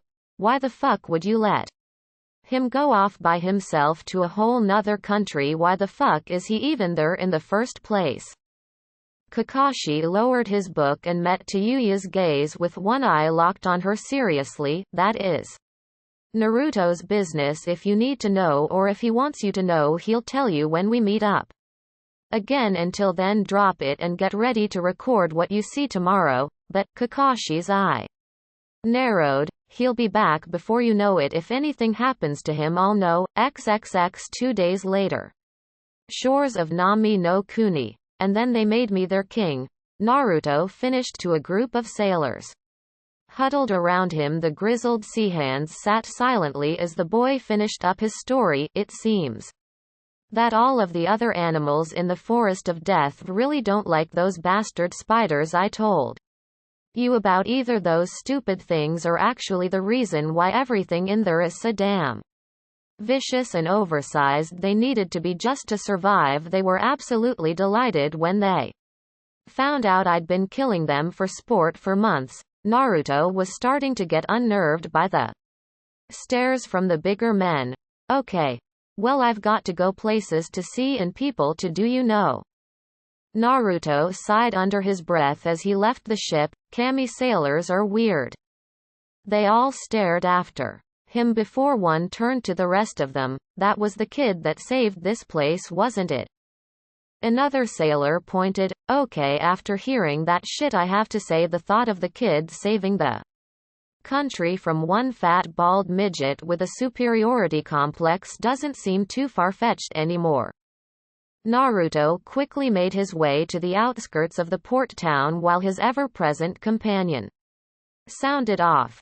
You're really reaching for a way to control me, aren't you, Kit? Do you think going to this place is going to give you any advantages when the time comes? Naruto frowned. It doesn't matter whether it does or not. I have to try unless you feel like being generous and fighting me blind and with your back paws bound. Then I'm not going to win if you weren't full strength anyway. I don't think I would want the victory. Naruto bared his teeth. And besides, either way I get to find out something about myself, so who cares? I still can't believe I convinced Kakashi to let me go. Kyuubi scoffed in his head. Oh please Kit, that man is a sentimental sucker when it comes to anything. Regarding your parents, all you had to do was what you did and seem curious about your origins. Naruto smirked but put a serious look back on his face. Do you think Kakashi can dig anything up about Akatsuki before I get there? Kyuubi rumbled lowly from inside his head. Kit, I don't think either of you could dig anything up if your pervert of a godfather couldn't come up with any kind of info. What makes you think you and the Cyclops can face it? You're stuck waiting until you get attacked. That will be your only chance. Naruto shook his head. I can't believe that I won't. I'm not going to sit and wait around for the best shinobi from every corner of the world to come knocking at the front gate asking for me. We know what they want, we know what it takes for them to get it, and we know how many of them there are. All we don't know is how to find these fuckers. They've done a very Good job of keeping that a secret. It's never that simple, Kit. I'm telling you, going out of your way to find them all will mean nothing if you're too weak to take them down. Take the time that you have and improve. I will not be captured by anyone ever again. I'll devour you when you challenge me for control, and until that day you and I will be with our backs against the wall, so to speak. So I'll say this after we're done here. You need to get your shit together, Ninjin. Fight for me, fight for yourself, fight for your mission, get strength for these reasons and for all of the people that have put their necks on the line to keep you alive and gotten you this far. Naruto sighed and spoke out loud, seeing as he was alone and running across the countryside. Let's just find this place before nightfall. We only have a small window of time to get what I need and get back to Kiri to link back up with the team. XXX Kirigakure, with Kakashi and company. Kakashi walked out of the main building where the Mizukage's office was situated with a dumbfounded look evident in his one visible eye. That was the Mizukage. Oh sweet Kami, she's perfect. And I could swear she was hitting on me. Kakashi put his features back to normal and started to think, though that kid with the sword kept glaring at me like I stole something weird. There's probably a story there or something. Shikamaru and Tayuya met up with Kakashi outside where he left them for his meeting. So Kakashi-sensei, why were you looking all gobsmacked just now coming out of the building? Tayuya followed up, yeah, are we getting kicked out of Kiri or what? Shikamaru shook his head at the negative mindset of the girl. Kakashi smiled and waved it off. Oh, nothing at all, just some elite high-ranking ninja stuff, nothing you all need to concern yourselves with. Kakashi took the lead orange pervert book out in front of his face for the world to see and planned to lead the team around the village when Tayuya saw something hanging from his back pocket. Moving with the quickness, Tayuya snatched a piece of paper from the pocket of Kakashi. What the hell is this? Shikamaru peered over her shoulder to see just what had caught his former enemy's interest. Shikamaru's eyes widened as he read over what Tayuya had taken. No way is that. Tayuya looked up at Kakashi with wide eyes. This is the Mizukage's personal information, address, full name, and are those her measurements? Shikamaru had a small nosebleed after reading that part. How the fuck did you get this shit? Kakashi turned around to his young charges and returned the paper to his pocket with what they had to believe was a stupid grin under his mask. Huh, she must have slipped it in my pocket when I left. I knew that wasn't some kind of traditional Kirigakure farewell. He scratched the back of his head sheepishly before shrugging. I'm Kakashi Hatake, and that's all you need to know about that. Turning back around, he motioned for the two to follow him. Come on, this is a rare opportunity for kids like you. We have a foreign village to see. Shikamaru shook his head. Why is everyone on Team 7 so confusing? First Sasuke goes clinically insane and goes to Orochimaru, then Naruto runs through our entire graduating class like a hot knife through butter, and now Kakashi is getting hookups in that whole team is a big pain in the ass. XXX with Naruto. Unknown area in Nami no Kuni. Naruto kept a frantic pace as he tried to arrive at his destination before midnight. Man, I feel like a real heel for not going to see Inari, Tsunami and Tizuna, but this is for business, not pleasure. I'll try and catch up with them soon. I wonder what they'll say when they see me. Naruto was broken from his musing when a flock of bats swarmed in his face. No matter how he tried to shoo them away, they stayed in his personal space until he had to stop entirely. Fuck off. Naruto grabbed one of the bats only to be surprised when it melted into ink. Finally taking notice of the situation, Naruto saw that the bats were black and white. What the fuck? Naruto thought to himself as he began pummeling the bats and reducing them to ink. A roar drew Naruto's attention to see two black and white lions bearing down on him. Naruto drew his sword and ran at them. The first one tried a direct pounce that Naruto avoided by sliding under on his knees. The second lion rushed Naruto in his moment of recoil from the slide before he could make it to his feet. Naruto ended up driving the blade right into the lion's maw, turning it to a puddle of ink. The first lion slashed at Naruto's back with its claws, only to be blocked by Naruto's ninjutsu. However, the lion's raw power against Naruto, who was off balance and defending from his back, sent him flying across the area. Naruto recovered and rolled to his feet, glaring at the artificial beast. Alright, time to slay this overgrown kitty and find the asshole pulling the strings out here.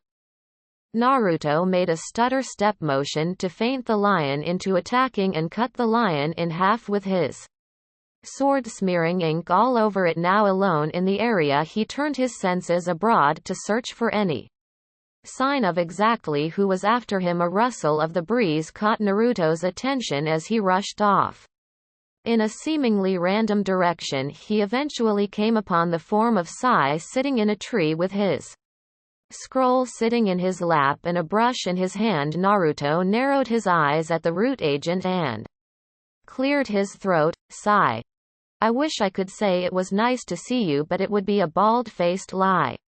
Especially after just getting attacked. Those animals were yours, I assume? Sai smiled a smile that Naruto obviously knew was fake. Jumping down from his branch, he landed in front of Naruto and rolled his scroll back up.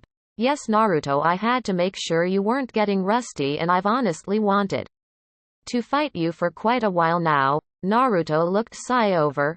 Hey, you're my age, why don't I remember ever seeing you around? Sai's face returned to its dull, normal, emotionally devoid look. You never worked on a team. Danzo-sama always had you work solo, and besides, no one en route knew each other that weren't regular partners. I had my own. Other than that, I did not appear until I was 9, right before your ill-fated mission to Otogakure. Naruto nodded. It sounded about right. Okay, now why are you here? Did you just want to drop in and see your old buddy Naruto?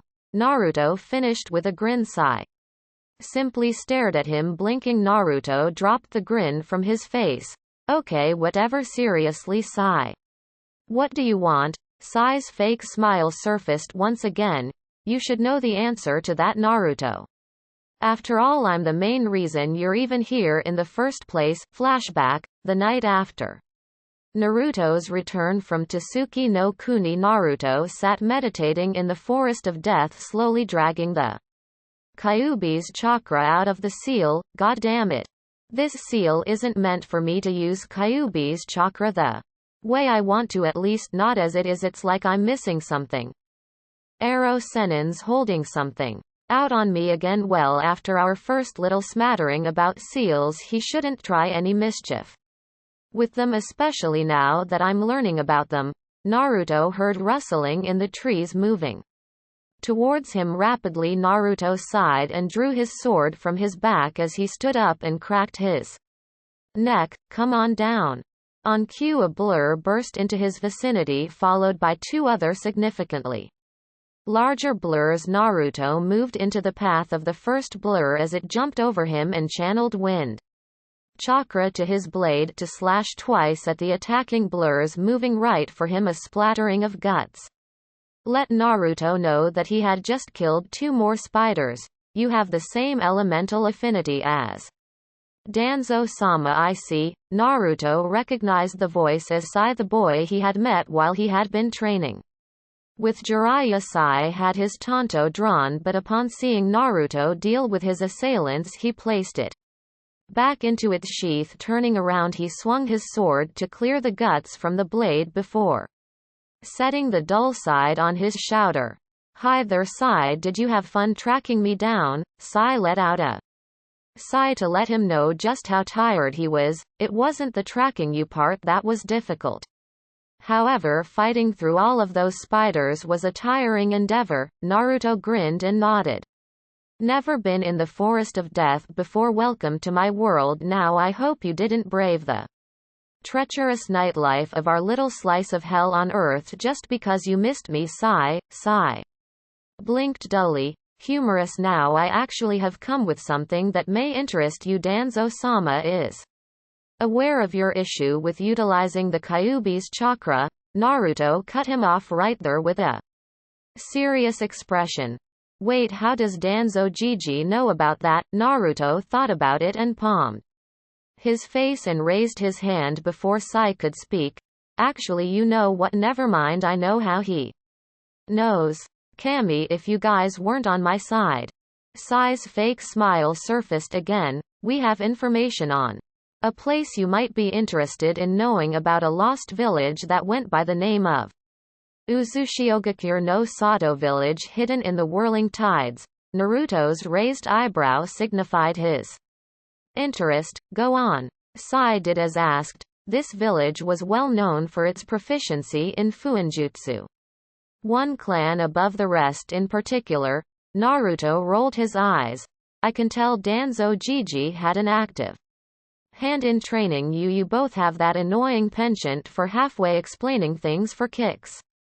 Get to the point already. The corpses of these stupid things are going to draw more of them any minute. Any annoyance at being cut off by his blonde predecessor was not evident on Sai's face. It was your clan, the Uzumaki clan of which I speak. The entire village was so feared for its skill in the difficult art they were wiped from the map in war. The lost country it was situated in was known as Uzu no Kuni, land of whirlpools. As it turns out, your surname used to be synonymous in the shinobi world with seals. Naruto frowned. So this place is lost? I've never even seen that place on a map.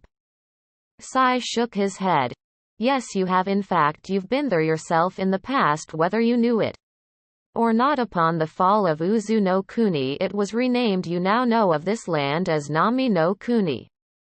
Naruto stood in contemplative silence for a moment as he mulled around what he had just learned in his head. As per the course, Naruto took up the topic with his unwilling life partner. You fucking knew this already, didn't you? Kyuubi simply awoke for a moment and yawned. Nope, not I. Naruto scoffed out loud. Bullshit, you pretty much waved it in my face all the time, so what do you have to say for yourself? Kyuubi, zzzzzzzzz. Damn you, Kyuubi, you miserable big fuzzy asshole. Wake your ass up so I can rant at you. Sai simply waited patiently while Naruto dealt out his inner monologue. Naruto eventually gave up and focused on the pale boy in front of him. Alright, so I actually do have a clan. We had a different village and then it got wasted by people that were afraid of our sealing skills. Well, that settles it. I'm going to Nami no Kuni the first chance I get. There's too much I can get out of heading down there to just let this slip my mind. End flashback. Naruto stroked his chin. This is true. Naruto pointed at the pale teen with a deadpan expression. Don't smile like that. You look like you're about to start some international bullshit when you give me that look. Who the fuck are trying to fool with that shit anyway? Sai dropped the smile. I am trying to learn about emotions so that I may be more useful on the outside, much like yourself, so that I may support you in your endeavor to become Hokage when the time comes. Naruto sighed and placed a hand on Sai's shoulder. Wow, Danzo really broke you like the rest of them, didn't he? I see you and I have a lot to work on, but that's okay. Naruto-senpai has got your back. He looked around, and now I'm lost. I presume you're here to tag along with me for whatever reason, correct? Sai nodded. Naruto looked around. Okay, it couldn't hurt, I guess. Well, since you were waiting for me, I assume you know the rest of the way. Sai turned around and started walking off. That is right, Naruto-senpai, I have coordinates of the former location of Uzushiogakure. Naruto gave him an amused look. Really, did you really just call me Naruto-senpai? Seriously? Sai stopped walking and turned around. Yes, I did. I realized that you were technically correct. You are my senpai. In truth, you have more experience than Me not just en route but as a ninja overall, so it is only appropriate that I refer to you as my senpai. Naruto wiped a fake tear from his eye and wrapped an arm around Sai's shoulder. That was beautiful, Sai Kohai.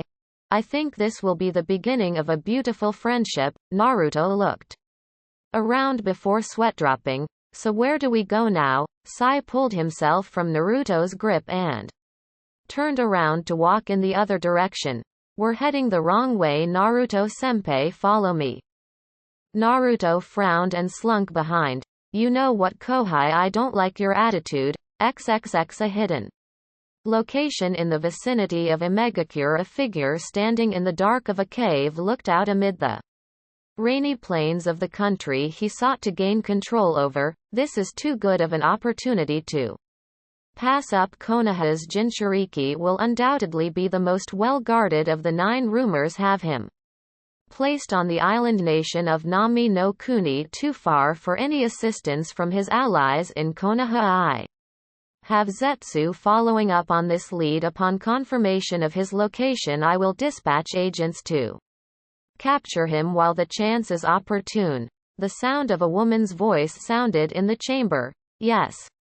Pain-sama, as you wish. A pair of legendary eyes shone through the darkness of the cave. It is only a matter of time until my will shall be carried out. The world will know the true meaning of pain, and I will be known as the god that will lead this world to peace one way or another. Tayuya let out a huff as Kakashi and Shikamaru sat in restaurant after finishing another day of information gathering, which was pretty much them being tourists looking around at the lazy Junin and the lazier Chunin. She felt her temper slipping. All right, Kakashi, seriously, can you tell us when shithead is getting back? At least if he were here this would be mildly entertaining somehow. Kakashi let out a sigh. She had been asking him about this for the last 3 days. Tayuya, for the 10,000th time, he'll come back. When he comes back I'll know when he's on his way and I'll let you all know.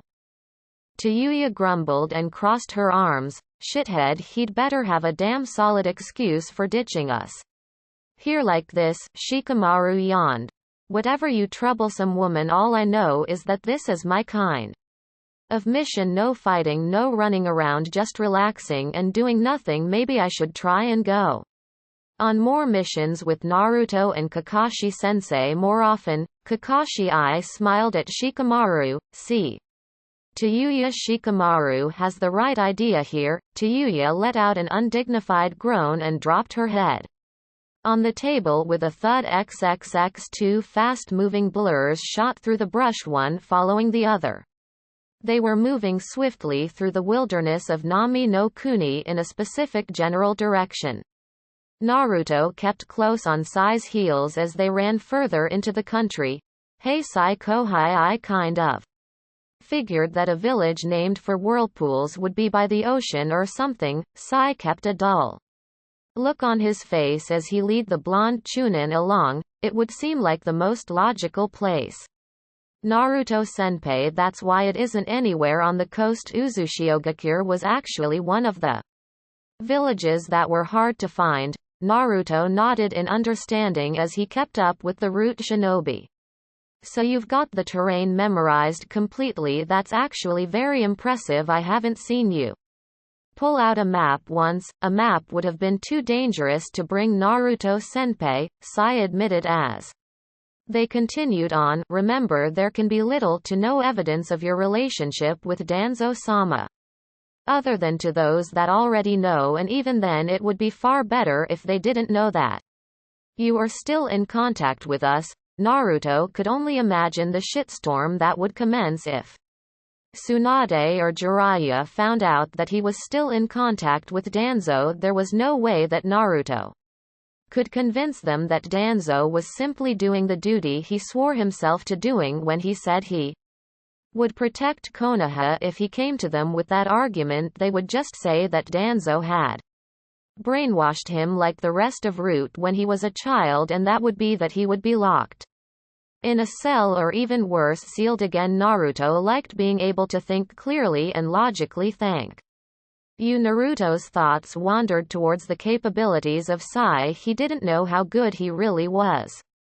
Chances were he was probably better in practice than the majority of the other ninja his age, as Danzo would never have made him his contact if he wasn't. He still had no idea what Sai could do. He figured that Sai was able to draw animals and bring them to life, as evident by the attack he launched when Naruto was unaware of his presence. But what else could he do now? Wasn't the time for that. He was searching for something Sai was helping. He had more important issues to think on. What would be waiting in Uzushiogakure? Would anything even still be standing? Does Sai really even know where he's going? Keeping his thoughts to himself, he followed his paler route companion. We are close, Naruto-senpai. Naruto frowned. How do you know Sai Kohai? They jumped through one last patch of overgrowth before coming to a massive valley. Sai gave Naruto a fake smile. I just do, Naruto. Sweat dropped. I can see that. Within the valley there lied Uzushiogakure, not far from where Naruto and Sai stood. There was a waterfall leading to a massive river that split cleanly through the village. On the other side of the valley there was another waterfall doing the same. In the center of the village there was a whirlpool where the two directly conflicting waterways met. Around the whirlpool were four massive cylindrical buildings at least 100 feet off of the ground, while what used to be houses and other assorted buildings dotted the landscape around them. Naruto sighed. Well, shall we? Sai nodded, and the two jumped into the valley to begin their search. As they walked along the remains of the ruined village, Naruto routinely created Kage Bunshin while Sai drew an ink rat to go with them to investigate places of interest. Sai and Naruto kept moving towards the center of the village, to the massive cylindrical buildings in the middle of the village. Naruto whistled as they continued on. This place is huge. When did this village fall? It's just as big as Konoha.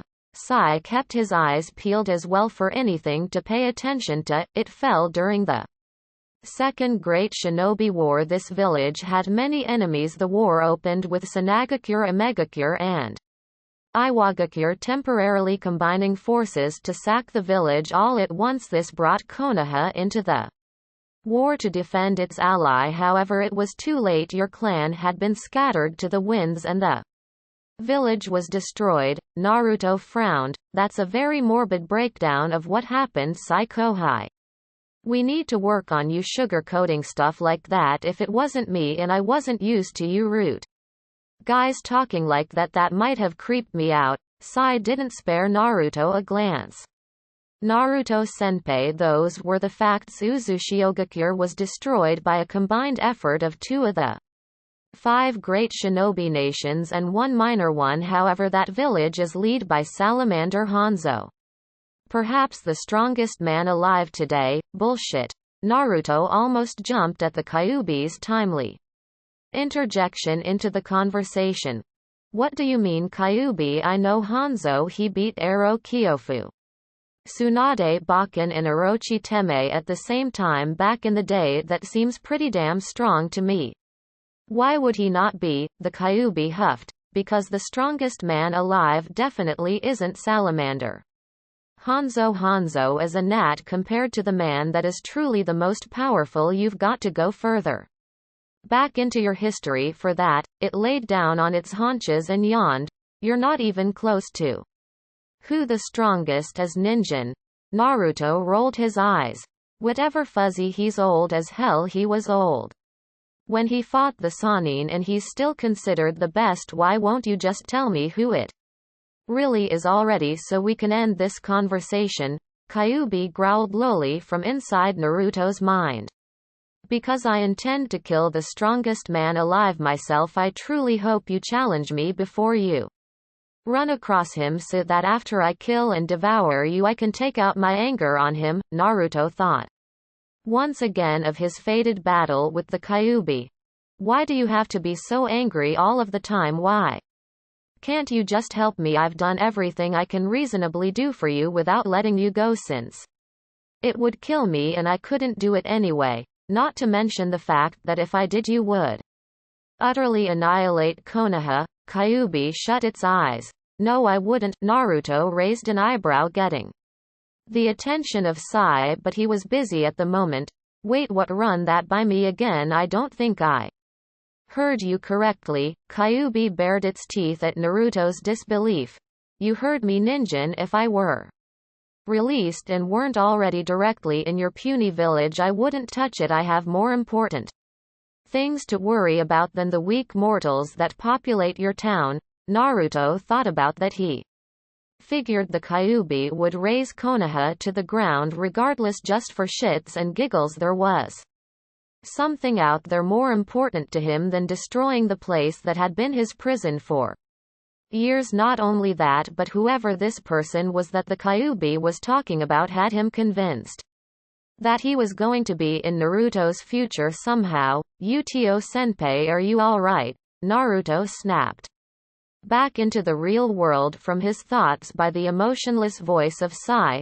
Naruto-senpai, do you need to rest? You were just walking ahead blankly when I tried getting you to stop. I thought I would have to do something physical to get you to stop. Naruto grinned sheepishly. Sorry Kohai, it was a conversation between me and the fox, nothing but Jinchuriki stuff, you know. Sai nodded. Come on.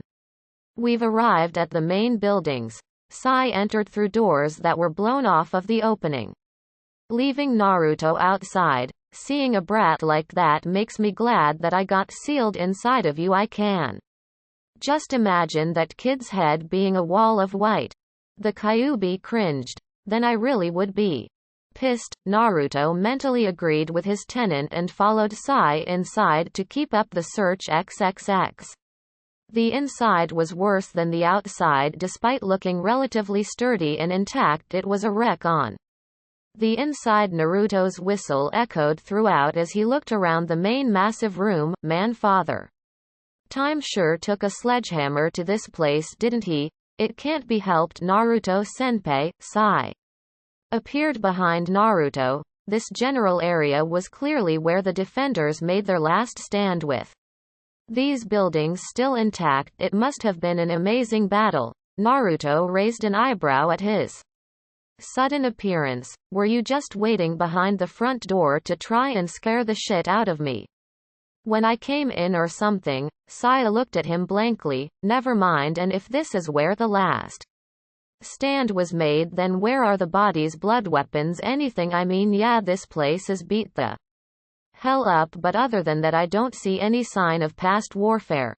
The room was basically a large chamber. It had an ornate spiral symbol in the center of the room with a spiral staircase on the walls. The stairs were collapsed, however, no big deal, nothing a little wall walking couldn't fix. Naruto turned toward Sai and pointed up where there was a ledge with a large ornate door on it. Shall we then? Sai and Naruto channeled chakra to their feet and began running up the wall, until they were forcefully shoved backwards with a burst of energy. A ceiling array appeared on the wall as the building began to shake and a wall sealed off the entrance. The boys looked around rapidly. Shit. Sai, please tell me the building isn't coming down. My luck cannot be that bad. There's just no way. Sai had a bead of sweat going down his face. It should have been expected. A mistake on both of our parts. We should have figured that a village feared for its forays in Fuinjutsu would have set some traps for intruders. Any use of our chakra must have triggered it. The floor opened up, forcing the two to jump back as a statue emerged from the opening by way of an elevator. The elevator was covered in blood, as were parts of the statue, signifying what had happened to any of the attackers. Naruto and Sai were prepared for combat, however the statue did not move. It was an elaborate statue 40 feet high of a bearded man with long hair and an Uzushiogakure Hite 8 as well as old armor reminiscent of the days of the Shodem Hokage. It simply stood in a still pose. Naruto looked at Sai and shrugged. So, what are we just supposed to sit here and admire the pretty statue until we die of old age in Here maybe that's how they killed the invaders, locked them in here with their big stone guy herein. Bored them to death. Sai shook his head. Do not let your guard down, Naruto-senpai, we are still in grave danger here, Naruto scoffed. I know, Sai Kohai, it's just that when I say stupid things like that, it's like I piss off some deity with direct control over the random shit that happens to me. I just said that so that something cool would happen and then we could move along. Sai sweat dropped. So you're intentionally provoking a negative situation because you're impatient? Naruto glared at him. I do have a previous engagement that I need to attend to if I'm gone for too long and my team gets back to Konoha without me. I could be declared a missing nin. We need to get the fuck out of here. How we're going to do that is another question entirely. The wall apparently repels chakra. Sai nodded. Using chakra again in here might trigger another trap, perhaps one with fatal ramifications. This time, Naruto looked at Sai with a dry expression. Maybe it's me. Sai looked around the room for anything of relevance. What is you, Naruto-senpai? Naruto groaned in disappointment. It is me.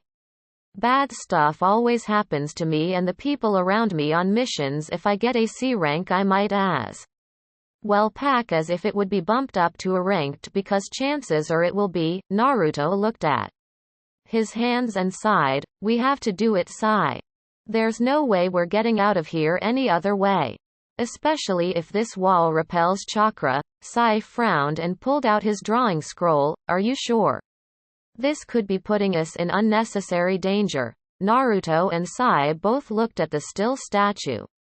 What are the odds that I'm just being paranoid? Sai placed his brush in his fingers. There is no such thing as being paranoid to a shinobi, Naruto-senpai, right? He placed his hands in a ram seal. You ready? Sai looked unsure of Naruto's actions but nodded. Naruto took a deep breath. Okay, let the sparks fly. He channeled his chakra into a hard outward pulse. At first nothing happened, but the sound of stones sliding against stone started ringing out. Sai's eyes widened as the statue began to move slowly from its position. I knew that was going to happen. What exactly was your plan? Naruto shrugged and drew his sword. I don't know, I was winging it. I cannot be held responsible for the things that I do in the heat of battle. Did you have any better ideas? Sai sighed. We weren't even fighting when you came up with that asinine idea. Naruto rolled his eyes. Oh, I'm sorry, you probably had a much better idea. Huh, yeah, your idea probably would have made my idea look stupid, right? Shut up and fight or get squashed, Kohai. The two were forced to dodge as the statue lowered a massive foot.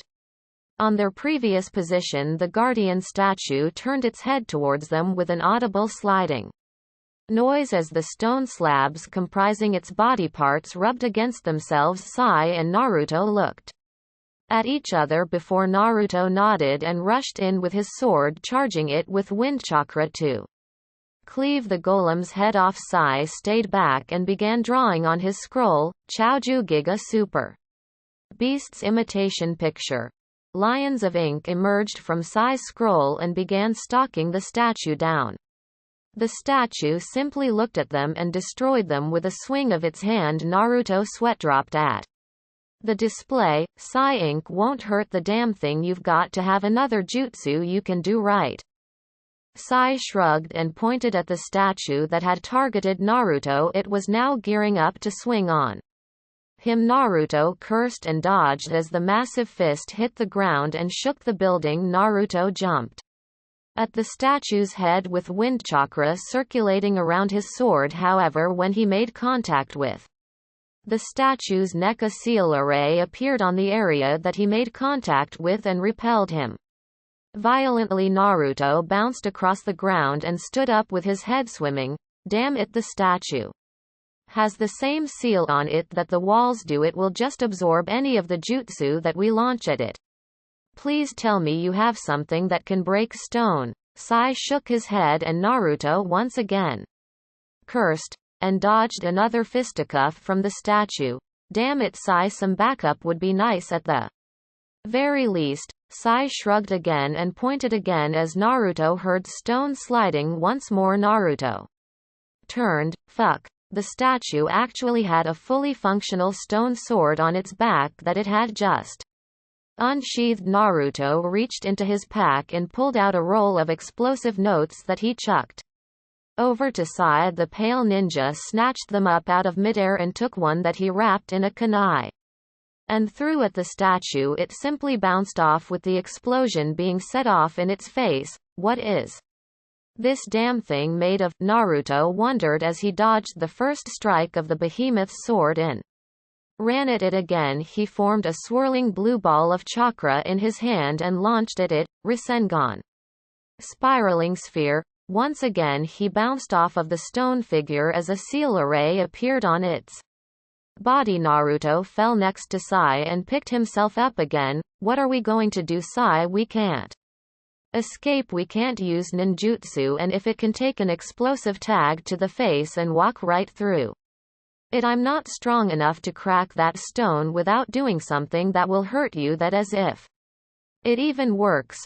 All that would probably happen is I'll get my demonic chakra absorbed. Sai shut his eyes in thought as the statue lumbered back over to them. Sai's eyes snapped open as he turned to Naruto. Naruto senpai, how good are you at fuinjutsu? Naruto's eyes flickered back and forth from the statue to Sai.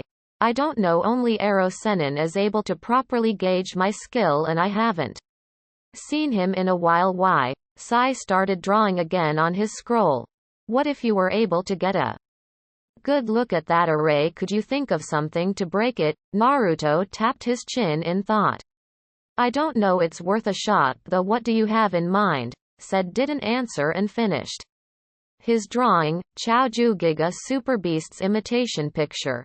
A mass of bats came out of his scroll and began flying around the statue's head, not making contact. However, the statue stopped and tried swatting at the bats far too slowly to actually take them out. Naruto took advantage of the distraction and made a dozen cage bunshin, sending them all on a one-way trip to the towering stone figure. The second the first cage bunshin made contact with the statue, it dispelled as the seal array formed. Naruto whipped out a scroll and a brush. As the array vanished, the array appears for 4 seconds at a time. Run into him at 4-second intervals. The clones all nodded and did as was commanded, while the statue was stuck being distracted by Sai's ink bats as the array appeared on the golem's body. Naruto quickly copied it down just as his last cage bunshin dispelled. Sai, can you give me some time to work this out? I need to figure out what went into this thing's seal. Sai nodded and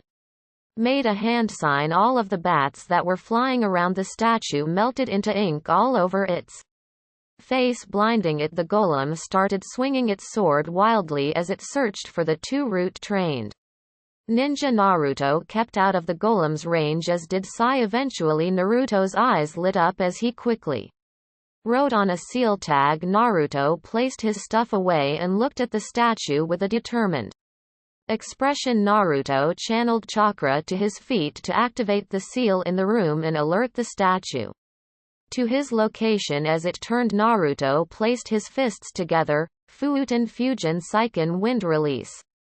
Divine Fist of the Wind God.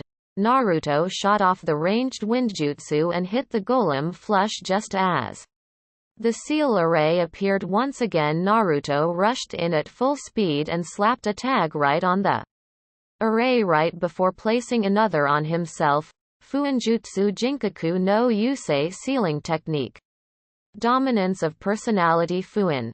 Naruto and the statue were covered in a dull yellow glow that barely covered both of their bodies. Naruto smirked as his glow began to shine brighter while the statue's own faded out of existence. He moved his arm and surely the arm of the statue moved in exactly the same manner. Naruto let out a victorious whoop of joy. Sai Kohai, get over here quick. I don't know how long this will last for. Sai did as he was requested and stood by Naruto's side.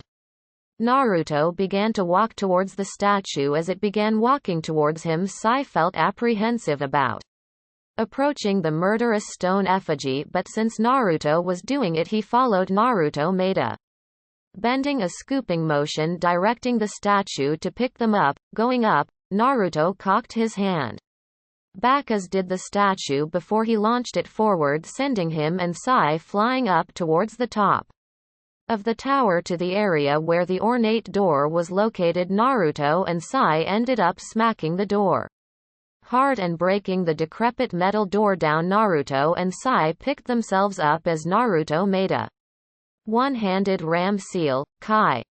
Once again he glowed yellow before it faded. Sai dusted himself off. What was that, Naruto-senpai? Naruto cracked his back. It's a new seal of mine. I read that real Fuinjutsu masters come up with their own stuff, so I made my own. I was going to test it in front of Shikamaru to piss him off, but here was just as good a time as any to use it right. It forces the wills of the recipients into a struggle. The winner ends up with temporary control over the others' body. Sai nodded. Are you sure? You should have released it. Naruto waved off his concern. What the fuck is it going to do all the way down there? The sounds of stone hitting the ground reattracted their attention to the statue below as they saw it pick itself off of the ground and try climbing the wall. It only made it slightly off of the ground before dropping back down onto its back. It then repeated the process. Naruto sweat-dropped at the sight. Let's get the hell out of here, he pointed at a bridge linking one tower to the next. The two dashed from their first location to their next destination as the sounds of the statue attempting to pursue them sounded out. XXX Kirigakure Tayuya sat on the edge of a cliff on one of Kiri's surrounding mountains, looking out at the village while simply playing her flute in boredom. She looked over at Shikamaru, who was sprawled out on the ground staring up expressionlessly. Kakashi had told them to scope out surrounding areas and vantage points of the village that they could get away with seeing. Tayuya could feel the Anbu watching them but paid them no real mind. They weren't really doing anything wrong while they had been off doing that. Kakashi had some Kakashi stuff, as he dubbed it, to attend to elsewhere. Tayuya finished up a song and looked up with Shikamaru. How fucking long are we going to be here? I want to go home already. This is boring. Shikamaru remained silent, staring at the clouds, apparently ignoring Tayuya. The redhead got a tick mark on her head. Are you listening to me, you lazy bastard? I'm trying to speak to you here. Shikamaru sighed. I know that, but I don't have the answer to your question or anything that I could say to make you feel better. It would be too troublesome to try and rack my brain to come up with something. Tayuya placed her cheeks in her hands. Shithead would have tried. Shikamaru groaned in apathy. It's always, shithead this, or, shithead that. You haven't stopped asking or talking about Naruto since he left us outside of Kiri, even when Kakashi said he wouldn't tell you anymore. If you're that worried about the guy, then chain him up when he gets back, or even better, marry the guy. He laughed to himself. Yeah, then you would have a legally binding reason to be so troublesome about him. Shikamaru then had a heel firmly planted in his stomach. Tayuya looked down at Shikamaru with her foot on his belly.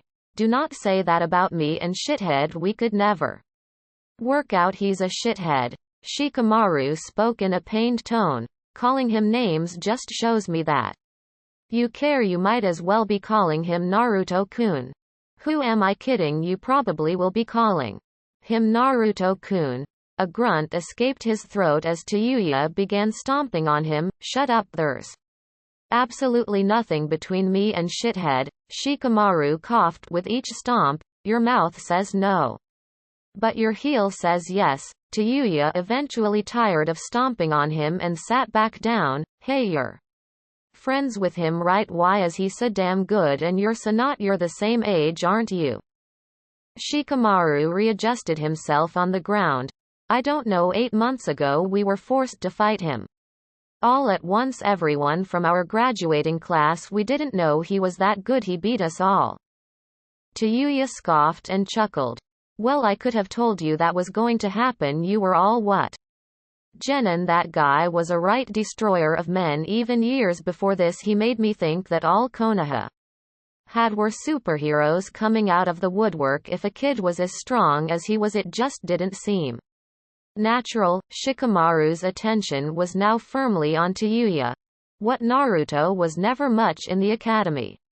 It was scary seeing where all of his power came out just suddenly like that. No one can tell where it came from. Tayuya rubbed her cheek. Well, he's been like that for a while. When I first fought the bastard, he couldn't have been any older than an academy student. That was what scared me about Konoha.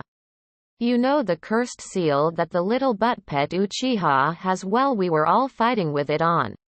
And we knew what we were doing. We were still going to lose until our fifth man showed up and took the advantage. Shikamaru was confused. How many years ago was this? Tayuya thought for a moment. I would say about 6 years or slightly less. Shikamaru sat up abruptly. Wait, you're saying that Naruto fought you and the rest of your auto-kidnapping team when he was 8 years old? That's impossible.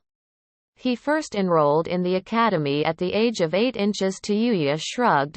I'm only telling you what happened. He had a weird plain white mask, but it got all carved up during the fight. The blonde hair and whisker marks were a dead giveaway when I saw him again, though I thought I saw my life flash before my eyes. When I did, I was more worried about fighting him than you and your little fat friend. At the time, Shikamaru simply looked away and thought, seriously Naruto, why do things have to be so troublesome when you're involved? Who are you? XXX Uzushiogakure? With Sai and Naruto. Naruto and Sai emerged from the top of the third tower, singed and with shallow cuts on their bodies. Naruto sighed. What the hell, that wasn't anything at all. It was like the entire top floor of the building was one big trap. Sai winced slightly as he touched a cut on his side.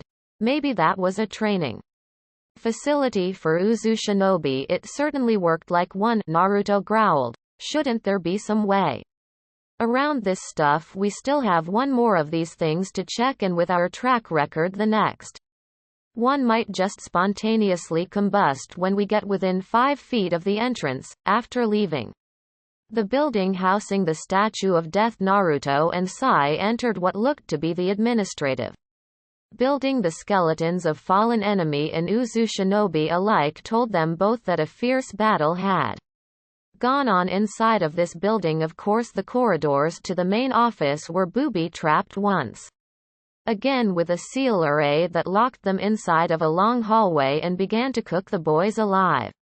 Naruto was luckily able to locate the seal array on one of the walls and mentally shut out the heat, roasting him alive until he could break down the seal and deactivate the trap. Naruto took notes on that seal before they left, hoping that it could be applicable elsewhere. It was a pretty nasty trap.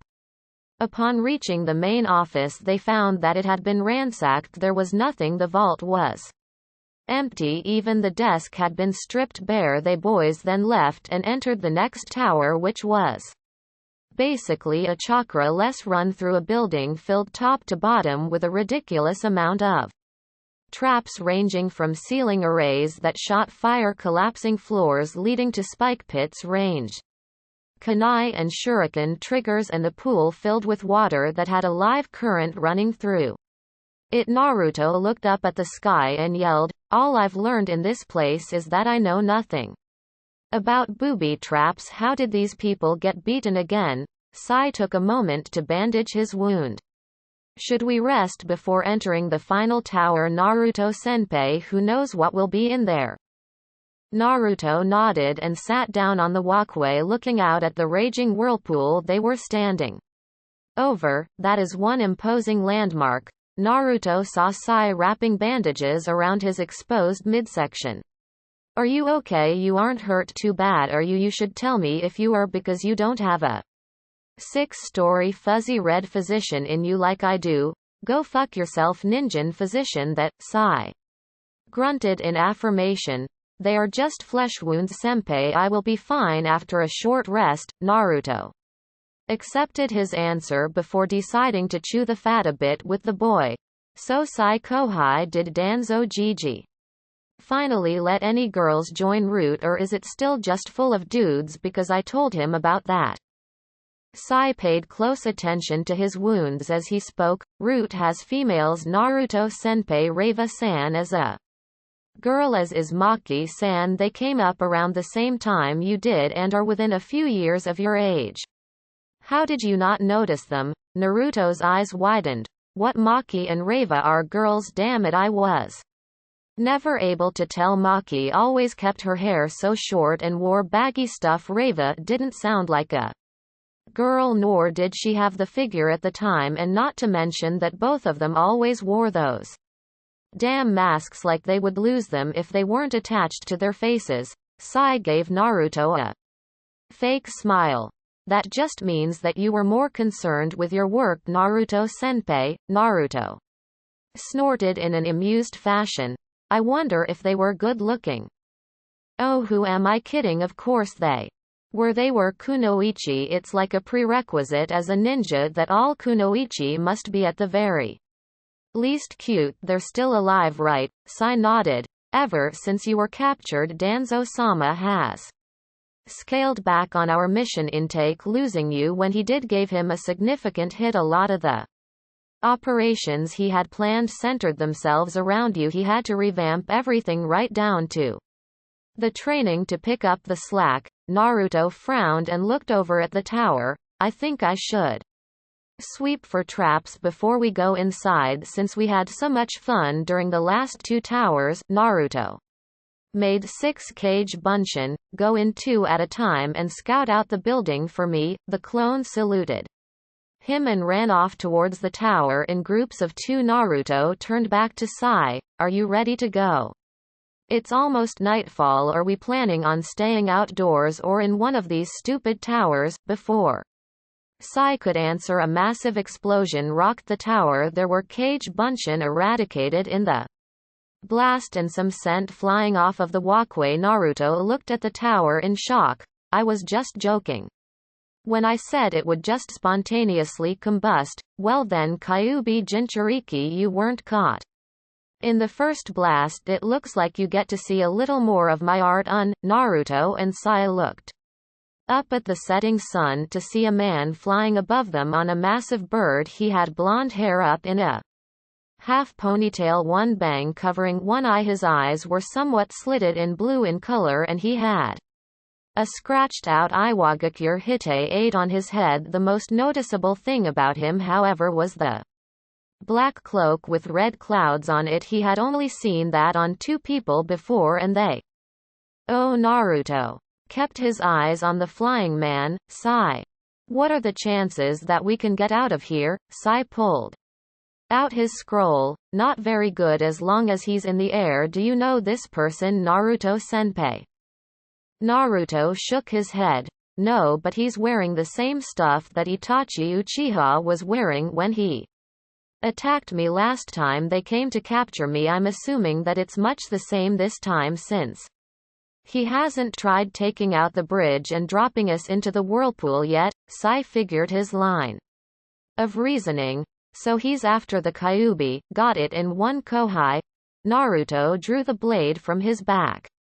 What are we going to do? He's long range and I can't really reach him from here. I have some distance stuff, but I doubt anything I have can hit him from here. Naruto looked around. We need room, and the tops of the towers looks like a good bet, but we can't wall walk them to get up there or use chakra when in contact with them. Chaoju Giga Super Beast's imitation picture. Sai drew a pair of birds onto his scroll and made 2 large ink replicas that he hopped onto one of. Get on, Naruto-senpai. Naruto gleefully jumped onto one of Sai's ink birds as they took off to the skies. Sai Kohai, you can fly. Wait, why the hell did we walk all the way here? Then we could have been here hours ago. Sai directed traffic with his birds. It requires chakra to do so. I do not like wasting my chakra when Moving on my feet would be a much better way to save my chakra. Naruto nodded and turned his head. I've never done this before. Is this thing going to keep me safe, Kohai? Sai gave him a fake smile. It can take 1 or 2 hits, senpai. Naruto sighed. Great. Fine, how are we getting away? Just as he said that, a voice rang out. So you're going to run on? I hope your art is as effective as mine. No, it isn't nearly as much of an explosion. The man sent out multiple small clay birds at the boys. Sai was able to maneuver out of the way and cut them down from afar. Naruto, however, had no experience moving a bird and as such ended up surrounded by the little clay creations. The man smirked and made a single hand seal. Katsu. Naruto's eyes widened as Sai flew near him. Naruto took the chance and jumped from his own bird over to Sai's just as an explosion from the clay birds destroyed his ink bird. Naruto looked back at the man as he and Sai did their best to attempt to lose him. Who the hell are you? Does it really matter? I'm still going to catch you whether we're on a first name basis or not. The man grinned amusedly. Naruto pulled out a bunch of explosive notes and began preparing his kunai with them. Well, I try to make a habit of learning the names of the people that want to suck out my biju and leave me a soulless husk on the side of the road. The man's grin widened. I am Deidara, the master of art of a single moment. Your friend's art cannot compare to my own. However, with the assistance of my own art, his can be something to behold, because true art is an explosion. Deidara made more clay birds to send at the boys. Sai maneuvered the ink bird to avoid the clay bird. What can we do, senpai? I'm not as good at fighting in midair, and fighting like this will wear on me eventually. Naruto frowned while racking his brain. We're not long-range fighters. If he was out to kill us, he might have been able to right now instead of just trying to shoot us down once again. It's that S-ranked superiority complex, so let's take advantage of that. Naruto picked up one of his prepared kunai before lobbing it at Deidara, who simply dodged it. The kunai exploded in the distance. I knew he was going to do that. Naruto had his sword in hand. Sai, get me close. Close range is our best bet right now, and he's chasing us, so that will make it easy. Sai looked apprehensive. Are you sure, senpai? Naruto nodded and Sai drew his tanto in response. Very well, in we go. Sai ordered the bird around, sending it directly at Deidara. He had been reaching into his pouch of clay when he saw the boys turn the ride around and head straight towards him with their blades gleaming in the light of the moon. Deidara's eye widened. Damn brats. Naruto and Sai closed in. Both boys slashed at Deidara as they passed, but his bird was more maneuverable than theirs, with only one person on it. Nice try noticing and acknowledging that I'm a long-range fighter, but if you can't hit me then it's useless. Naruto thought frantically. At this rate they were never going to win. They weren't even going to escape. Any good ideas to get us out of this would be lovely right now, Sai. Kohai. Sai squinted and looked behind them at the man they just missed.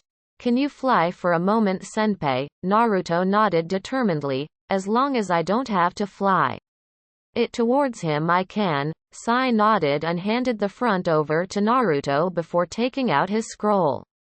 Sai created a bunch of bats using his jutsu and had them carry Naruto's prepared explosive kunai over to Deidara in an effort to attack. Deidara matched the explosives with some of his own, negating Sai's attack. Sai retook the front of the bird while Naruto returned to his position of man on point. He pulled out a handful of shuriken. Come on, give me something here. Raiden Kaminari Shuriken. Lightning release. Lightning shuriken. Naruto threw his handful of shuriken over Deidara's head. Before Deidara could mock him for his shoddy aim, he was forced to dodge as he found himself caught in a mini lightning storm as electricity dropped from the thrown shuriken, trying to take him out. Deidara's experience flying with his clay sculptures kept him out of harm's way as he outlasted the jutsu. Ha, nice try on. Naruto saw Sai beginning to sweat keeping up the flying of the bird coupled. With the day's events were getting to him, Naruto saw Deidara catching up and cursed, Sai, turn this thing around, we're not going out like this. Sai was now panting in exhaustion but did as requested. Naruto reached into his pack and carefully pulled out an abnormal black tag before tapping into Kyuubi's chakra to trigger it. The kanji for explode glowed red upon being pumped with the demonic power source. Sai channeled his chakra into the bird to give it enough of a boost to get near Deidara. Deidara threw clay insects at them, but Naruto knocked off their trajectory with a handful of shuriken, sparing them another explosion. The bird almost dropped from the sky as Sai's consciousness wavered momentarily. Naruto almost dropped the tag. Sai, can you keep this thing up for a little bit longer? Just a little more time is all I need. Keep us close, Kohai. Sai looked haggard and exhausted. I will do my best, Naruto-senpai. Naruto nodded and held the tag behind him as it began to sizzle down. Sai got the two birds near one another again. Naruto jumped from their bird to make an attempt at Deidara. The explosive specialist threw more clay spiders at Naruto, who ran through hand signs. Fuuten Senpyu Kakusu wind release whirlwind pyramid. A fierce wind burst around Naruto's body, knocking the clay spiders away as he landed on Deidara's bird. Deidara turned and lashed out with a backhand strike that Naruto ducked. Naruto shot a kick at his head after getting under the punch but was blocked and thrown off of the bird. Deidara cursed as he watched Naruto's body free fall down towards the whirlpool. Fuck, I was supposed to catch him, not kill him. Sasori no Dana is going to bitch me out when I get back. Naruto fell towards the ground but was rescued by Sai's bird. Naruto sat up on the back of the bird and patted the pale ninja on the shoulder. Good save, I thought. I was gone there for a second. Sai Kohai. No response. Sai Kohai. Sai's eyes were glazed over, signifying unconsciousness. Fuck. The bird they had been riding on dissolved into ink due to the creator being indisposed, dropping them both from the sky. Naruto grabbed onto Sai and pushed wind chakra out through his feet to direct their motion towards the tall cylindrical building instead of the water, which would have ended with them drowning. Naruto positioned Sai onto his back and fired off a Fuuten Fusion Seiken to cushion the impact as the two hit with Sai on Naruto's back. The aforementioned blonde coughed up blood. Naruto allowed the feeling to re-enter his body before rolling Sai off of his back and looking up at Deidara. Deidara chuckled at the display. That was a good little bit of survival technique on your one pesky kid, I have to say. Suddenly he heard the sound of a rumbling sizzle under the wing of the bird. There was Naruto's black explosive note from his place on top of the building. Naruto smirked. Boom.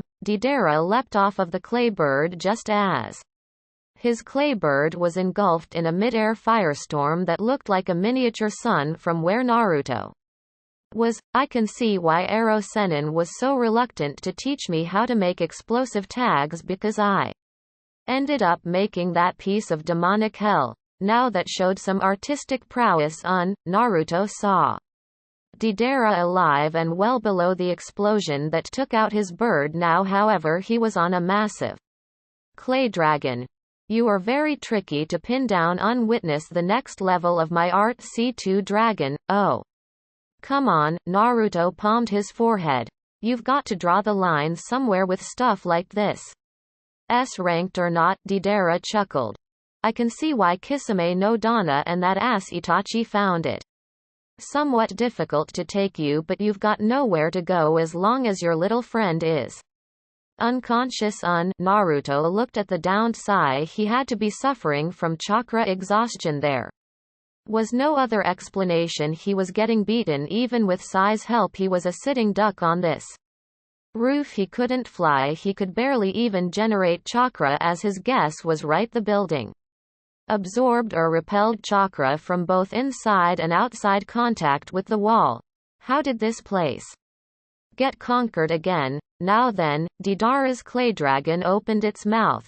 You lot lose witness the beauty of my art on. Deidara's dragon spit up many smaller dragons that flew at Naruto. Naruto cursed and grabbed Sai, running towards the edge of the building as explosions rocked it from the mini dragons. He had no clue what he was doing. It was either stay there and die on the roof that they couldn't escape when Deidara finally found a way to incapacitate him, or jump off and die by way of catastrophic fall into the water, and on the off chance that they did survive the initial fall from at least 100 feet in the air. Naruto bit his lip as he neared the edge. Whether we end up in heaven, hell, or somehow survive this, Sai is going to be pissed off when he wakes up, jumping off the rooftop with the root agent in his grasp. Both fell into the raging waters of the joining rivers, being quickly swept up by the whirlpool. Deidara watched the happening with a massive sweatdrop on his head. Sasori no Dana is really going to kill me on. Waking up after getting your ass kicked is never a very fun thing to do. Waking up after getting your ass kicked while stuck down under a pool of water. Well, cough cough cough. Naruto emerged from an underground lake, dragging Sai to the rocky shore before collapsing on his back, clearing his lungs of the copious amounts of liquid he had ingested. Cough cough. You alright, Sai Kohai? Naruto frowned and took Sai's pulse. He was still alive and well, but it was now abundantly clear that the pale ninja was indeed suffering from chakra exhaustion. Naruto checked to see if he was still properly breathing, and the results gave his eye something of a twitch. How can I be the one that actually woke up and dragged us out of the water, and yet he's the one that didn't get a drop of excess water in his lungs? Naruto sighed and let Sai be for the time being. He took the time to look around the cave they were stuck in. From the roof, the water from the whirlpool was coming through. Obviously how they had gotten in, but where was all of the water going? Naruto formed a cage bunchen and had it jump into the water to look for a path to move towards while he rested and took stock of the situation at hand as the clone submerged itself under the lake. Naruto leaned against a rock near Sai. Well, their mission was an utter failure. He had to say all of the things that they looked through brought them nothing but misery, pain, anger. If Sai could even get angry, Naruto wasn't sure, and a lot of wasted time before they could even check the last tower to see if there was anything of use in there. The thing was blown to hell by Deidara, an explosive specialist. After a short fight, Naruto had attempted to flee from the rooftop they had managed to be trapped on by jumping into the raging waters below, right into a whirlpool. Needless to say, the fight didn't go so well for the two Konoha ninja. Deidara's ability to keep the battle at a range that Naruto and Sai couldn't contend at was the real issue of the battle. Deidara and his clay bombs were far too versatile for them to attempt fighting him at a distance, and with their inability to close the distance, it was only a matter of time. They had been fighting all day long, whether it be the traps they were forced to survive or the soulless golem that tried to kill them in the first tower. By the time they fought Deidara, they had been fighting all day long. Naruto started checking his equipment, but when he reached for the ninjutsu on his back, he got an unpleasant surprise. Fuck, my sword is broken again. Naruto's sheath and blade had been busted, possibly when he fell onto the rooftop from so high in the air during the fight with Deidara. A few explosions caught him as well when he attempted to flee towards the edge, so there could have been another way. They broke as well. Who knew where he had deposited the broken pieces? There was no way for him to repair it this time.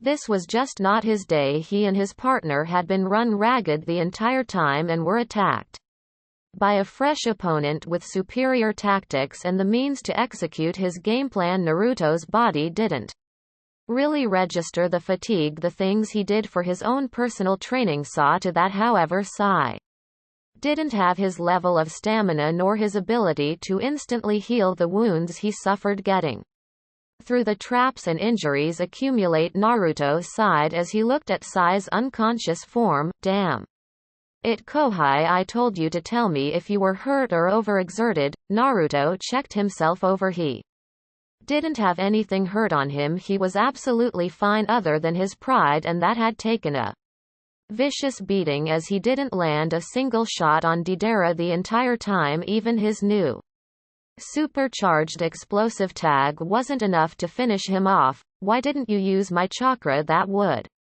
have made the results of the battle an afterthought. The Kyuubi decided to chime in. Naruto couldn't say he was ungrateful for the distraction. There wasn't much he could do at the moment, and reflecting on what happened with a second opinion until Sai woke up was as good a time waster as he was going to get. Naruto checked his gear. Sai was right there, and we were flying on one of his flimsy ink birds. Even if Sai was able to stand up to a decent amount of exposure to the chakra his bird couldn't, we would have dropped from the sky like a stone and died. I just have to face it, Deidara had our number up there. Kyuubi growled from inside Naruto's head. If you had come alone you could have destroyed that fool. Naruto shrugged, mostly to himself.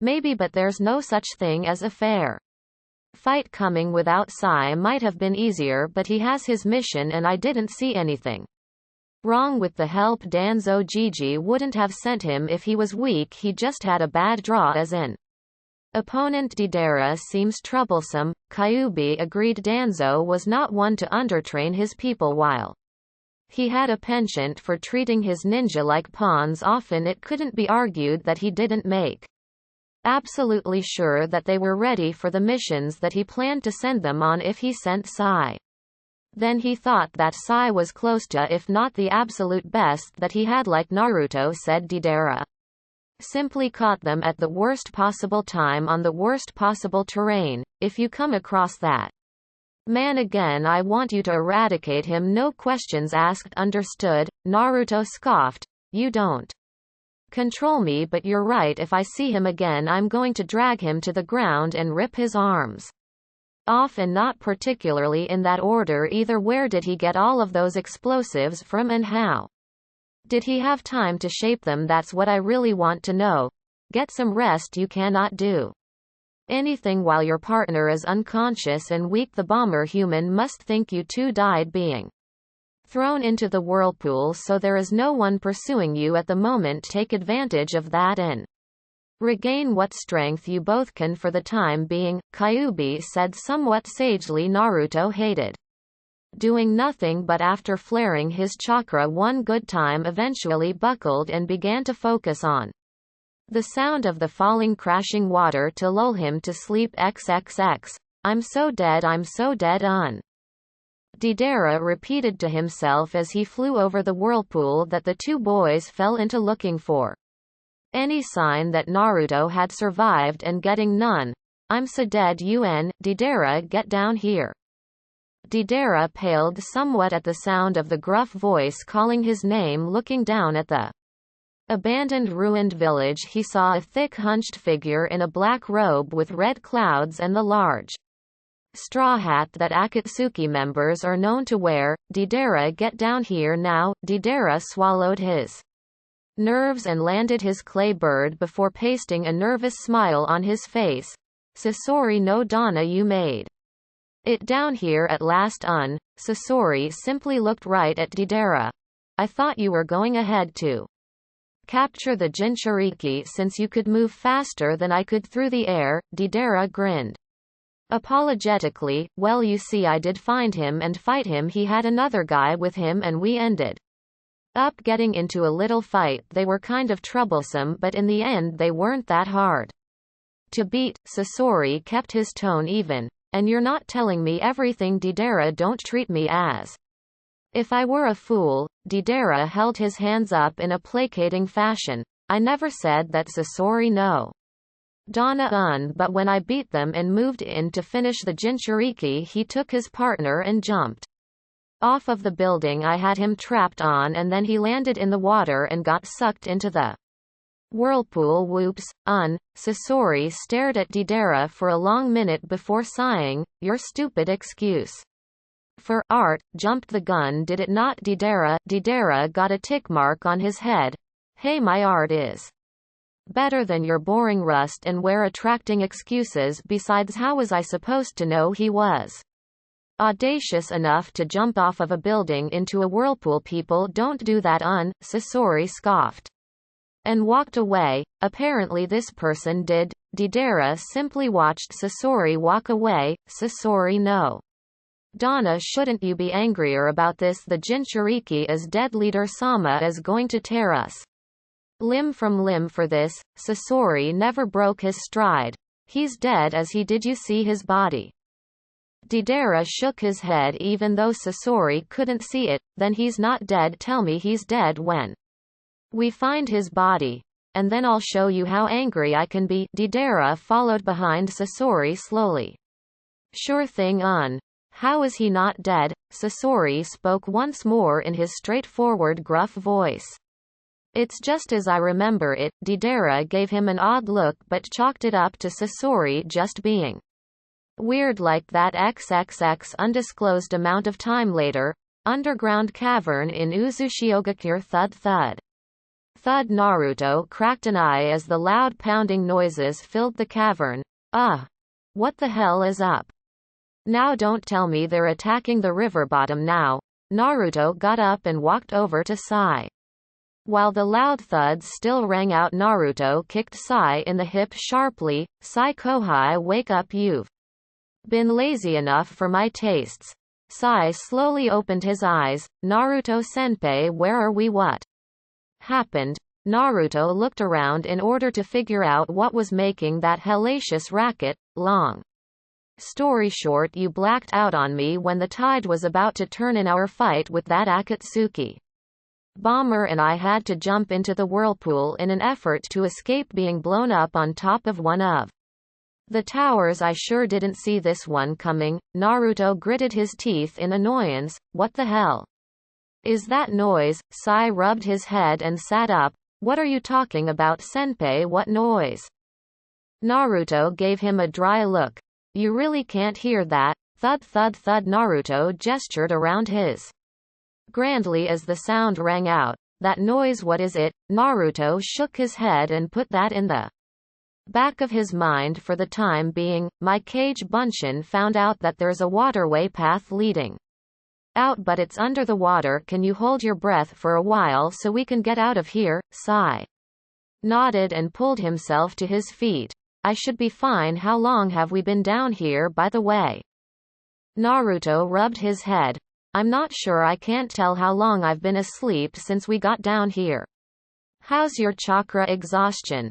Sai generated some chakra before dropping it with a breath. I should be okay with a soldier pill. It will get me out of here at the very least. Sai reached into his pack and fished out a pill before popping it. That should hold me until we're safe enough to rest for real. Thud thud thud. Naruto started gnashing his teeth as reasonably sized chunks of rock started falling from the ceiling into the water nearby.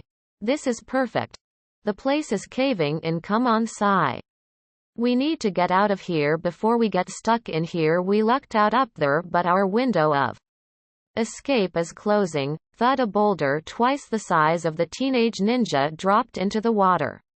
Literally, Naruto dove into the water, followed closely behind by Sai. Once inside of the water, it actually became more treacherous for the two as swimming made it harder for them to dodge wayward debris falling in with them. Naruto brought Sai to an underwater tunnel that took them further under Uzushiogakure. Where exactly he wasn't sure, but it was better than sitting in a cave waiting for no one to save them. Eventually they wound up in another underground aquifer, but upon their heads breaching the water, they were forced to jump out to dodge a giant stone foot crashing into them. Naruto and Sai stood on the surface of the water to see the same statue from previously pulling its leg out of the water and turning its gaze on them. Naruto palmed his forehead. How did that thing even get down here? Sai pulled out his drawing scroll. Worry about that later, senpai. We need to fight. Naruto nodded and reached for his sealing paper only to pull out a soggy, messy wad of wet paper. Naruto sweat dropped at the sight of his most versatile ninja tool falling to the ground in pieces. That is so not good. He looked over at Sai. How do you still have ink and that scroll? You were underwater too. Sai spared Naruto a glance. My scroll keeps my ink and brush inside as well. And when it's shut it is airtight, nothing gets in. Naruto sighed. Damn, that's useful. I need to invest in something like that. Apparently, he was cut off by being forced to dodge another attack from the statue landing ashore. The two boys ran past the sentinel, dodging swings of its massive hands that ended up pounding into the wall hard, causing rocks to drop dangerously from the ceiling and narrowly miss them both. That's the thing causing the damned cave in. Sai looked back as they both began running down a corridor. It must be the protector of Uzushiyogakure's inner sanctum, not just that one tower. You must have accidentally stumbled upon a secret area of the village when you fled from our attacker. Naruto senpai. Hard thudding footsteps sounded out behind them at a louder and louder pace. The boys turned around to find the statue gaining on them. Naruto's eyes widened at the speed that it was walking at. Why is it so much faster down here? Sai looked and turned around before pulling out his ink. It must be the momentum that it can gain down here on this long straightaway, as opposed to the room we had it in the first time. Sumi Nagashi ink flush. Sai poured some of his ink onto the ground and made a few hand seals. Many ink snakes burst from the ground and attempted to ensnare the statue, but upon making contact the seal array reverted them back to ink. Was there any part of you that thought that would work? Naruto gave Sai a dry look as they continued to run. Sai Kohai, nothing has changed since the last time we fought this thing, except this time I can't take control of it. To beat it, our jutsu will still disperse upon even touching this thing. Sai nodded in agreement. Uzushiogakure truly were fearsome seal masters. If they could make buildings and living golems resistant to chakra-based attacks. Naruto shot a look over his shoulder. Marvel at my ancestors' workmanship. Later we still need to lose this thing and find the way out. My cage Bunshin didn't find an exit, it just found a different path to use. When Sai gave him a questioning look, he shrugged. I told it to find me a path and that's what it did. I never said to go any further. Naruto and Sai had to separate as now the statue had gotten close enough to nearly squash the both of them with its foot. It began swinging across at both boys, hitting more walls and causing more things to fall. Naruto and Sai sped up as the cavern began collapsing. What is this thing's problem? It's going to bury itself too if it keeps this up. The emotionless root ninja rejoined with Naruto as they started putting more distance between them and the statue. It must not care as long as it is able to repel all invaders. It possibly won't leave us alone until we are dead. I wonder how it knows where we are. Naruto shook his head. I don't know, but it's just a stupid statue. We might not be able to destroy it, but we can outsmart it. They then entered a clearing where there were several possible tunnels to take leading further underground. So how are you at labyrinths and mazes? Sai stood for a moment, the statue closing in behind them before grabbing Naruto and dragging him down a random path. He dragged Naruto so abruptly that Naruto didn't even have time to steady himself and channel chakra to his limbs. Now that he thought about it, Sai wasn't doing that either. After rounding a corner, Sai grabbed Naruto and pulled him against the wall, keeping him from speaking with his hand over his mouth. As the sound of thudding got lower and lower, Sai eventually removed his hand and gestured for Naruto to stay quiet. Naruto spoke in a whisper. What Was that all about? Sai responded, I know how it found us in the cave when we last saw it. We had left it in that tower with the elevator platform coming from the ground, correct? Naruto nodded. Well, I believe that the statue can sense bursts of chakra anywhere within the inner workings of Uzushiogakure, like the way the wall absorbed our chakra when we tried to climb it at first. I believe it sends signals of our location to the statue like some kind of radar. Naruto's interest was piqued. So you're saying that we're actually somewhere important in Uzu, but what about the statue? That bastard will just keep coming for us the entire time we're down here. Sai shook his head. It responds to bursts of chakra. If we refrain from using any at all, then it won't be able to pinpoint our location and will return to its hibernation mode on its platform. Naruto stroked his chin. He could see how that could work. He did flare his chakra before going to sleep in the cave. That left ample time for the statue to come from wherever its resting place was to somewhere it could attack them from. Wait, is the platform our only way out of here? Sai shrugged. I'm not sure, Naruto-senpai. But it's certainly the most blatant way out of here should we find it. Naruto groaned lowly. So to get out of here we pretty much have to go to the big ugly killer statue. That's just great. Naruto looked around where Sai had pulled him to. Where the hell is this? Sai looked as well. The room, if you could call it that, was a dead-end area with one ornate door on the far wall. There were skeletons in old shinobi armor strewn about the vicinity. The two boys looked around, inspecting the skeletons.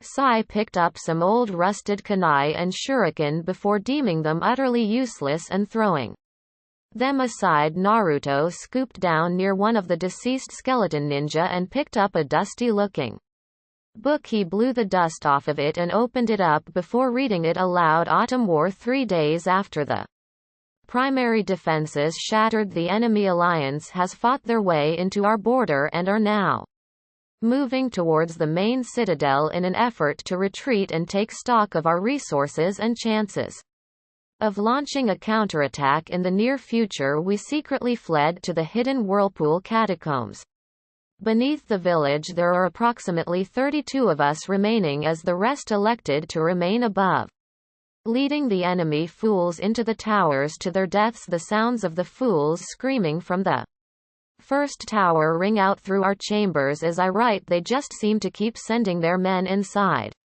knowing that the sentinel awaits them the moment the commotion up above stops. We will strike. 6 days since the primary defenses shattered, the battle above still rages. The village leader will not acquiesce to our requests to rejoin the battle above. The sounds of our brethren still combating the foe ring out as clear as day in our ears as we sit and wait down below. The men are growing stir crazy and bitter at our inaction. However, we must go with the will of our leader. He knows what is needed for Uzushiogakure to survive. Konoha will come. They will not let us fall, not after so many years, not after all that our alliance has gone through. We sit and wait for our moment. 1Q. That is all we need to unleash hell upon the invading bastards. 2 weeks since the primary defenses shattered, the battle grows quieter above. We still hear the sounds of combat, but they are more sparse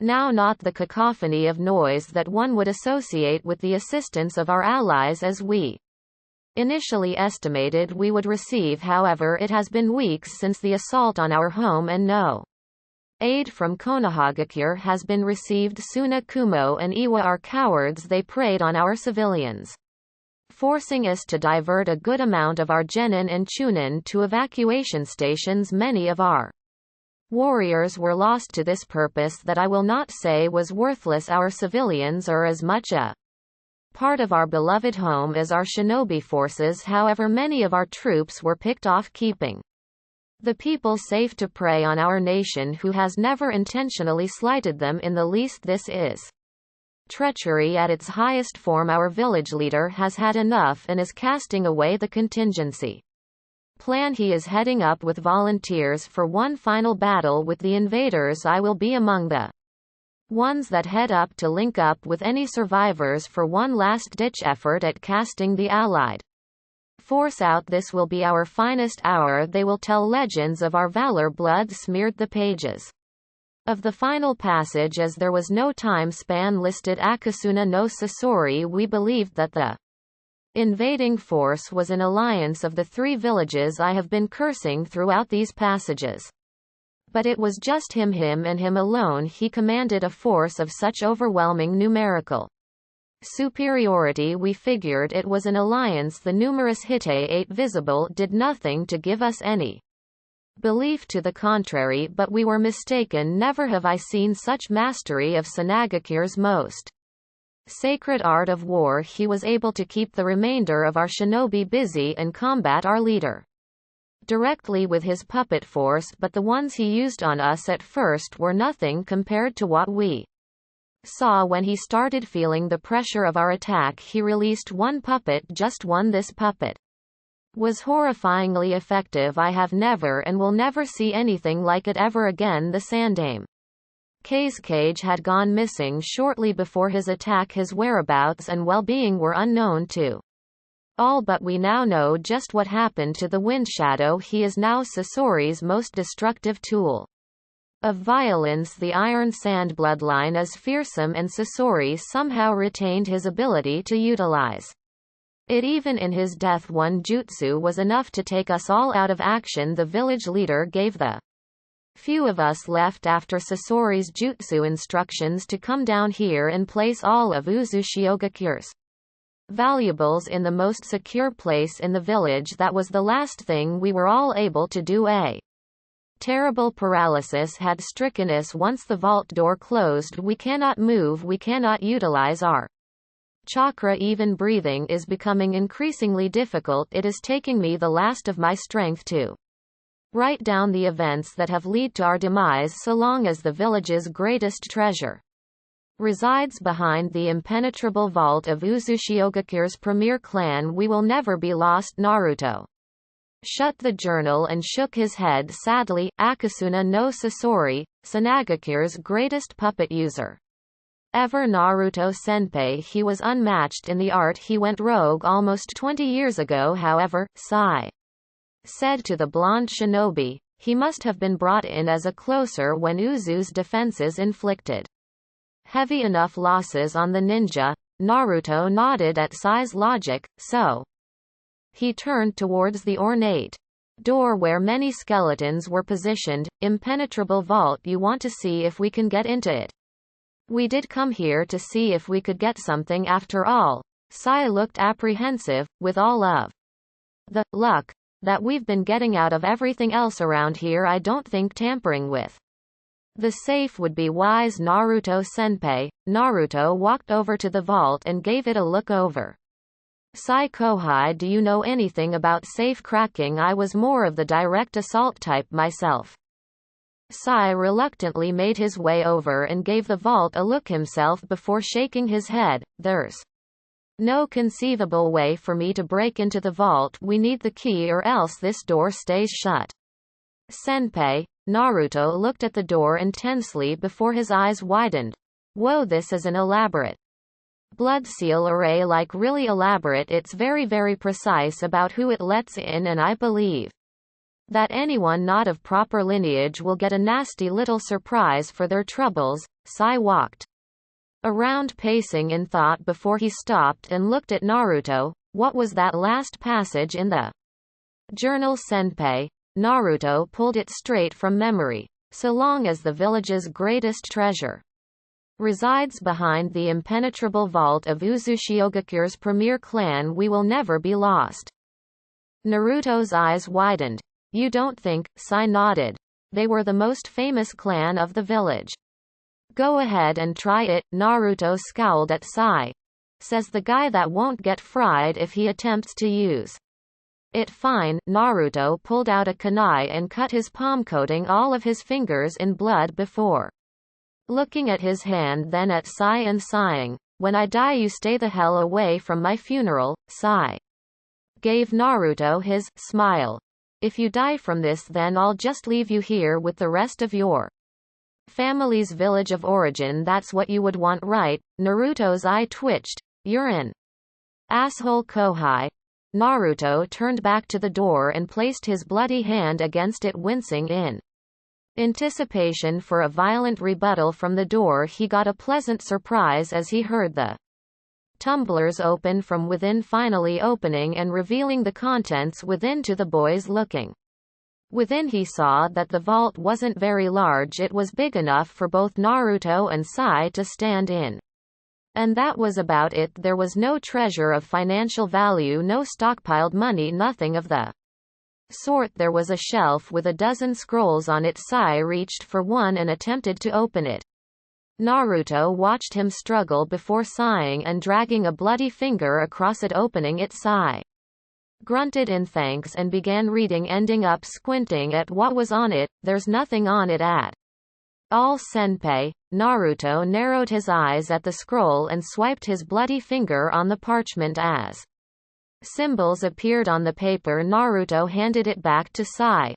There you go, now read. Sai looked at it again. I can't read this, senpai. Naruto sighed and took it from him. What are you, dyslexic? It says clearly, Scroll 1 of Uzushiogakir's listed existing seal array combinations. Get your head in the game, Mr. Chakra Exhaustion. Sai gave him a confused look. I didn't see that at all. It looked like a bunch of random squiggles. Naruto looked back at the scroll. He could read it as clear as day when Sai could not. Naruto smirked. Wow, that's really good fuinjutsu. You can't even read this. Unless you're an Uzumaki. Sucks for you and everyone else still en route. Sai Kohai. Sai nodded. Quite, I assume so. I guess your Uzumaki blood is why it was nigh impossible for Danzo-sama to place his personal fuinjutsu on you and have it stay effective. Naruto shrugged.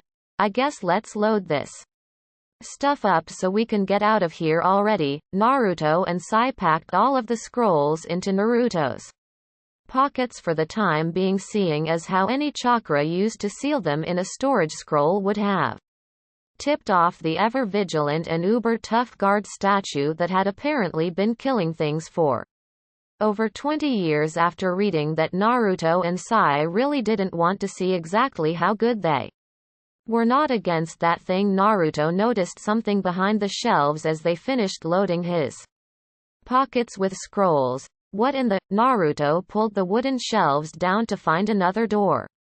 Behind them a sheathed sword held in a groove on the door. It was a ninjutsu like Naruto's utterly eradicated sword. The sheath was black with silver and gold spiral designs all over it. The handle looked smooth and well made but very plain. Sai tried to pull it out, getting Naruto to push him back. You'd think that you would have learned with the vault door and scrolls. Naruto latched on to the blade and tugged on it, getting no give whatsoever. Naruto sweat dropped as he could have sworn if Sai showed emotion he would have been giving Naruto the equivalent of an I told you so look. One moment. I've almost got it. Sai watched Naruto tug away at the sword for the better part of a minute. Yes. You've got it all right, Naruto senpai. One more tug and I think you might peel some of the sheaths covering off on your hands. Naruto grunted in effort as he continued pulling, now planting his feet on the sides for leverage as he used his entire body to pull. Fuck you, Sai Kohai, you sure don't show emotion, but you've got that sarcasm shit down pat, don't you? Why don't you be useful and shut the hell up so I can concentrate? This is man's work. Sai shook his head and sat down outside the vault as Naruto kept pulling at the sword inside. Damn it, I'm not leaving without this thing. It looks sweet and I need a replacement. Naruto kept yanking at the sword with all of his might. Don't you know who I am? I'm Naruto Uzu. Fucking Maki, you're a stupid goddamn sword. Apparently upon utterance of the word Uzumaki, complete with the colorful swear and loud proclamation, something in the groove holding the sword clicked and released the blade to Naruto in a burst of cold smoke, sending him flying backwards. Sai looked at the inside of the vault as the smoke cleared and his eyes widened in uncharacteristic surprise. Naruto stood up with a triumphant grin on his face. How do you like that, you piece of archaic crap? I rule you. Naruto looked up at Sai. Alright Sai, we've got everything I think, so let's get out of here before our luck turns again. Sai didn't move. Naruto senpai, I think you should come here and see this too. Naruto walked over inside the vault with Sai and found that the wall he had taken the ninjutsu from had collapsed. Naruto swung his arms, about to clear the strangely cold smoke from view. When it cleared out, Naruto's jaw dropped at what they had found. Encased in what seemed to look like ice was a white-haired girl. XXX Suzushiyogakure. Above ground, Sasori no Dana. Why are we still here?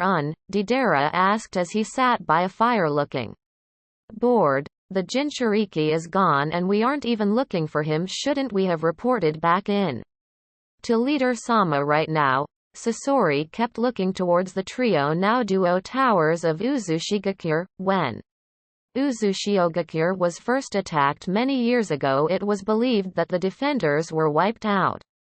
After a 2-week battle, however, there were many surviving ninja that came out of hiding fresh for one last-ditch effort at victory. Nothing is as it seems in this place. A few of the last defenders were never accounted for. He turned to Deidara. As long as I haven't seen any bodies, they aren't dead. They will be back topside soon enough, and that is when we will finish them. Deidara looked at Sasori and nodded. Sasori no Dana, why do you know so much about this? Sasori remained silent, forcing Deidara to sigh and pout about him being such a bastard so much of the time. XXX Kirigakure.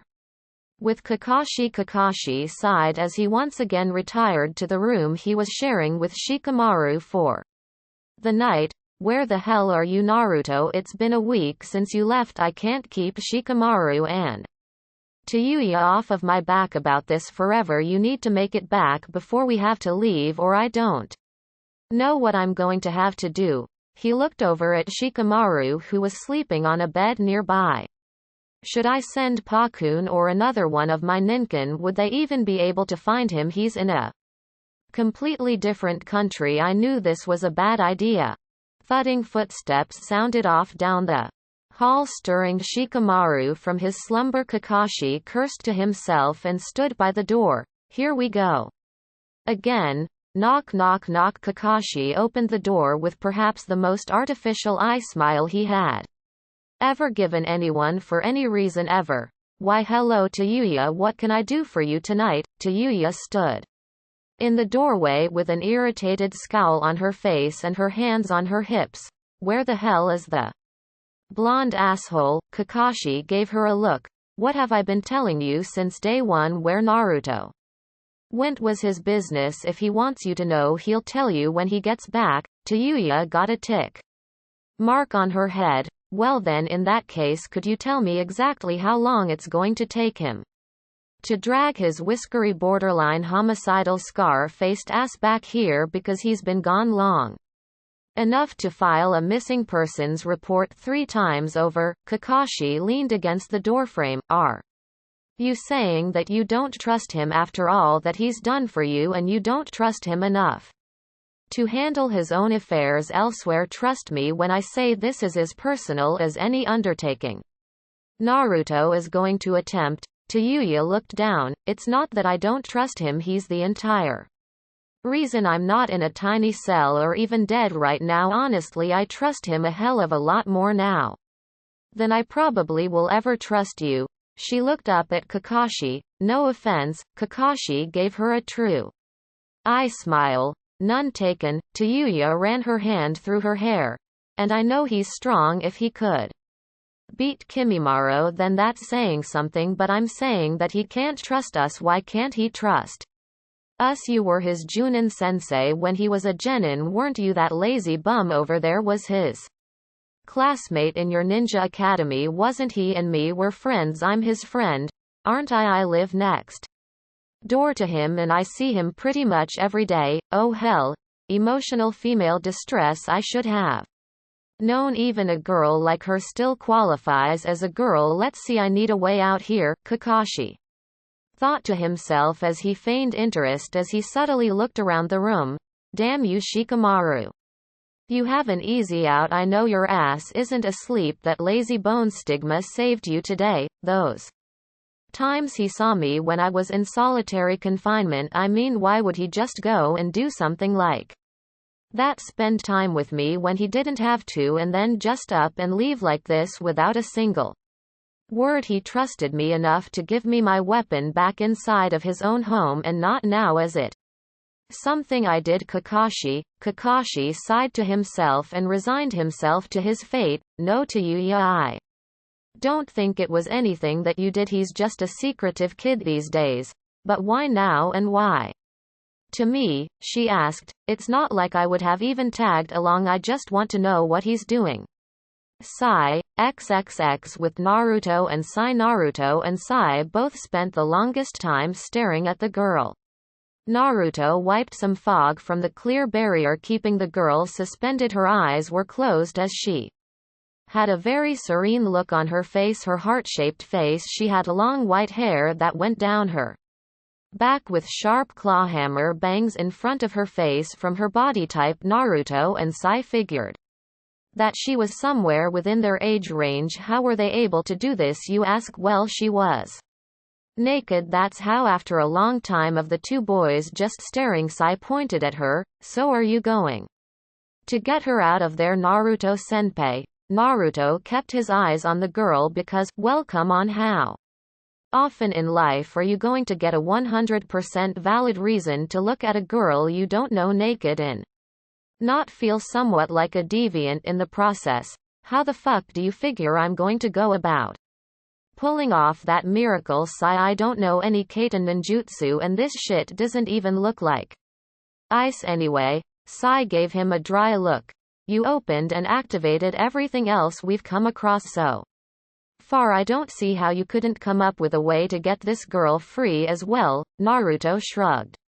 Maybe, but do you think she'll be able to walk when we get her out? It's kind of dangerous to be around us right now, if you haven't noticed. Naruto rubbed his chin in thought. Actually, more importantly, do you think she'll be able to chase us? Because if I woke up butt naked like her and found out that two guys had been staring at me for the better part of an hour, I would run to the nearest living thing and kill it. Sai frowned. Who knows, but aren't you curious right now? You said you wanted to come for everything in Uzu. Well, she's in Uzu. She's right here in front of you, and I think you can get her out. Will you just leave her here until the end of time? Naruto looked down shamefully. That would be pretty messed up, huh? But Sai Kohai, what in the blue hell am I going to do with her? I mean, she doesn't even look like she's related to me. Her face is too different. Her eye structure isn't as big as mine. Her nose is more, I don't know, regal, I guess. Seriously, who the hell is this girl? There's only one way to find out, senpai, Sai said as he gestured to the frozen girl. Naruto rolled his eyes and cut his hand once more before sticking it to the stuff encasing the girl. It rapidly started to melt onto the ground. Naruto looked at his hand in surprise. Man, I've got some good blood. Did you see that? Like it was molten lava or something. The girl almost collapsed onto the ground before Naruto and Sai caught her. The two stared at each other in confusion as neither had the slightest clue as to what to do in this situation. Slowly her eyes fluttered open to reveal amber eyes. Naruto watched in interest as the girl looked into his eyes and blinked in confusion before finally speaking in a sweet voice. Hello. Naruto's face was unchanging as he answered her right back. Hi there. She looked around blankly. Who are you and what am I doing here? Naruto shrugged. In order, asked. My name is Naruto. This is Sai, and we have no clue. We thought we could get that part from you. She seemed to accept this as a reasonable answer. I see. Okay. One more question. Naruto nodded. Shoot.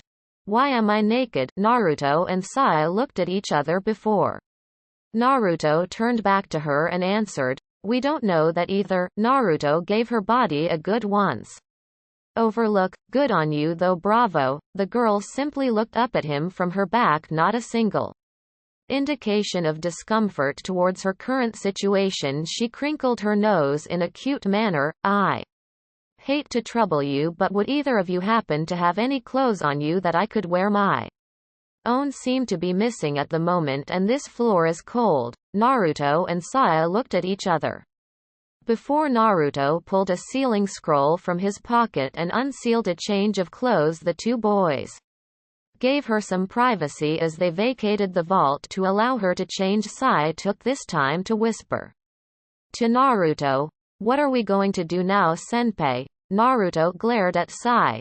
"I don't know, we definitely can't leave her here, that's for damn sure. Can you take her back to Konoha with you?" Sai frowned. "And keep her where I have only enough space in my lodgings for myself, and Danzo-sama isn't accepting anyone else en route either. He wouldn't take her regardless, she's too old to be trained by him properly now." Naruto started pacing.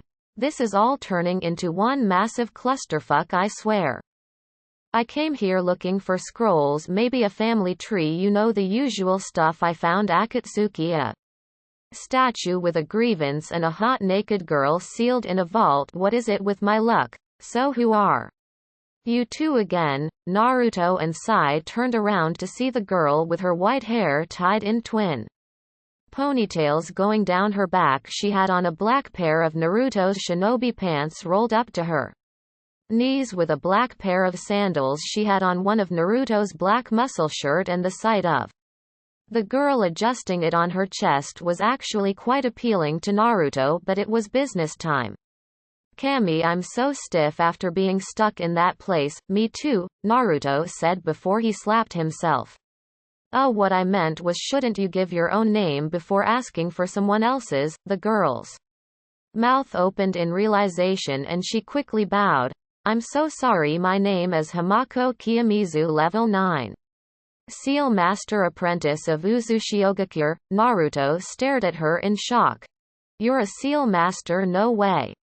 You're so young, how can you be level 9? My sensei isn't even level 9, he says he's level 8 inches." She put her hands on her hips. "Well, I just said I'm a Seal Master Apprentice. I'm not a fully accredited Seal Master yet until sensei promotes me to level 10 inches. She blinked in thought. "Wait, there's a battle going on right now." She looked around rapidly. Where's sensei? Where is anyone?" She then noticed the Hite-8 on the heads of the two boys. She broke out in a huge smile. "Konoha is here," sensei said. "They would come. You must have beaten all of those jerks up top." She looked at Sai and Naruto fondly. "So I'm sorry, I'm such an airhead sometimes. What were your names again?" Naruto answered. "Well, he doesn't really have a name, I just call him Sai. It seems to fit him." Sai nodded in acknowledgement. "And me, like I said, I'm Naruto Uzumaki." Hamako's eyes widened upon hearing his surname. "Uzumaki-sama from Konoha. You must be related to Mito-sama somehow." Naruto looked at her in confusion. "Mito-sama? Who is Mito and Sama? Why am I Sama?" Hamako latched onto Naruto's arm, to be saved by a member of Mito-sama's family in Konoha. "This is truly a blessing. Have you and your partner seen sensei yet? Others will probably call him village leader or something." Naruto looked somewhat hesitant to accept her thanks. Hamako, I don't know how to tell you this, so I'll let this guy do it. Tell her." Sai nodded. "Uzushiogakure fell while you were in that chamber. You've been asleep for the better part of nearly 20 years." Hamako Kiyomizu. Hamako just stared at them for a moment before a grin broke out on her face. "You guys need to stop fooling around. If Konoha is here, that means that we won. You shouldn't fib like that." "What if I had taken that seriously?" she finished.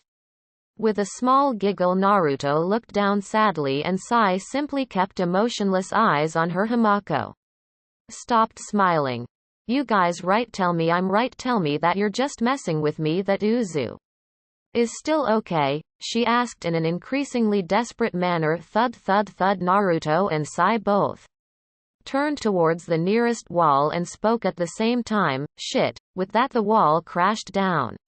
As the sentinel came through, its eyes set firmly on Naruto and Sai, the two prepared to grab Himako and run until the girl stepped towards the statue. Stop being a nuisance, Komenu-kun, she spoke. With utter authority, the statue stopped moving at the girl's behest, shocking Naruto into a stupor. How the hell did you do that? Do you have any idea the hell that thing put us through for the past 2 days? Himako turned to Naruto. What do you mean? How did I do that? I was the one that made the seal that animated him. Why wouldn't I have control over him now? Tell me, she said in an increasingly dark tone. What happened to Uzu? She was starting to shake as she spoke. Naruto moved quickly and wrapped Himako in a hug. I'm so sorry, Himako, but Sai wasn't lying. This is real.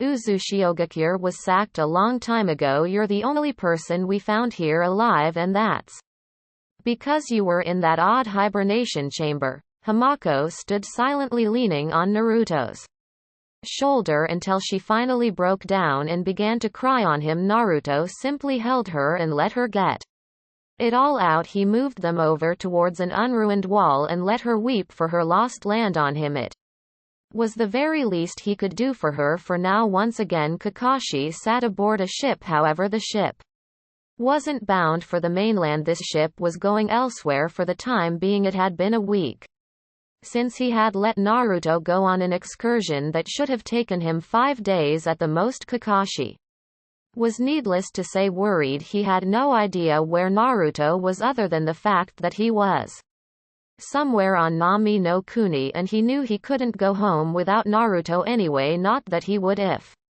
he could. Naruto was his comrade, and after his monumental failure with Sasuke, he was going to keep that boy safe. However, he also had to consider the fact that the boy was fully capable of going toe-to-toe with him by this point and would have a better than fleeting chance of winning if they were to ever face off, especially if Kakashi was still deluding himself into thinking that Naruto wasn't as powerful as he carried himself as these days. The idea of him fighting a few of the Junin of Konoha to prove a point seemed rather appealing to the masked man. He wondered who would end up having a good match with him and who would end up getting destroyed. A few of the thoughts of potential Naruto versus Konoha Junin face-offs made Kakashi nod his head, and a few made him snicker. So, we're finally going to get the blonde idiot, are we? Kakashi was brought back into focusing on the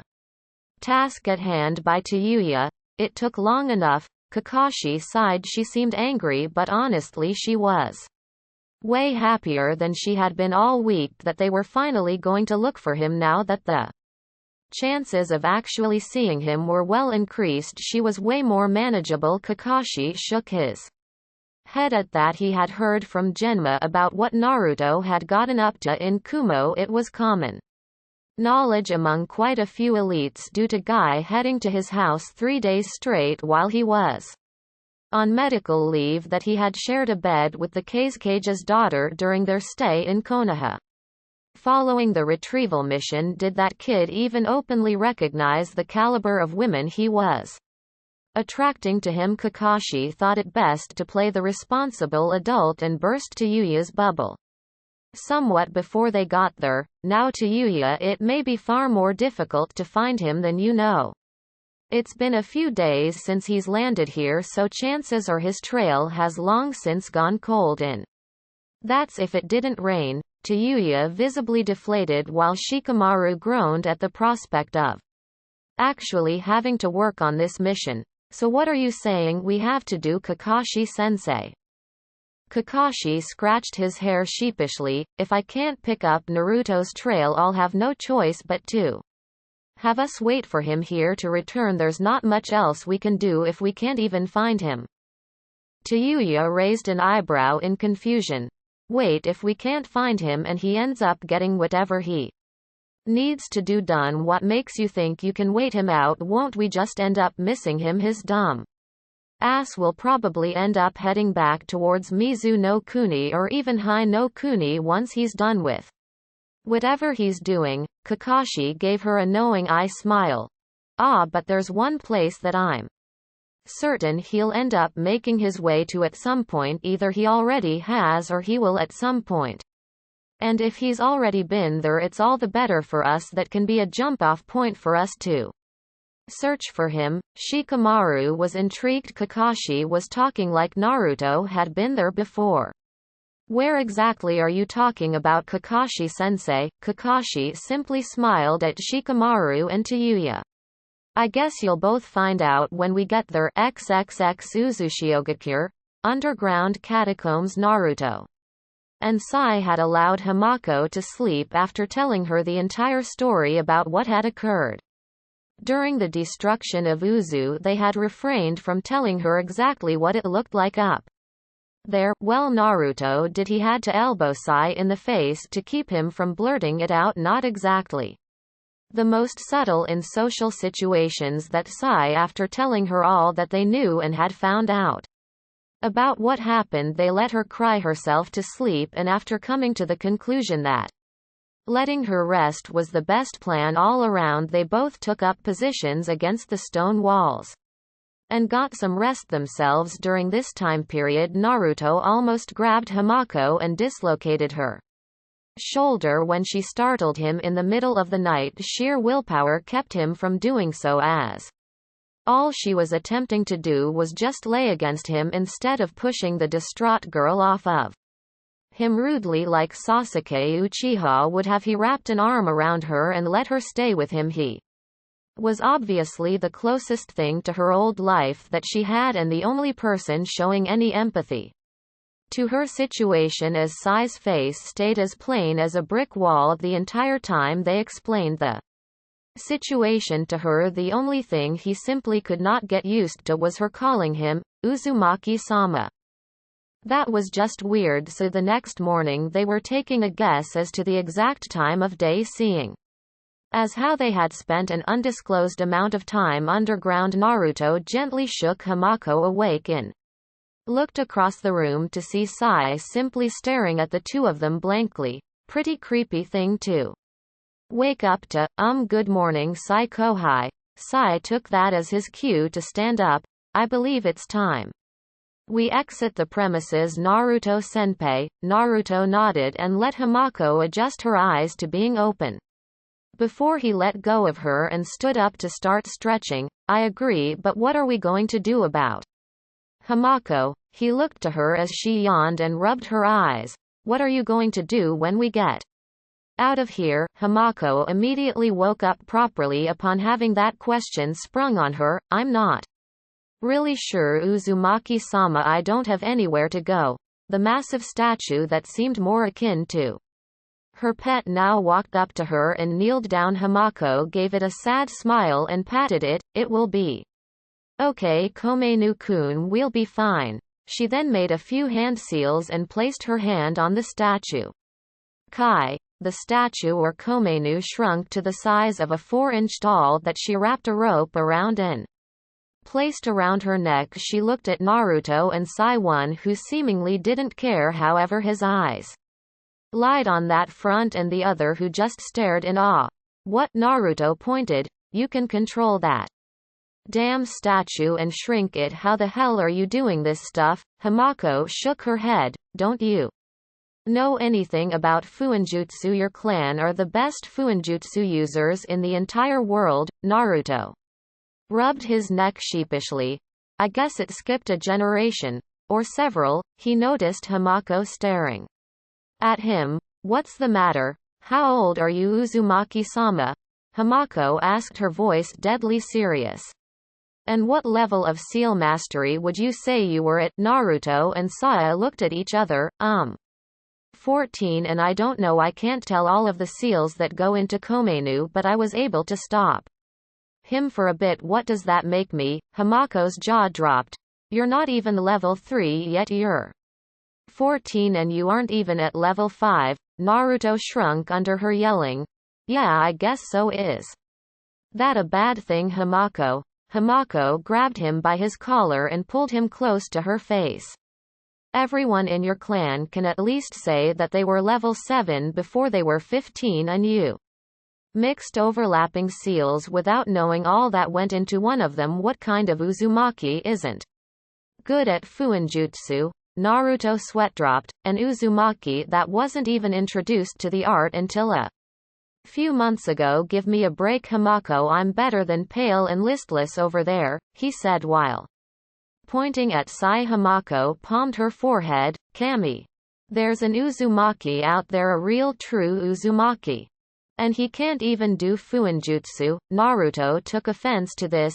Hey, I can do stuff. I can make tons of stuff. I make sealing scrolls, customized explosive tags, and check it out. He pulled out the seal he used to control the statue. I even made this temporary control seal that helped us beat your statue when we first ran into it. Those things are beginner stuff. Hamako took the seal note away and inspected it, frowning more and more the longer she looked at it before balling it up and tossing it aside. It's completely shoddy. How can you be proud of that? Naruto's jaw dropped. What do you know how hard that was to come up with? Hamako pointed at the statue on her necklace. Compared to what I did to animate Komenu-kun, you might as well have scribbled your name in crayon and handed it over to me. Your seal has so many deficiencies. I'm surprised it didn't kill you. First of all, simply using it puts you in an internal struggle against your target. The only guaranteed way that you could ever use it was if you tried it on something with no will whatsoever, and even then you could still lose. Although it would be utterly hilarious to see someone lose a battle of wills to an end table, she laughed slightly at the thought before reassuming lecture mode. Second of all, it's so temporary that even if you won the initial struggle, there isn't much you could do with the control you just fought for. And finally, and most important, it's a mimic array. Did you know that instead of having the target's movements be an extension of your thoughts, you had it so that the only way they could do anything was if you did it first? That's so stupid. Naruto visibly deflated. Well, you don't have to put it like that. I've been basically teaching myself after Ero Sennin pounded the basics into my head. I thought I was doing rather well until now. Hamako sighed before walking up to Naruto and winking at him. Well, at least I know what I'm doing now. Upon seeing Naruto's questioning look, she elaborated. There's no way that I can in good conscience leave an Uzumaki to their own devices with such shoddy seal work, so until you actually become passable at Fuinjutsu, I will be your teacher. Uzumaki-sama. Naruto stared at her for a few seconds. You're going to train me? Hamako nodded. Yes. Because basically, you're not very good at Fuinjutsu at all. If anyone told you that you were, they were either lying to make you feel better, or they never saw an Uzumaki from Uzushiogakure at work. Naruto looked at his hands. Well, when you put it that way. Hamaki clasped her hands together. So it's my responsibility to teach you the right way of going about with your sealing techniques. I owe the Uzumaki clan a debt that I can't repay them now that, well, you know, so I'll have to pay it off through you. That makes me feel so special, Naruto said sarcastically as his eye twitched. But Hamako, I don't want you to do anything that you don't have to. Naruto could see the benefits of having Hamako with him. Yes, he had the scrolls from Uzu that pretty much would make him jump up in skill, but simply looking through the stuff that was listed the other day had him a little hesitant to try them out. Some of them were ridiculously absurd sounding, other than the chakra draining seal. That would have been a boon in battle. There was a seal that could store chakra chakra and transfer it between people to recharge their reserves like an adrenaline shot of chakra. And he didn't even want to know what could happen if he screwed that one up. Hamako frowned and walked closer to him. Uzumaki-sama, there is nowhere else for me to go, she said as her natural Bangs from her white hair somewhat shadowed her amber eyes from his full view. What would I do? I'm completely out of place here. I know nothing of this current world I now find myself in, and you are the closest thing to my masters that have been so kind to me for my entire life since they found me and taught me everything I know. She bowed to him. I would be honored if I could go with you. Naruto looked at Sai, who didn't have any helpful facial expressions to help him out, or any facial expressions at all. Thus Naruto was forced to go with his gut on this one. That and Hamako seemed like a good girl, although the sooner he could break her of that Uzumaki-sama crap the better. Naruto picked her up by her shoulders to get her to stand again.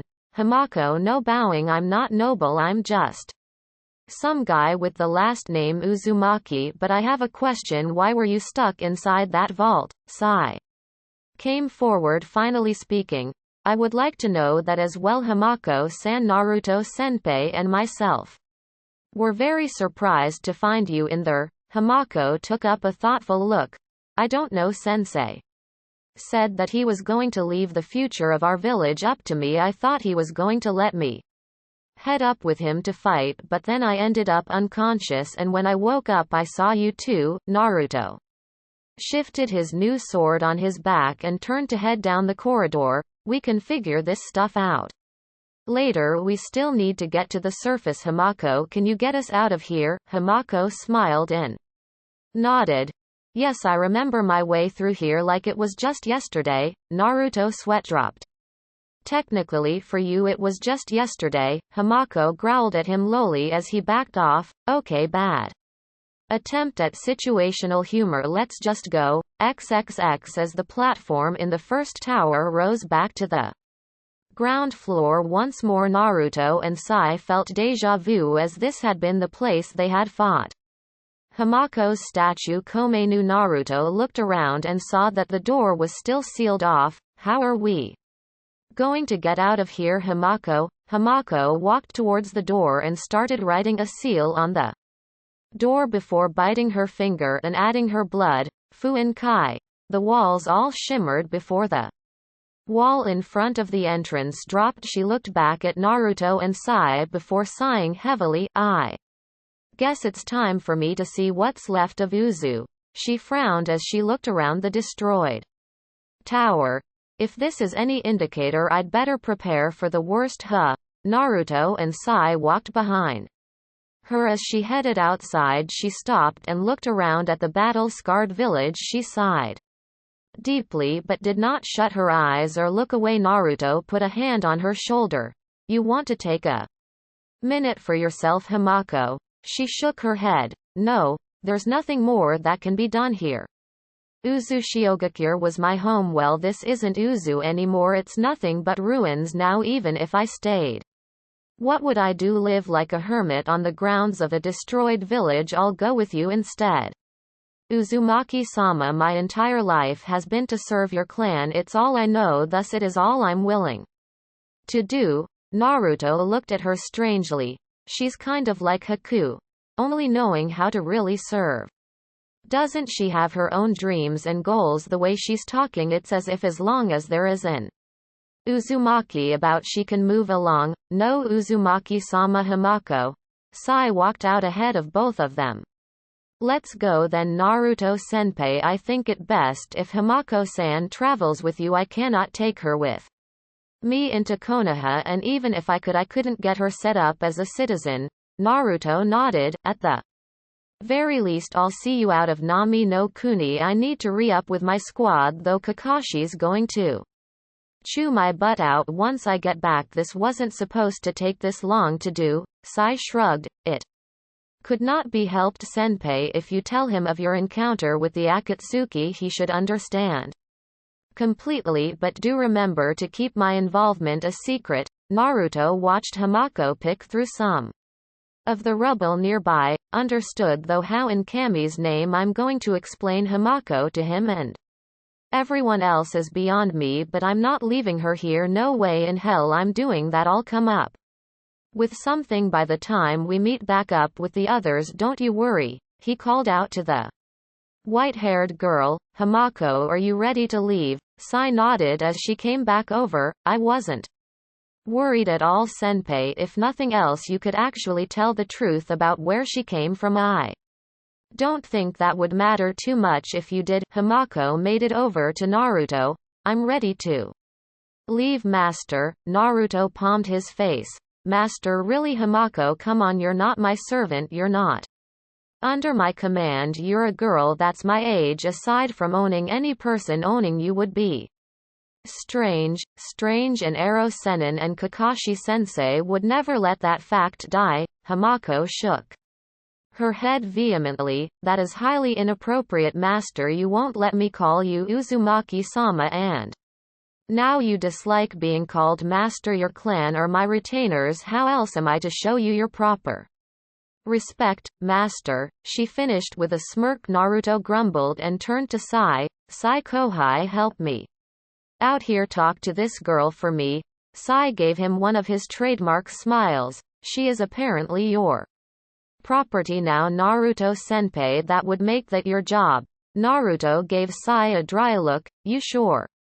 Don't treat me like a senpai, Sai. Aren't you supposed to listen to me? Kit, shut up and pay attention. Naruto's eyes snapped to attention as he began to look around for any sign of trouble. Sai caught on to Naruto tension as he quickly followed suit and began looking around back to back. With Naruto's fingers drifted up to his sword that he was grateful to have as his last one had been pieced apart during his last confrontation. Can you tell me where they're coming from? Kyuubi, a growl came from within his mind. Whoever it is, they are doing a great job of keeping themselves concealed. All I know is what you know, that there is someone's presence around here. Be careful you're not getting us killed in this wasteland. Naruto's eyes panned over to Hamako, who was looking around in confusion. Master, what's going on? Is there something wrong? Naruto's eyes widened. Couldn't she sense the intent rolling around the area? The way she handled seals, she had to have been a ninja, right? Hamako, what ranking were you? Hamako gave him an odd look. I wasn't a registered ninja, master. I had basic training like a lot of people did, but everything I did was focused on seal making. I was trained alongside the Fuinjutsu Corps. I don't really know any other ninja arts.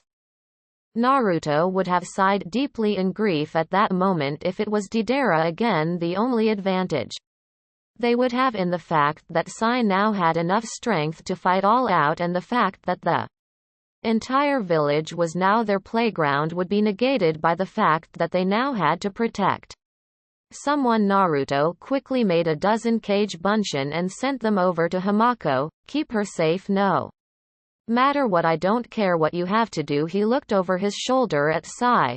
Let's take this elsewhere. Sai nodded as the two disappeared in a leaf and ink shrouded Shunshin. Hamako tried running out to find them but were kept back by the kage bunshin. I need to go with Sai-san in. Master, why are they leaving? The kage bunshin in charge shook its head. I can't let you go after the boss. Hamako, things are about to get ugly out here. XXX appearing elsewhere in the village. Naruto drew the blade from his back with a loud ring of steel. If it's Deidara again, I promised Kyuubi I would cut his arms off. I really hope it's Deidara. Sai pulled out his scroll. How will we go about fighting him this time, senpai? Naruto grinned. That's going to be the easy part. We have tons of space. You can try to take it to him from the air if you like, while I have my own method of reaching him. Sai nodded. That will do for now, senpai. Upon both coming to an agreement on how this was to be handled, they were both caught in a fiery explosion. Deidara watched from a distance, laughing loudly. And there you go. What happened to that strategy of yours, boys? He then blinked blankly. Oh, I wasn't supposed to kill the Jinchuriki. Deidara was then bound by ink snakes that emerged from around him as he struggled to escape. A sword was driven through his chest, freezing his face in an expression of pain and horror. Naruto smirked as he buried the sword through him up to The guard before the blade stuck fast as he tried pulling it out. Deidara quickly lost his color and turned to the color of clay. Naruto panicked and channeled wind chakra to his blade to pull it out and get distance as the clay figure of Deidara exploded as Naruto landed from his evasive action. Sai came to his side. That was a nasty little surprise. It looks like he has a clone technique of his own as well. Naruto looked around. Where is he now? He isn't flying above us, so where could he be? Sai didn't speak, instead drawing on his scroll as snakes came off and burrowed underground. After a moment of waiting, Deidara came out of the ground a good distance away from the two boys, launching his clay explosives at the snakes. Naruto rushed in, trying to stay close with the long-range expert. But despite the speed that he came at his opponent with, Deidara saw him coming and dashed away, reaching into his pouch for more clay as Naruto cursed at the speed that Deidara had, simply running backwards. He noticed that both of his hands spit out clay sculptures. Naruto shook his head as if he had been seeing things. I must have been underground too long. Naruto closed the distance enough that he was finally able to engage Deidara up close. Deidara avoided a thrust of the blonde teen's sword and maneuvered out of the way of a spinning slash when Naruto spun for his attack. However, Deidara was fast enough to plant one of his explosives on Naruto's back. The little clay spider crawled on Naruto's back while Deidara jumped away from him and made his hand seal, Katsu. The explosion rocked Naruto and sent him to the ground. Naruto grit his teeth in pain as he could feel the damage he had just taken rip at his nerve endings. I'm so tired of you. His eyes flashed red as he started leaking Kyuubi's chakra. You've turned this entire trip into a massive headache. One tail of chakra formed behind him. Deidara had a small grin on his face. Fighting two of you with one of you being the Kyuubi Jinchuriki. Not exactly my design of an ideal battle. Naruto growled at him and rushed at him, gripping his sword double-handed. Don't you run from me. Deidara had another clay figurine that so happened to be a bird in his other hand and expanded its size before taking off on it, leaving Naruto to miss his swipe. Naruto growled in anger and leapt into the air to cut down Deidara's ride. The missing nin paled at seeing him leap at his bird and quickly formed another clay spider that he threw down at Naruto. The enraged Jinchuriki cut right through it, forcing it to explode on contact and pushing him back to the ground, where he landed on his feet, smoking from the blast. He then noticed which way he was going. Sai, he's going back towards Hamako. Cut him off. Sai nodded and immediately took off on one of his ink birds while Naruto kept up and pursued from the ground. XXX. Well, it looks like the Jinchuriki left me a way to get him to cooperate. Hamako jumped at the sound off the gruff voice suddenly calling out. The clones took a defensive perimeter around her, but most were cut down by an iron tail extending from a blind spot and running right through them. The initial attack left two of Naruto's Kage Bunshin remaining, and they picked up Hamako before jumping away from the scene of the mass clone slaughter. Clone Sama, who's attacking us? Hamako asked, clutching at the Komainu necklace tightly. The clone she had spoken to stood in front of her, while the other was behind, keeping a watchful eye out for any movement that could be perceived as hostile. I don't know Hamako, but if I had to guess, it would probably be Deidara's partner, because that's who Boss and Sai Kohai went off to fight. It seems this one isn't as much of a musclehead as most are prone to being, the voice said once more. Or maybe his clones are just smarter than him. But if that were the case, they would have just dispelled and saved themselves the pain of death that they're about to feel. The clones reached on their backs for their swords, as if we'll just let you hurt Hamako like that. Her eyes widened upon catching sight of markings that ran all along the blade in the clone's hands, but she couldn't bring herself to speak quickly enough. I guess it's Easier to just kill you than to try and talk to a clone that has standing orders. With that, Senbon came flying at the clones and Hamako, forcing her two protectors to burst into smoke, but as it cleared there was no sign of the girl. I thought my clones said that I wasn't just going to let you hurt Hamako like that, came Naruto's voice from a short ways off. He was shrouded in the Kyuubi's chakra, holding Hamako close to him. Sai's bird landed behind Naruto, who placed her on its back. Alongside him, Naruto-sama. Naruto gave her a small smile. It's okay, Hamako. He looked at Sai. Take her with you, she'll be safer than if she were down here with me. This fight is more along my alley anyway. You take Deidara, just remember to sever his arms from his body somehow for me. He gave him a questioning look. Can you take Deidara all on your own? Absolutely. Sai looked at the figure who had appeared while they were talking, a hunched, grotesque-looking man wearing the Akatsuki robes. But are you sure, Senpai? Naruto followed Sai's line of sight and narrowed his eyes upon seeing what his root comrade saw.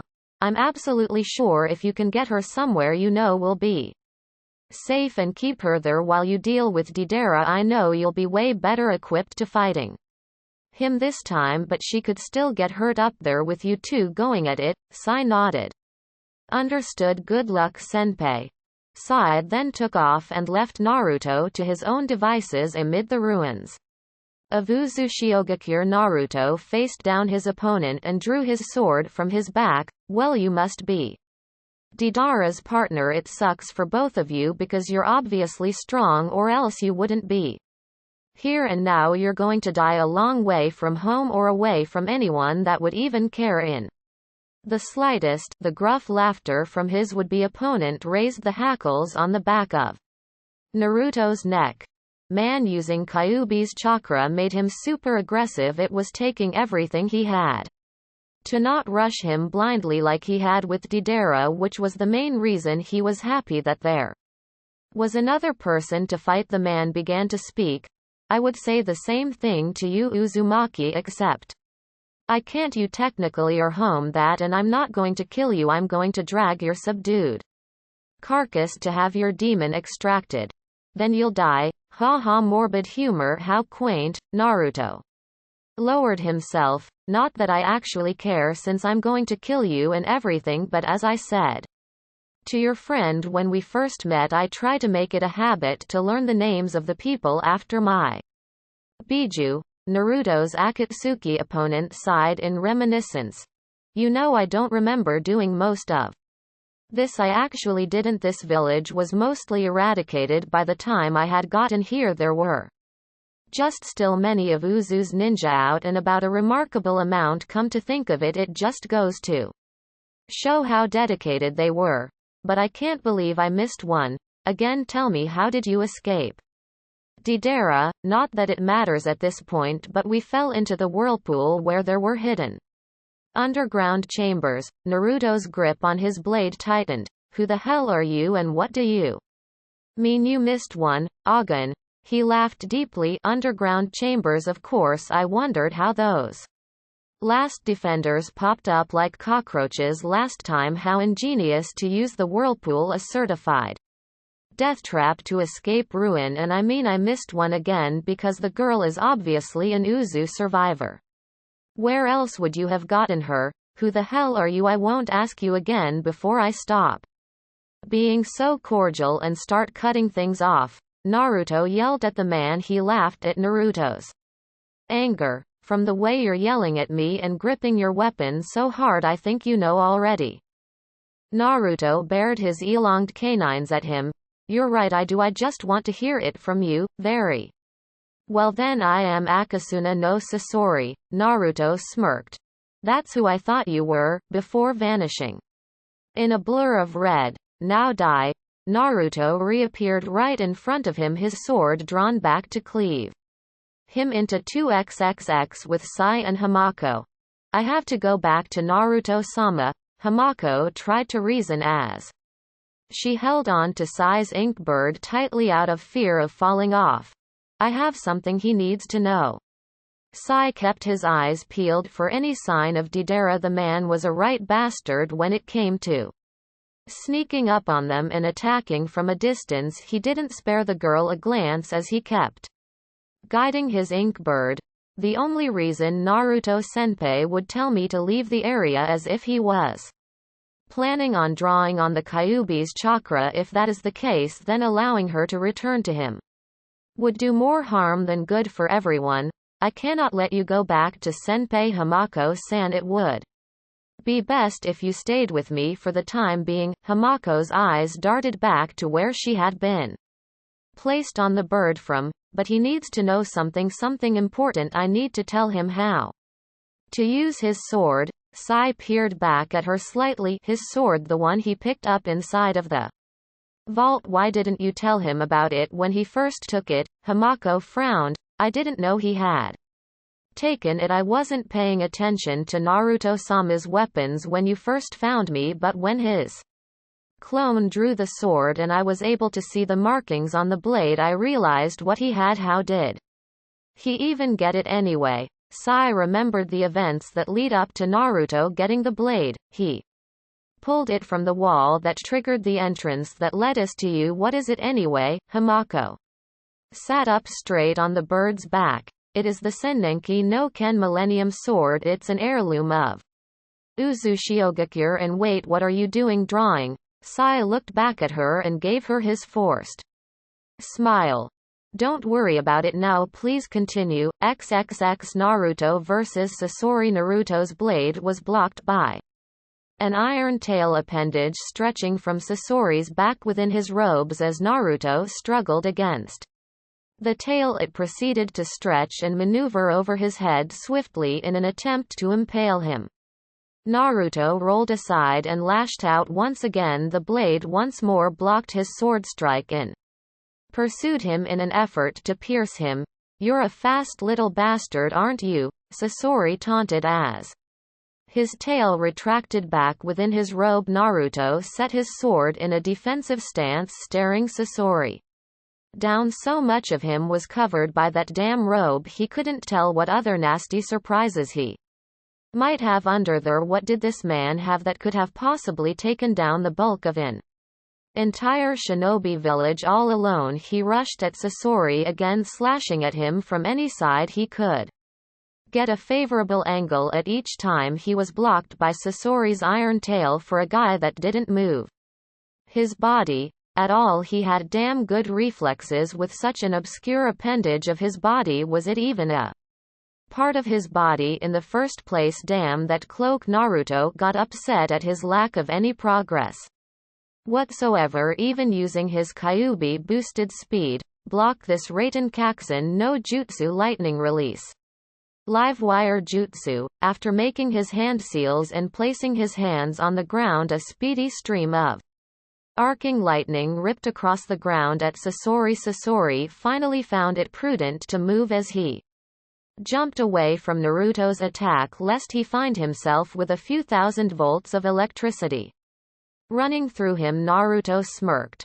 I finally got him to move. He's got some pep in his step. When I actually get him to jump out of the way of something. Naruto rushed in with his sword primed to strike at the oddly built enemy. When Sasori gave him another surprise, Sasori blasted Senbon at him in a rapid spray from his mouth. Naruto thought about trying to use his sword to deflect them, but settled on that being a stupid idea the moment he realized he couldn't even count them all and rolled out of the way.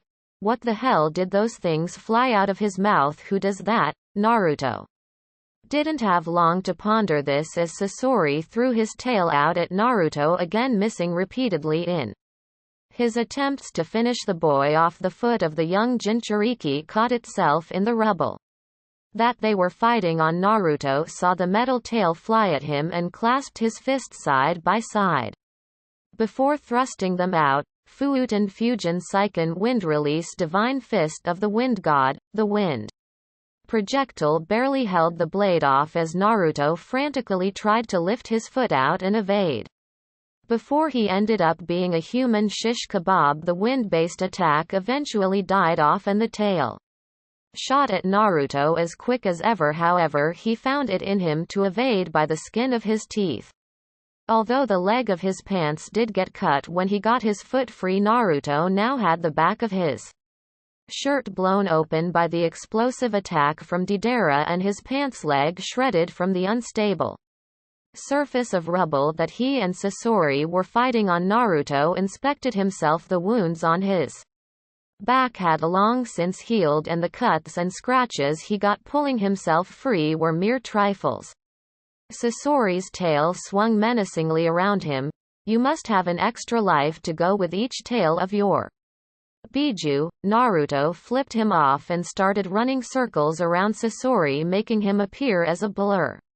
While a red trail left behind was the sign of his wake, Sasori sighed in annoyance as he tried to use his tail to stab the annoying fly. All he hit was nothing as simply penetrating the red haze that settled in Naruto's path while he continued running around him. You're really beginning to work my nerves, boy. Naruto's response was a reasonably sized chunk of debris flying from his shroud that he was running around Sasori at a high speed. Sasori's tail moved swiftly to intercept it soon.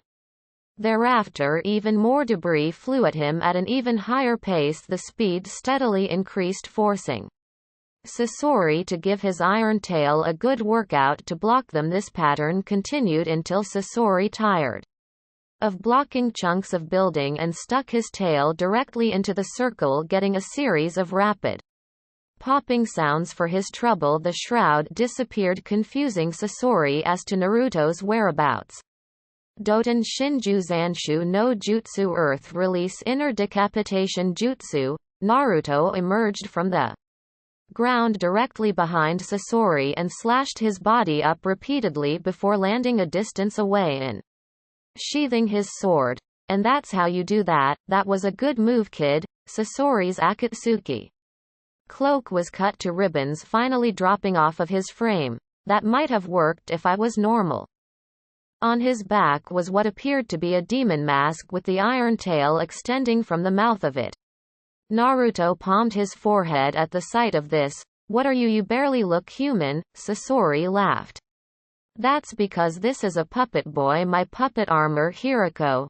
Naruto's teeth made a loud clicking noise as he found himself undeterred by this news. Well then, I guess I'll just have to smash your puppet armor to get to the soft squishy puppeteer underneath, won't I? Sasori laughed again. You can try, boy. Sasori raised the right arm of his puppet, which looked like a torpedo, and fired it at Naruto, who easily dodged. However, this was only the beginning. The torpedo rotated and launched tons of wooded cylinders from within. Naruto didn't like the looks of them whatsoever and tried to get more space when the cylinders broke open, launching a large amount of needles in all directions. The boy crossed his arms in an X pattern frantically. Fuuten Senpyu Kakasui Wind Release Whirlwind Pyramid.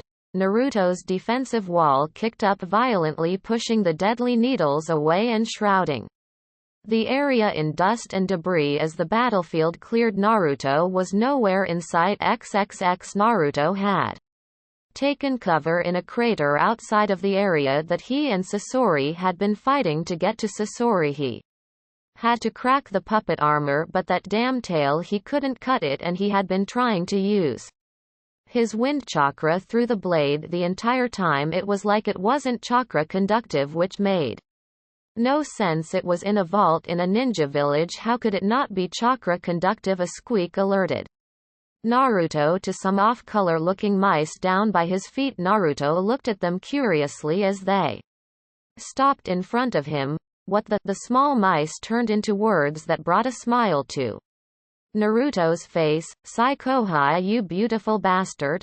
And Hamako too. I definitely think she's earning her chan today. XXX with Sai and Hamako. Hamako gave Sai a worried look. Are you sure that Naruto-sama will get your message about the sword? Yes, Sai stated, still looking for somewhere to put Hamako. Senpai will get the message, rest assured. Maybe back on the towers again. That would Make her a target if Deidara ended up finding her, plus she couldn't get herself down if she had to. Well, she probably could after seeing how she had basically sleepwalked through 3 of the previously impassable seals that kept him and Naruto from doing what they wanted. Do you think it will let him use it? Hamako smiled and nodded. Yes, I'm certain if it wouldn't allow him to use it, then he would never have been able to pick it up. Hopefully he's good at finding things out on his own, because I don't know enough about the Sennenki no Ken to really give him an idea on what to do. Naruto senpai is very surprising, Sai stated before narrowing his eyes in the distance. Here we go, please hold on tightly and stay down, Hamako-san. It seems I won't be able to let you off after all. Deidara was watching with a smirk on his face as the scope over left eye was trained on Sai. I thought I would have to go and interfere with Sasori no Donna's battle to get one of you. It's a good thing you decide to come to me. We're not all settled up yet, are we? Sai didn't answer as Hamako looked between him and Deidara. Sai, who is that? Sai pulled up his drawing scroll. That man is the main reason we found you, Hamako-san. Allow me to go over there and thank him for you. Sai attempted to strike first by drawing out bats from his scroll. Chaoju Giga Super Beast's imitation picture. Deidara laughed as his hands coughed up sculptures for his use. You have more fight in you this time, I have to say, but you're still coming at me with that same lame excuse for art. His birds left his hands and clashed with Sai's bats in midair as a few went around the clash, heading towards Sai and Hamako directly. How many times do you need to hear it? True art as an explosion. He made his half-tiger seal. Sai maneuvered the bird amid Hamako's uncomfortable screams through the mid-air explosions. I won't be nearly as easy to subdue as I was the first time, I assure you of that. Sai cut through a bird that got close and continued towards Deidara, now actually having the chakra to attempt fancy evasive maneuvers and to boost his ink beast's speed in mid-flight. You weren't that fast the first time, Deidara stated before shrugging to himself and making more exploding birds. For a long-range attack he let them fly with a devious grin on his face. Sai narrowed his eyes in annoyance as he saw even more birds coming their way. Samigasumi no Jutsu Ink Mist Jutsu. Sai shrouded his bird and a decent area around it in ink as it sped towards Deidara. The clay sculptures went inside the shroud and exploded, trying to take Sai out. Without sight, the bird emerged from the mist, still in flight and still generally coming at Deidara. Deidara smirked to himself as he watched Sai come closer. Now why would I send so many of my beautiful figures into there with little to no hope of hitting you? Because they weren't supposed to hit you, fool. They were just supposed to locate you. Deidara made his hand seal again. Katsu. Little clay insects appeared all over the bodies of Sai, Hamako and the clay bird, glowing and exploding on them before they could react. I have to keep the Jinchuriki alive. There's no such restrictions about fighting you. Deidara smirked before he realized that he wasn't seeing flaming corpses falling from the sky. Instead he saw melting ink bodies drop. No bodies whatsoever. Danger senses went off for Deidara as he jumped over Sai's low slash. He had hung off of the legs of the bird and taken his shot at the explosives artist. Deidara hung off of the other side as well and kicked at Sai, who swung himself up on the top of Deidara's bird to take a more advantageous position. He kept himself in a position to defend from whatever side Deidara would end up coming up from. What are you looking at? Sai turned his head and saw Deidara sitting on another clay bird. This surprised Sai as he had never even felt Deidara's weight leave the bird. He looked on the underside of the bird to see that it was holding a clay clone of Deidara in its talons. Sai looked up and saw Deidara's hands moving towards his hand seal, Katsu. Before he could finish the word, Sai jumped off of the bird. He free fell to the ground as the fiery Explosion of the clay bird sounded out over him. The sound of a bird's cry let Sai know he was saved. As he found himself scooped out of the air gently by his bird, the pale root ninja sighed to himself and patted the inky construct on its head. XXX Hamako shook herself off as she stood up from where Sai's bird had dropped her for his gambit of an attack on Deidara. She watched Sai's bird save him from a screaming flaming death and clutched her Komenu necklace tightly. Sai-san and Naruto-sama are fighting so hard. And I can't help again. I can never help. All I'm good for is making seals. Her eyes widened before a small smile came to her face.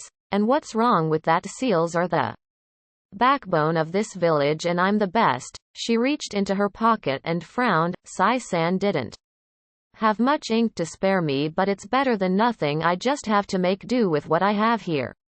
It has to be enough. She looked up at Sai, still in midair combat with Deidara. I won't be useless.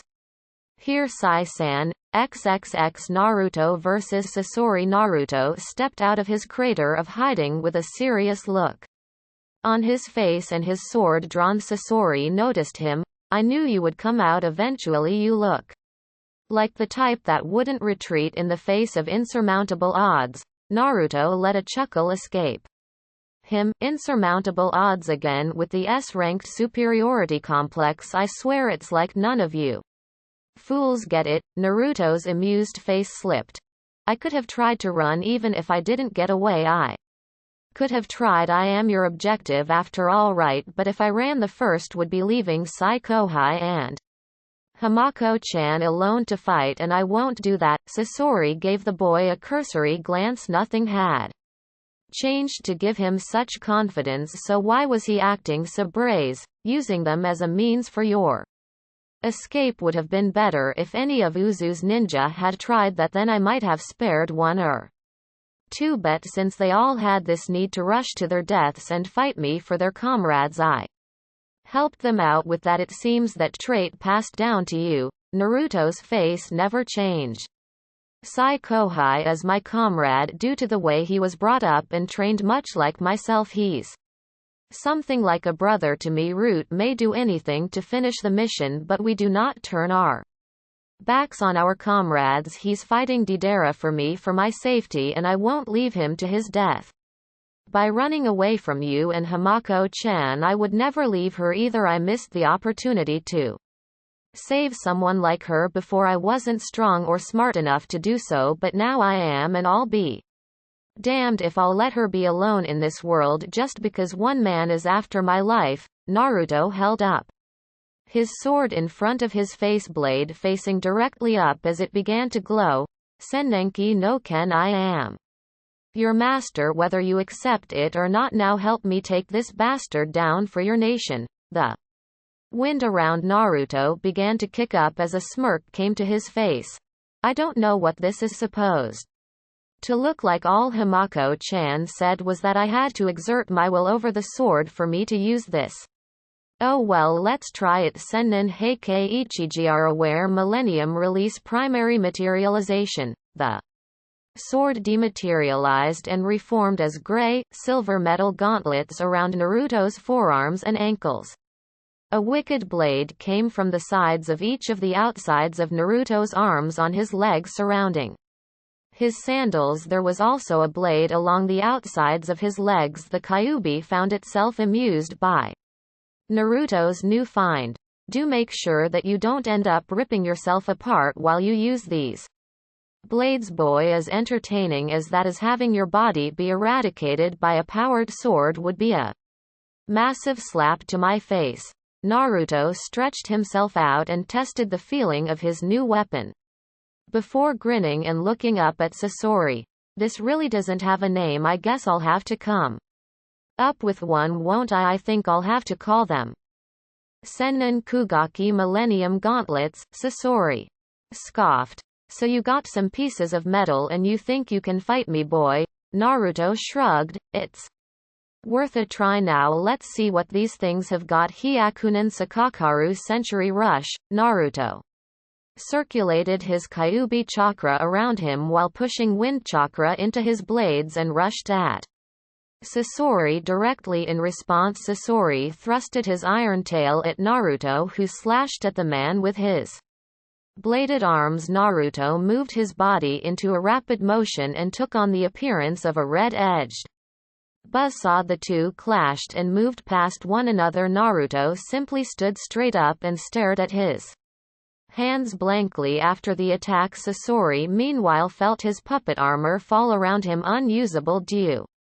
to the damage it had taken. As Naruto felt and heard the body of Hiriko collapse, a grin came to his face. Deidara watched Sai come ever closer atop his Inkbird construct. He's much faster and more reflexive this time. The last time it was like he was fighting in slow motion. Sai had been flying circles around Deidara for the longest time, having expected to blast Sai out of the sky, much like the first go-around. Deidara had pumped a lot of exploding clay into the attack on Sai's ink mist. Faint, he even had to sacrifice one of his birds and an entire clay clone in an effort to defeat the boy, but he was still hanging around. Sai, on the other hand, felt that he needed to invest in bringing more ink in case of emergencies. He had been using ink since he first found Naruto on Nami no Kuni. He never thought he would be fighting a member of Akatsuki, and he couldn't borrow any ink from Naruto. Due to Naruto losing all of his as well as his seal paper to the whirlpool, he was running out as well. But unlike Deidara, once he ran out of his long-range specialty, he still had a weapon on his back to use up close. At this point it was a matter of outlasting him and getting close again. From there, Sai had to be able to finish getting sick of fighting in the air, as he felt that it left Sai with something of an advantage due to his lighter airborne creation. Deidara started directing the height of the fight lower and lower. A mid-air dogfight was looking less and less appealing when Sai pulled up right on his tail. Meanwhile, Sai was wondering how he should go about attacking Deidara. From his current position, ideally he would be able to draw something to shoot him down, but Deidara apparently had a propensity to counter his attacks in a rather explosive manner, and if he did it from this range, Sai would be caught in the explosion. Attacking with his blade in close was also not very appealing. Deidara was slippery, and he could detonate the bird he was flying on at any time. They were too close to the ground and moving too fast for Sai to bail out and freefall to escape again. When Deidara looked back at Sai with a knowing smirk, it put him on high alert, and that feeling was well-founded when Deidara proceeded to jump off of his bird's back before tucking and rolling along the ground. Sai's eyes widened as the bird came to a dead stop and began to glow, crossing his arms in front of his face as some method of defense. Sai ended up being thrown off of his ride violently by the force of the explosion, taking nasty burn wounds across his arms and torso, as well as the sheer impact damage of falling along the ground. Sai rolled onto his belly and crawled along the ground as the blood from a gash on his head soaked into his hitate and down his face. This really isn't good. XXX Naruto vs Sasori. Naruto looked back as Sasori emerged from the wreckage of Hiriko. His puppet armor, he was still picking the pieces of the formidable tool off of himself and grumbling. Naruto was surprised at hearing a youthful voice doing the griping. This guy had to be way over 30. He looked down at the blades on his forearms and outside legs. It really sucks that this is the only way that I can channel elemental chakra to the blade, but I have to say, after that first attack I can't complain too much. Sai's message to him was taken verbatim from Hamako about his weapon. The sword was a special construct for whoever was the leader of the village at the time. The final ceremony towards finding a new leader was finding someone that could find their way to exert their will over the blade and bend it to their will throughout the existence of the sword. The Sennenki no Ken was never the same thing twice, therefore the gauntlets were Naruto's own creation. And the physical manifestation of his spirit Hamako didn't know any techniques with the weapon since every listed user had their own attacks to fit their specialized release form, so Naruto was coming up with his own on the fly. The one thing he could say though was that he found it far easier to sharpen his chakra and run it through the blades as if they were just an extension of his body, and his chakra was still flowing through him even using the Kyuubi's chakra with the Sennin Kugaki. Felt easier. He felt no heightened bloodlust at all, and it was clear that the Kyuubi's chakra was circulating through the blades as well due to the fact that they had a red sheen to them. Oh well, he would get used to them on the fly because right now he still had a fight to win. Sasori quickly freed himself from Hirako and looked at Naruto. The man looked like a teenager. He had red hair and a lazy expression. He also had the usual Akatsuki cloak that Naruto figured he would have to get used to seeing on everyone that came for his head. After this, Naruto raised an eyebrow in confusion. You sounded way older inside that stupid puppet. Sasori gave Naruto a cool glance. So I've been told. A puff of smoke surrounded him. So I guess that it's time for me to get serious. When it cleared, there was a puppet with spiky long black hair in a black cloak.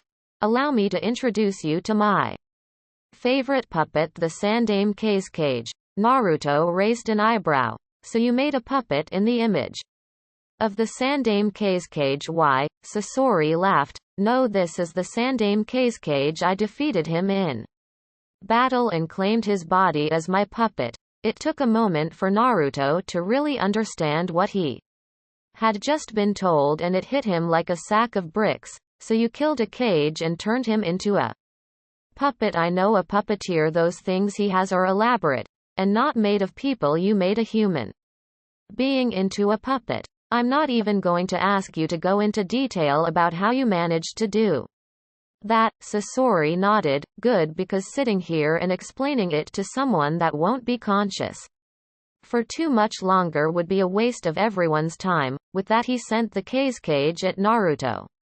Let's do this then. Naruto rushed out at the puppet. I'll break this one too. Naruto went through the motions for his buzzsaw-esque attack that he had used to destroy Hirako, Hyakunin Sakakaru. Century Rush. A motion of Sasori's fingers opened the mouth of the cage as an iron powder began to file out. It then took the form of a solid iron wall directly in front of them. Both Naruto's attack hit the iron barrier and the two metal forces made a horrible grinding noise before bouncing off. Naruto adjusted to his dizziness and stared at the wall, growling at the barrier. Well, that's just fantastic. Naruto made a cross seal and formed a dozen cage bunshin. Make that doll playing freak pay. The clones rushed in while Naruto crouched and observed from a distance. They all went around or jumped over the iron wall to attack Sasori. His body twitched as the memories of how they were violently dispelled came to him. He simply stood still and crouched on all fours on the ground, priming himself for an opening to attack. The wall of iron collapsed back into powder before shooting at Naruto rapidly. Satetsu Shigur Iron Sand Drizzle. Fuck. Naruto generated his one-tail cloak of chakra and cut out in a hasty retreat away from the almost microscopic iron projectiles. He was shocked to see that they had such a wide range of spread. How the hell is that even happening? He cut back to avoid getting overtaken by the small iron pellets and rushed Sasori and his cage puppet as he generated a Rasengan in his right hand and drew it back to attack. Looking closely at Sasori and the Sandame cage puppet, Naruto saw that his clones were able to get close enough to force a short conflict as the cloak of the cage was somewhat shredded, revealing a shut chest compartment. As he bared closer to the puppet user and his prized tool, his senses of danger went off.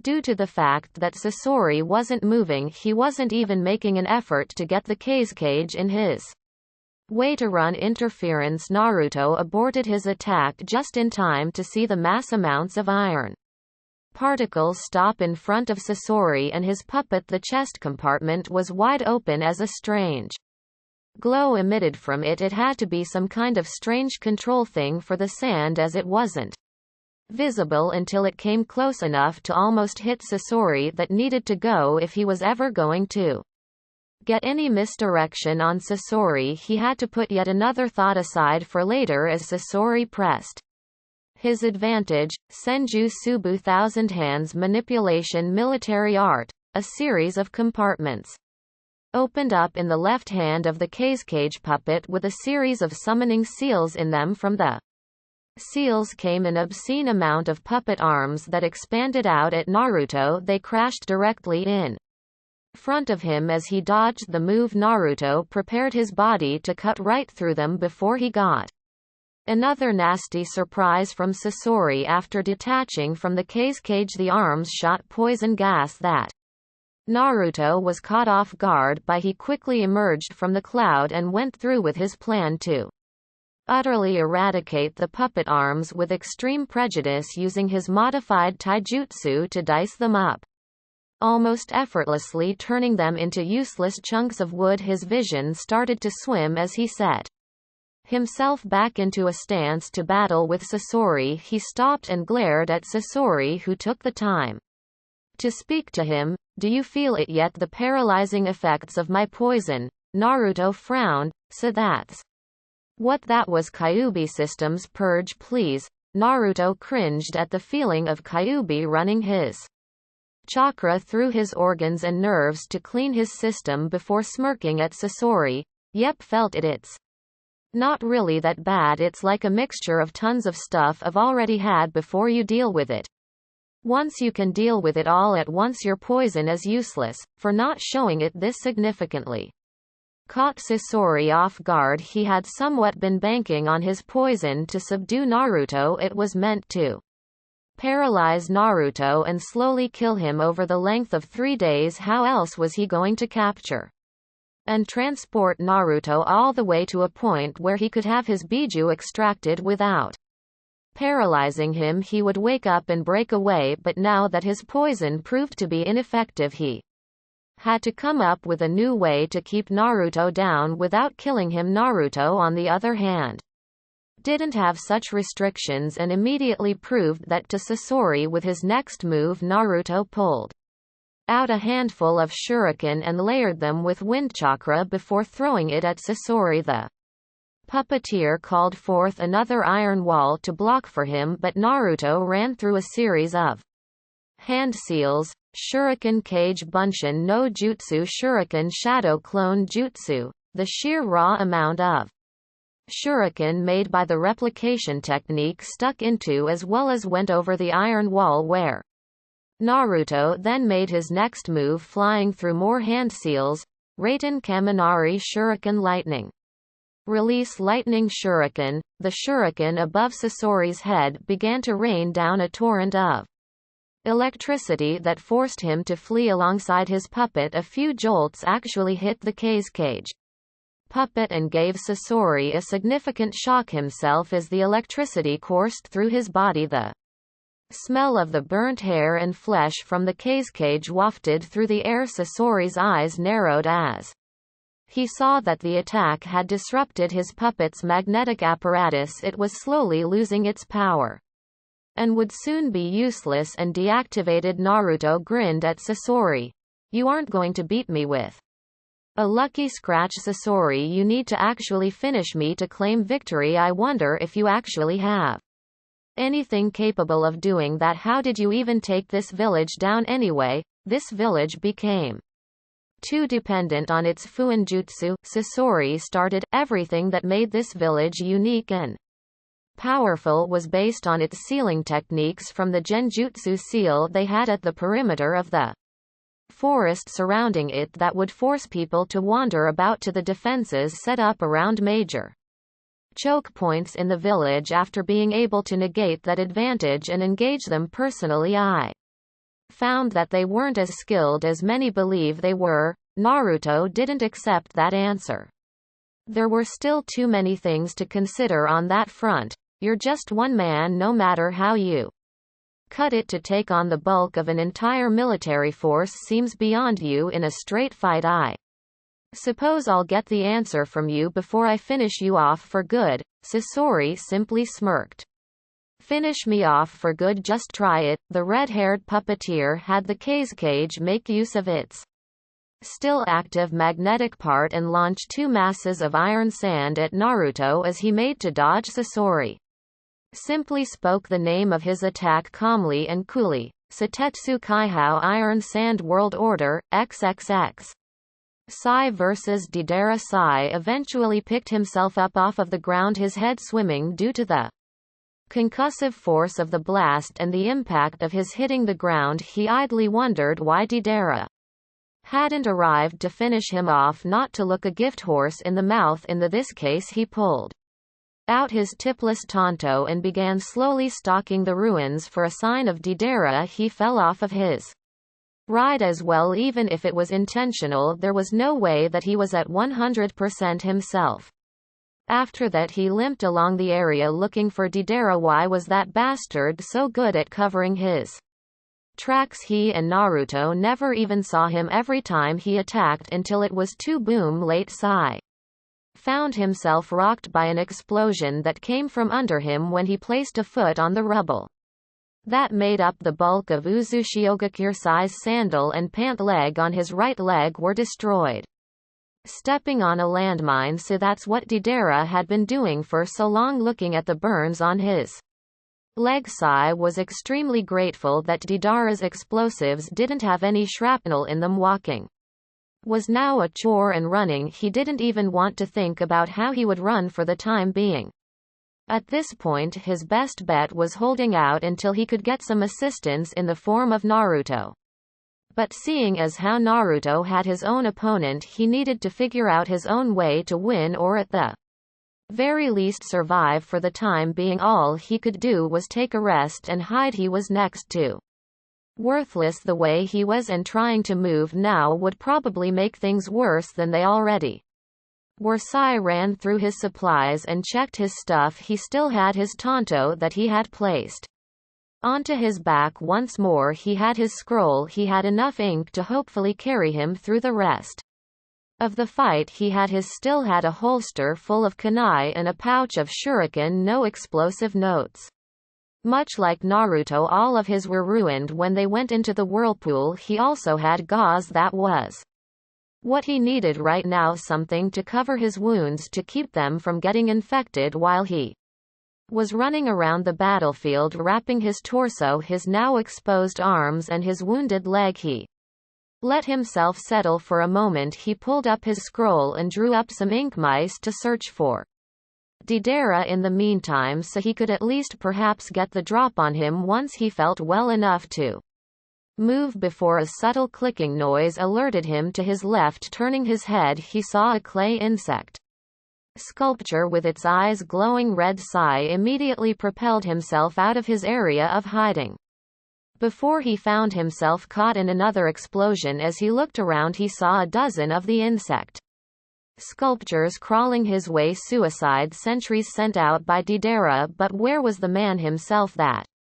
was what Sai needed to know right now. In the meantime, he drew out his shuriken and tried hitting the explosives before they could get any closer. As they connected with them, the blasts signified that he had finished them off, but now it was abundantly clear where he was, and he could be picked off at any time by Deidara. This was made abundantly clear when Sai looked up and saw clay birds circling overhead as they came careening down at him to finish him in a suicide dive bomb. He heard explosions come from behind him before a massive shadow covered him with its stone frame, covering him from damage as the blasts rocked his apparently mobile cover. That was close. Sai-san. Sai turned to see Hamako right next to him with a small smile on her face at being able to reach him to assist.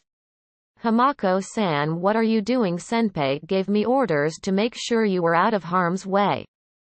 Hamako frowned as even more explosions sounded out around them. Well, that's not fair to you two, is It doing all of the fighting alone like that, and even more so to me. What am I supposed to do if you two are killed here? I don't know anything or anyone in this time. How am I supposed to get along if that's the way things are going to go? I might as well fight too and risk myself as well. Sai winced somewhat as he was beginning to feel his injuries, the adrenaline from the hiding and searching finally wearing off. You aren't a shinobi, Hamako-san. You couldn't help either myself or Naruto senpai in combat. Hamako gave him a deadpan look. Really? Because what do you think is shielding you right now? Your iron will to live. Sai sweat dropped with an expressionless face. Random misplaced and sturdy debris. Hamako kept her look as the explosion stopped. Komenu-kun. Let's get Sai-san moving again. He's no good to us if he can't even dodge. We have to be the ones to move for him. The statue was what Sai was thinking.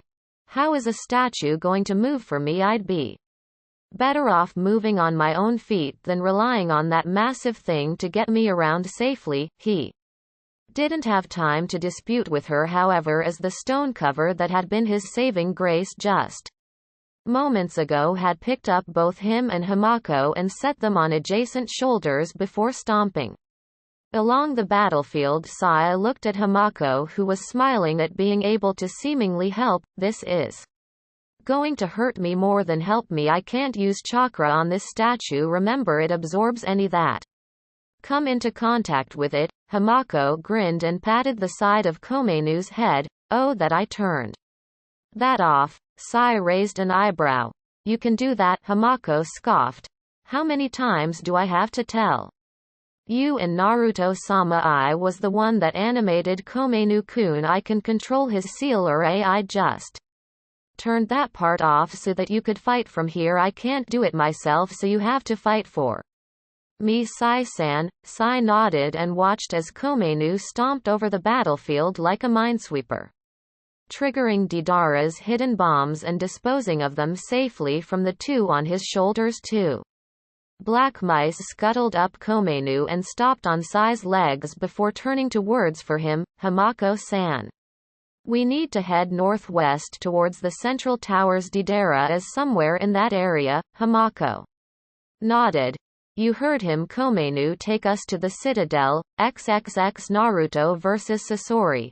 This is total bullshit, Naruto yelled as he dodged ever-expanding branches of metal from running him through Sasori's last jutsu. Satetsu Kaihao had forced an ever-expanding forest of deadly iron branches that could keep branching off at any time, making it one massive pain for Naruto to dodge, as the increasing numbers of branches also meant more potential for him to be impaled by even more iron branches. Naruto couldn't even anticipate the attacks due to the sporadic habit of the attack to break off and expand randomly. It quickly trapped him deeply inside. His entire reason for keeping in one piece thus far was the fact that he had extreme reflexes and senses from the Kyuubi's chakra, in addition to the chakra cloak that the Kyuubi used as an early warning radar for danger. Early warning, as in a quarter of a second. Naruto now stood in the middle of a forest of iron spikes that stretched out over a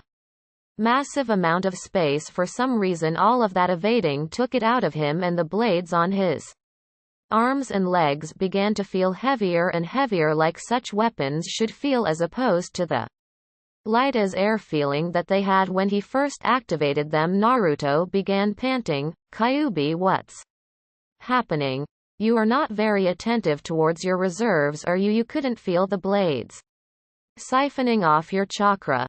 The demon in question asked in a disbelieving fashion. You didn't think that natural feeling of feeling your chakra flow through the gauntlets like another part of you was just a perk, did you? It was steadily siphoning off your chakra to power the transformation. No, I didn't feel it. I've never really run out of chakra before, not like this.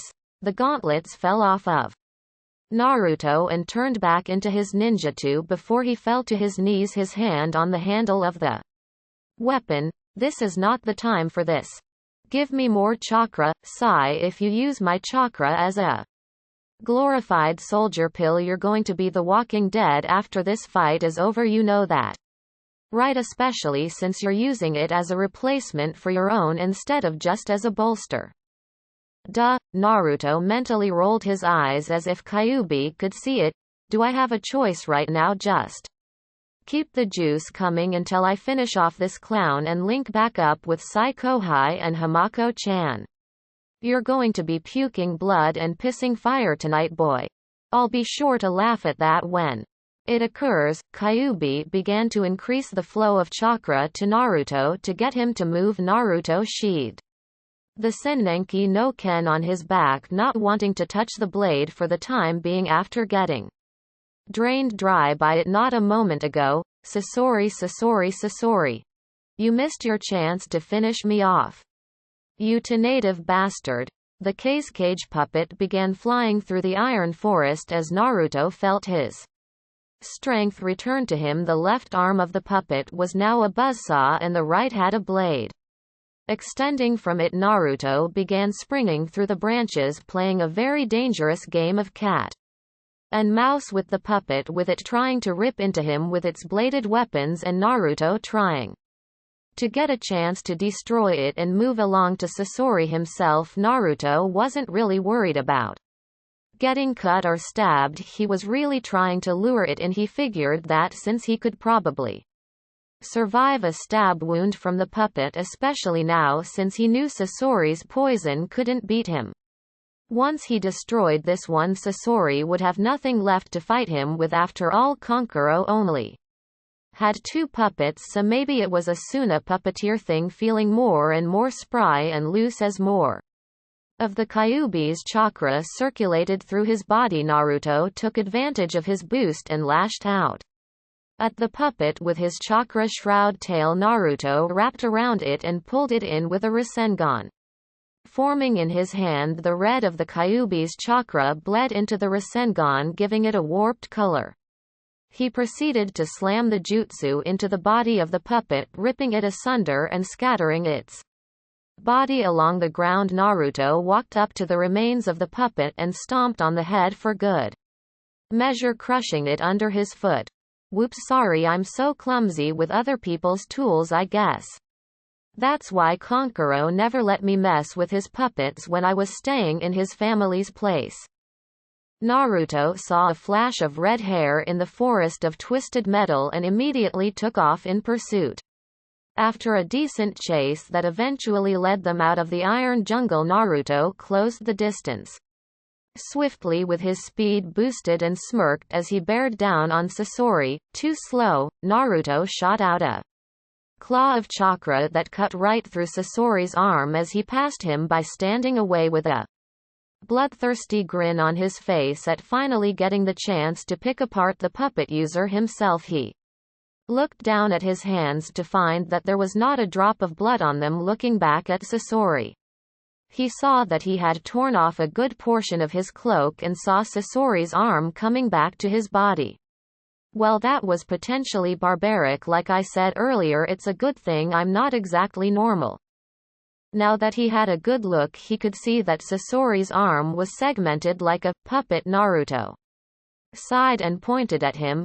Okay, I was willing to accept the fact that you turned a cage into a puppet, because after watching it fight it seemed like a damn good idea, despite the fact that it's a human being and the idea seems utterly ludicrous and morbid. But this, how the hell can you even do that? Is that even physically possible? The body of Sasori was that of a puppet. He pulled off the rest of his cloak and showed his inhuman body. There were clear segments and compartments on his chest, stomach and back. Even his eyes didn't look human anymore, open and wide like a puppet. It's very possible, seeing as how I did it, and there's nothing ludicrous about it. Why would I want my human body that has weakness, can feel pain, and would have eventually grown old and weak no matter what I would have done? I can have a body that I can upgrade at will never feel sickness, and is all around stronger than my human body could ever be. I have turned myself into the ultimate eternal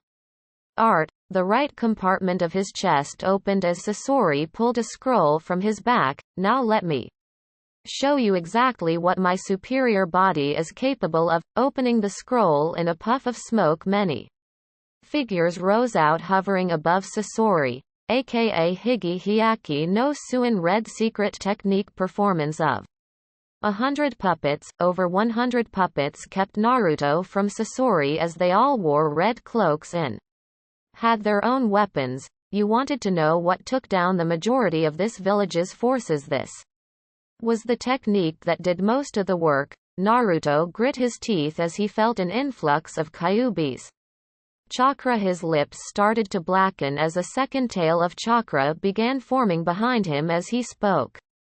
His voice sounded gruffer and more serious. 1 against 100. I have to say, Sasori, I'm disappointed. You do know what Jinchuriki like me are meant to be, don't you? 2 bubbling tails of red chakra swished behind him. Army killers always go with quality over quantity. Naruto launched himself at the force of puppets. Sasori's puppets came at Naruto to put this fight to rest once and for all, but as the boy drew close he vanished from immediate sight and began ripping through the puppets savagely with his bare hands. Blood flying through the air was a sign that Naruto was being cut by the weaponry wielded by the puppets, but the fact that he refrained from slowing down at the very least signified that these were shallow, and with him not being susceptible to Sasori's poison, this wasn't nearly good enough to beat him. All Sasori could do was maneuver the puppets around Naruto's path of destruction and cut him off from free range of movement. Eventually he was able to do just this, surrounding Naruto with a circle of puppets, a dozen thick. Naruto had the top half of one of Sasori's puppets in his hand as he stared around himself, noting that he was surrounded with an amused smirk and with his feral features. This made it somewhat chilling, especially as his body was now clearly visible due to him having his shirt utterly torn asunder by the puppets, with only the strap of his sheath being intact, his substantial amount of shallow wounds sizzling shut right in front of Sasori's eyes. So this was your big plan when you came after me, mob me with puppets in hope your poison stops me? Let me show you something that just might get the point across to you. Naruto took the sword in the hand of the puppet he was holding and stabbed himself in the torso.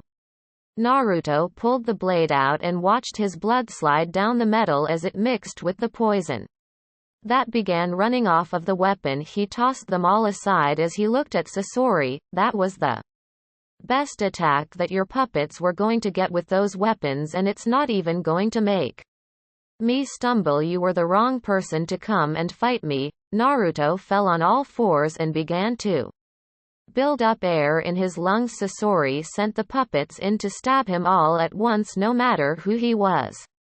There was no way that he could shake off that kind of damage as they began to gather around him with their blades drawn to skewer him. Naruto let out a massive concussive roar that sent all of the remaining puppets flying away from him. All of those that were closest were broken apart by the raw power that Naruto's roar had pumped out at ground zero. The others were tossed aside haphazardly all over the place. Some flew off into the distance, others flew somewhere within the mass of iron sand and were shattered upon high-speed contact with the branches. Naruto picked the pieces of what was once his shirt off of his shoulders and chest as he faced down what was his last obstacle, Sasori himself. The puppet-bodied man showed no intimidation at facing down the demonically charged teen.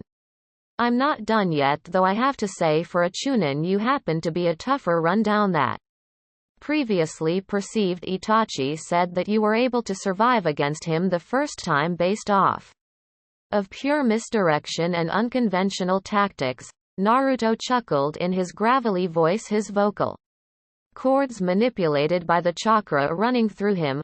I've had almost an entire year to prepare since then. Itachi and Kisame actually matched up with me. You don't. Why you were sent to deal with me? I'll never know, and neither will you, since I'll just have to rip you apart just like I did with every other puppet you've thrown at me today. It won't be nearly as easy as you believe it will be. Sasori lifted his palms and revealed pipes that spewed intense flames from them at Naruto, who moved aside and started working angles to get at Sasori properly as he approached from the back. Left poles emerged from the back of Sasori's hips with 5 blades attached that began spinning rapidly. Naruto diverted his attack to avoid getting pureed by the blades as Sasori took off at blinding speed to get some mobility going. Naruto smirked, so now he wanted to move. He had been fighting the entire battle as stationary as he could, and now he decides on dynamic movement. Once Naruto had it in him to see how many chunks he could tear Sasori into before he stopped functioning. He didn't know whether to be pissed off that Sasori could now move so quickly, or ecstatic that it wouldn't be that easy to pin him down and rip his head off, banking on the Kyuubi's ever-growing presence in his person giving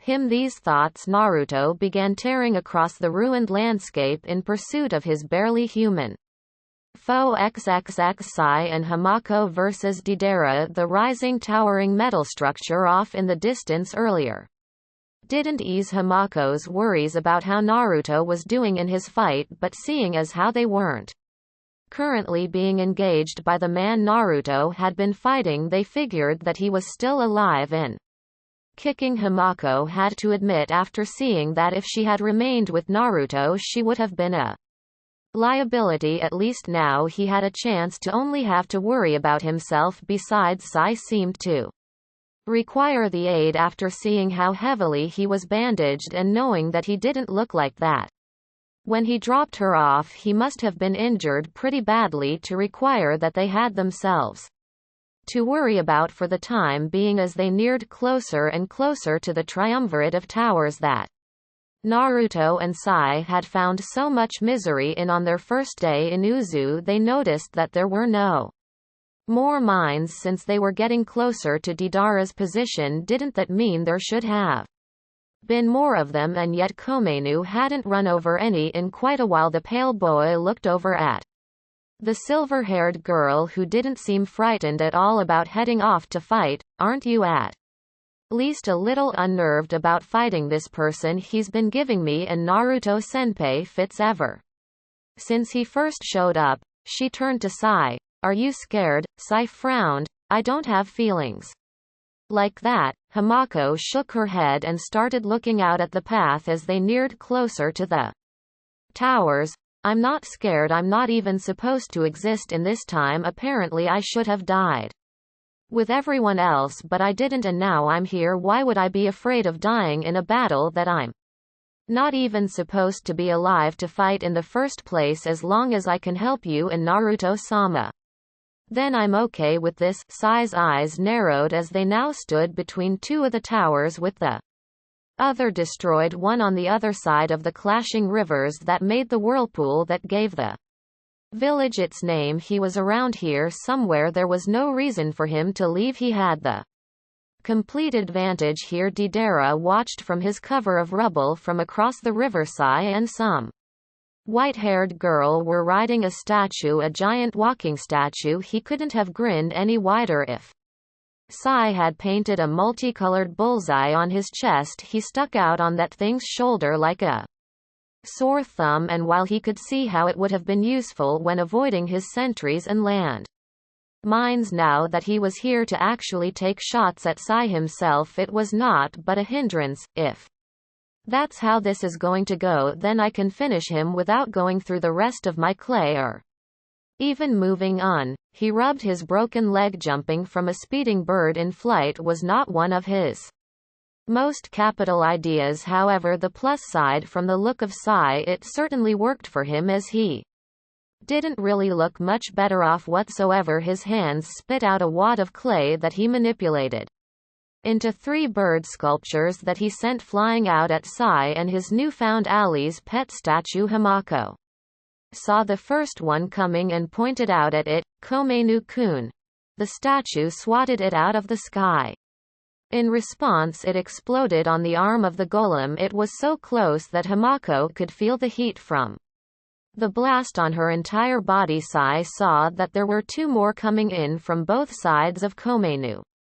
Thinking fast, he moved over to the other shoulder and pulled Hamako off along with him just in time for the two birds to collide with its head, taking it out. Hamako gasped as she saw her favorite creation collapse, its head crumbling and falling off. As it fell backwards, she turned to Sai anxiously. "Where is he? Those last two came from nowhere and Komenu is gone. It took me so long to make him." Sai kept her head down and kept her from looking back as they crawled along the ground.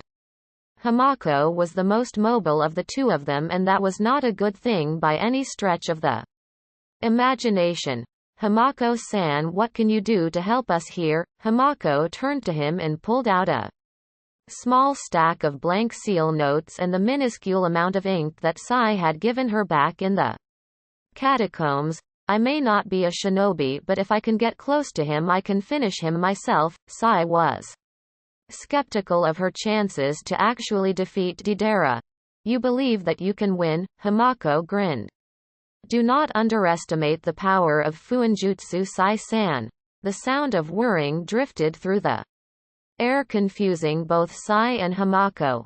"What on earth is that?" Sai looked up, thinking that they had somehow been found, and saw a man with red hair flying through the air with the use of some strange appendage on his hips. He then saw a mass shrouded in red plow into the figure, sending it careening into the side of one of the towers, blasting a massive hole in the side of it due to the shape of the shroud surrounding the second one. Sai knew exactly who it was. "Hamako-san, we need to get out of here." Hamako was confused. "What was that, and why do we need to leave?" Sai crawled along the ground again while covering her with his body. "That was Naruto-senpai fighting his opponent, and we need to leave because being anywhere near senpai when he uses his special chakra is a horrible idea." "Special chakra?" Hamako asked innocently, now crawling on her own so that Sai didn't have to strain himself any further than he already had today. "Naruto-sama has special chakra. What does it do?" Sai didn't even turn back around to answer her. "It destroys XXX Naruto versus Sasori." Sasori wasn't fool enough to believe that he would just lose Naruto by simply taking off on a low flight dash away from the battlefield. Not likely. He was simply doing this so he could find an easier area to fight Naruto than in the wide open area that would grant the agile Jinchuriki the advantage, or better yet, Deidara, who he hadn't seen since they split off earlier, which was why he wasn't really surprised when he found himself body checked into the side of a building by said Jinchuriki. Naruto followed Sasori to the ground, landing on him and proceeding to pound away on his face as he heard cracking noises start with every punch he landed. Naruto almost got incinerated, however, when Sasori tried to burn him off like a tick with one of the flamethrowers in his palm. Naruto quickly rolled off of him and out of the range of the flames that threatened to lick at his body, taking this moment to attack.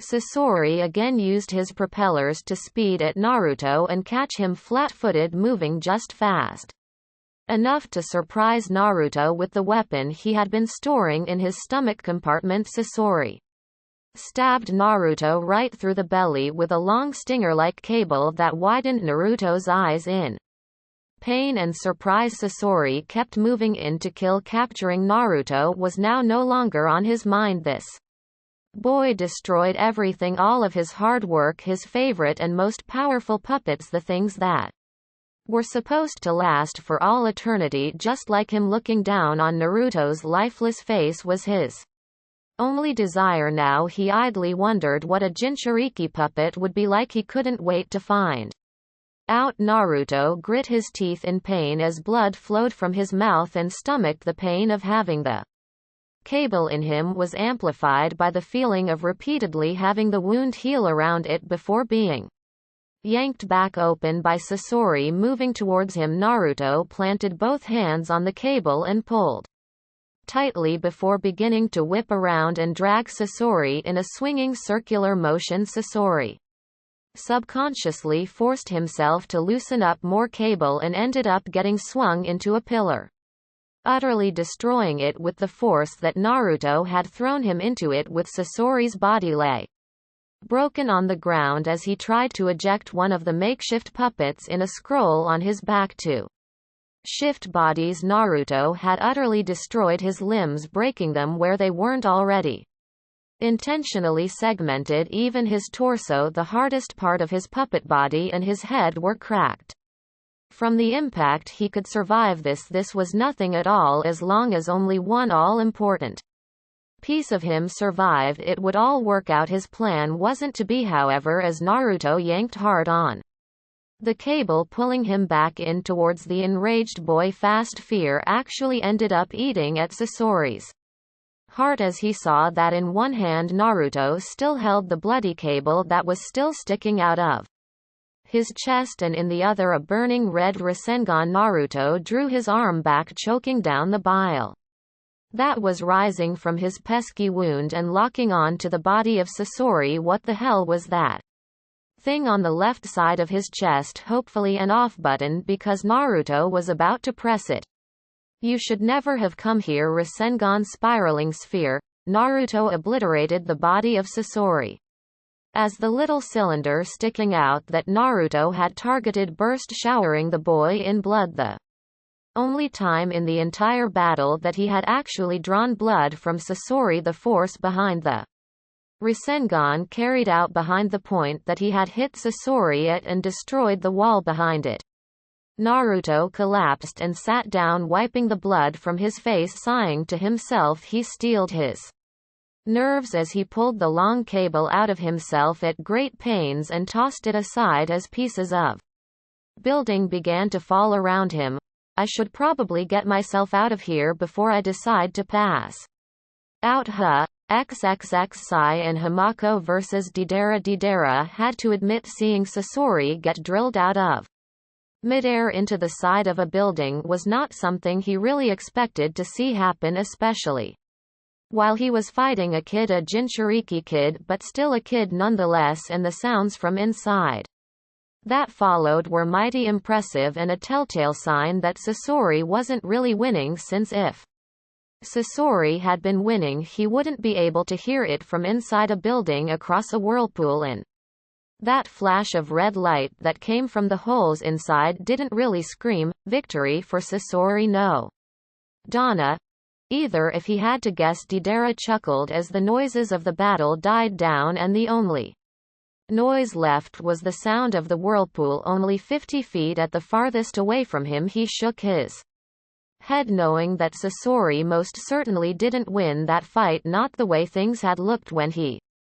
had seen them clash. He says all of that crap about art being long-lasting, and then he goes and gets himself wasted. 1 second later, a sound of growls surrounding him alerted him to his current predicament. Deidara found himself surrounded by lions constructed of ink as Sai limped towards him with his tanto drawn. You shouldn't have been paying so much attention to Naruto-senpai's battle while you were in the midst of your own, or did you forget about me? Deidara chuckled at the sight of Sai and his lions slowly moving towards his downed form.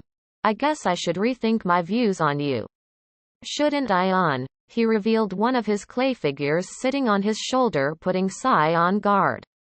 You have art that can both be here for long periods of time or be gone in a flash. However, I think that wishy-washy way of thinking is cheating and makes me sick. At least Sasori no Donna had the decency to choose one side of the fence while you balance in between. With that he picked up the figurine and placed it into his mouth, chewing and swallowing it, much to Sai's surprise. Deidara smirked as his body began to rapidly expand. I'll turn your little pencil drawings into art for you. Because true art is an explosion. Sai turned to run, but with his leg he had no way to escape. No matter how big the blast was. Sai-san, Hamako shouted as she ran up to the bulging Deidara. Fuinjutsu Jiken Bunkatsu sealing technique time splitter. Hamako slapped the seal on Deidara's head and ran back towards Sai. Fuin. She then leaned down and placed Sai over her shoulder as she began to run away with him leaning on her. Come on, we have to go now. Sai blinked at her as she moved as fast as she possibly could to get them away from the bulging Deidara. However, something seemed off. He was bulging far more slowly than he had been a moment ago. He looked at her as she determinedly assisted him. What did you do? Hamako looked back. That seal I just used slows things to 1/5 of their maximum speed. I don't know how potent it will be though, since I'm not used to using anyone else's ink for my seals. Sai looked back to see Deidara slowly approaching critical mass. So what are you saying? Hamako gave him a nervous smile. Due to a disconnection between me and the seal, it might break. By break, you mean? Sai fished nervously. Hamako looked back. Utterly backfire and fail in about 5 seconds. And that's being very generous to my seal making. Sai said nothing and simply pulled the rest of the ink he lent Hamako from her as he started drawing on his scroll, Chaoju Giga Super Beast's imitation picture. Sai quickly summoned up an ink bird that swept him and Hamako up and flew off. The seal on Deidara's head slipped off as he returned to regular speed. Art as an explosion, before detonating himself and taking out a good chunk of Riverside land. Hamako looked down at the explosion left by Deidara. Well, that's certainly an interesting way to go out, don't you think, Sai-san? Sai didn't look with her. He's not dead. The expression on Hamako's face showed skepticism towards believing that Deidara was still alive. He blew himself up. Now, if there's any way that you yourself have personally seen anyone live through that, I think it would be common knowledge even to someone like me. Sai shook his head. This isn't the first time that he made a false figure of his explode. He probably switched himself out with it before we were able to reach him. Once he realized his partner was dead, even if he could have defeated us, he wouldn't be able to beat Naruto Senpai afterwards, making his staying here any longer a null point. Hamako nodded before her eyes widened. Naruto-sama, what happened to him? Is he alright? Sai turned the bird around to head back towards Naruto's last known whereabouts. XXX. Deidara limped out of the vicinity of the village using the trees for support. I guess I'll have to wait until next time, little pale drawing boy, he said to himself as he walked along. With Sasori no Dana gone, it seems that you're the only one I can test my own art against now. He looked down at the mouths on his hand. I wonder, will it be my art of a single moment or your ink constructs that trumps the other? In the end, a smile slowly made its way onto his face. For some reason I can't wait to find out. XXX. Sai landed his bird in the midst of the tower that Naruto plowed Sasori into and let Hamako off. While he stayed on it with his wounded leg, Hamako ran to the collapsed building and sifted through the rubble. How did the building even fall? Sai yelled back from his place on the bird. Deidara's blast must have been strong enough to take out what was left of the tower. Naruto Senpai probably did a number on it from the inside to weaken it as well. Hamako picked through significant pieces of fallen building. Naruto-sama, are you alright? Say something if you're still alive. Ow. Naruto pushed a chunk of roof off of himself as Hamako ran over to check his injuries. Please tell me you killed that bastard Sai Kohai. Sai's bird walked over with him on its back. Sorry to say I couldn't, Senpai. He escaped after you killed your opponent, Sasori. Naruto said. I killed Akasuna. No, Sasori, that's who that was. Hamako stared at Naruto in disbelief. They had told her that he was the one who had destroyed her village, and here he just beat him immediately. Naruto wriggled his body free and stood up shakily. He walked past Hamako and set a hand on her shoulder before moving along to Sai. You look beat the hell up, Kohai. Sai gave him his smile. As do you, Senpai. I would venture to say that you probably got it worse than I did. Naruto scoffed. Yeah, but I can walk, Sai shook his head. That's because you have the kyuubi inside of you. Normal people like me actually have to deal with their injuries if chunks of building fell on you and you can just pick the pieces off and walk up to me. That kind of tells me you aren't normal, doesn't it? He took a moment to think. How did the tower fall on you anyway? By the time Deidara's suicide clone exploded, you should have been long gone. Naruto rubbed the back of his head sheepishly. Well, you see, I was kind of picking up a few things after I was done, and then the entire place comes down around me. Sai raised an eyebrow. What were you picking up that got your attention like that? Naruto opened his mouth to answer before he was glomped by Hamako. Naruto-sama, you're all right. Naruto buckled under her weight.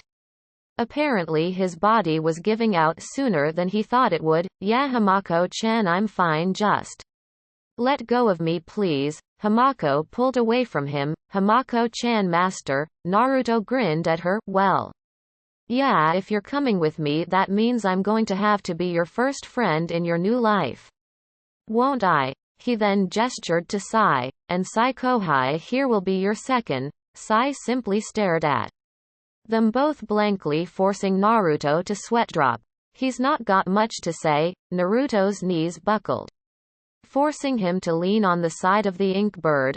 Alright, Sai, I can't go back to Kiri or Konoha like this. There will be too many questions that I don't feel like answering, so just drop me somewhere nearby where I can heal. Okay, I have a safe place in mind. XXX. Later that night. Knock knock knock. I'll get it, father. A door opened to reveal a beautiful dark-haired woman in a pink shirt staring in a surprised fashion at her guests. Naruto-kun, is that you? Naruto gave her his best grin while being supported by Hamako on her shoulder, body wrapped in bandages. Hi there, Tsunami-san, it's good to see you again. He rubbed the back of his neck. I hope it wouldn't be too much to ask of you for a place to stay for the night, would it? Tsunami gave him a smile. Of course not, Naruto-kun, you and your guest are welcome here always after what you did for this country. Hamako returned her smile. We saw the bridge, he almost fell out when we did. Naruto chuckled. Yeah. I didn't really see that one coming at all. Tsunami giggled. Yes, Kakashi-san said the same thing too when he arrived. Naruto blinked at her. Wait, you said when Kakashi arrived he came back here before without our team? Tsunami shook her head. No. He's here right now with 2 other kids. As a matter of fact, he was the one that said that you would probably be showing up here in the next day or two. With that, a familiar masked visage came into Naruto's clear view with his ever-present eye smile in place. Oh. Hey Naruto, funny running into you here, huh? Kakashi began laughing humorlessly, which led to Naruto laughing uncomfortably, making the 2 females between them stare confusedly. Shithead is back. Where the hell is he? Naruto paled at the sound of that voice as Kakashi slid to his side. Oh, and just so you know, Tayuya's been very upset since you left in Kirigakure. Good luck with that. Thanks, Kakashi-sensei. Thanks so much, Ant. Cut. The next part will be released tomorrow. Bye.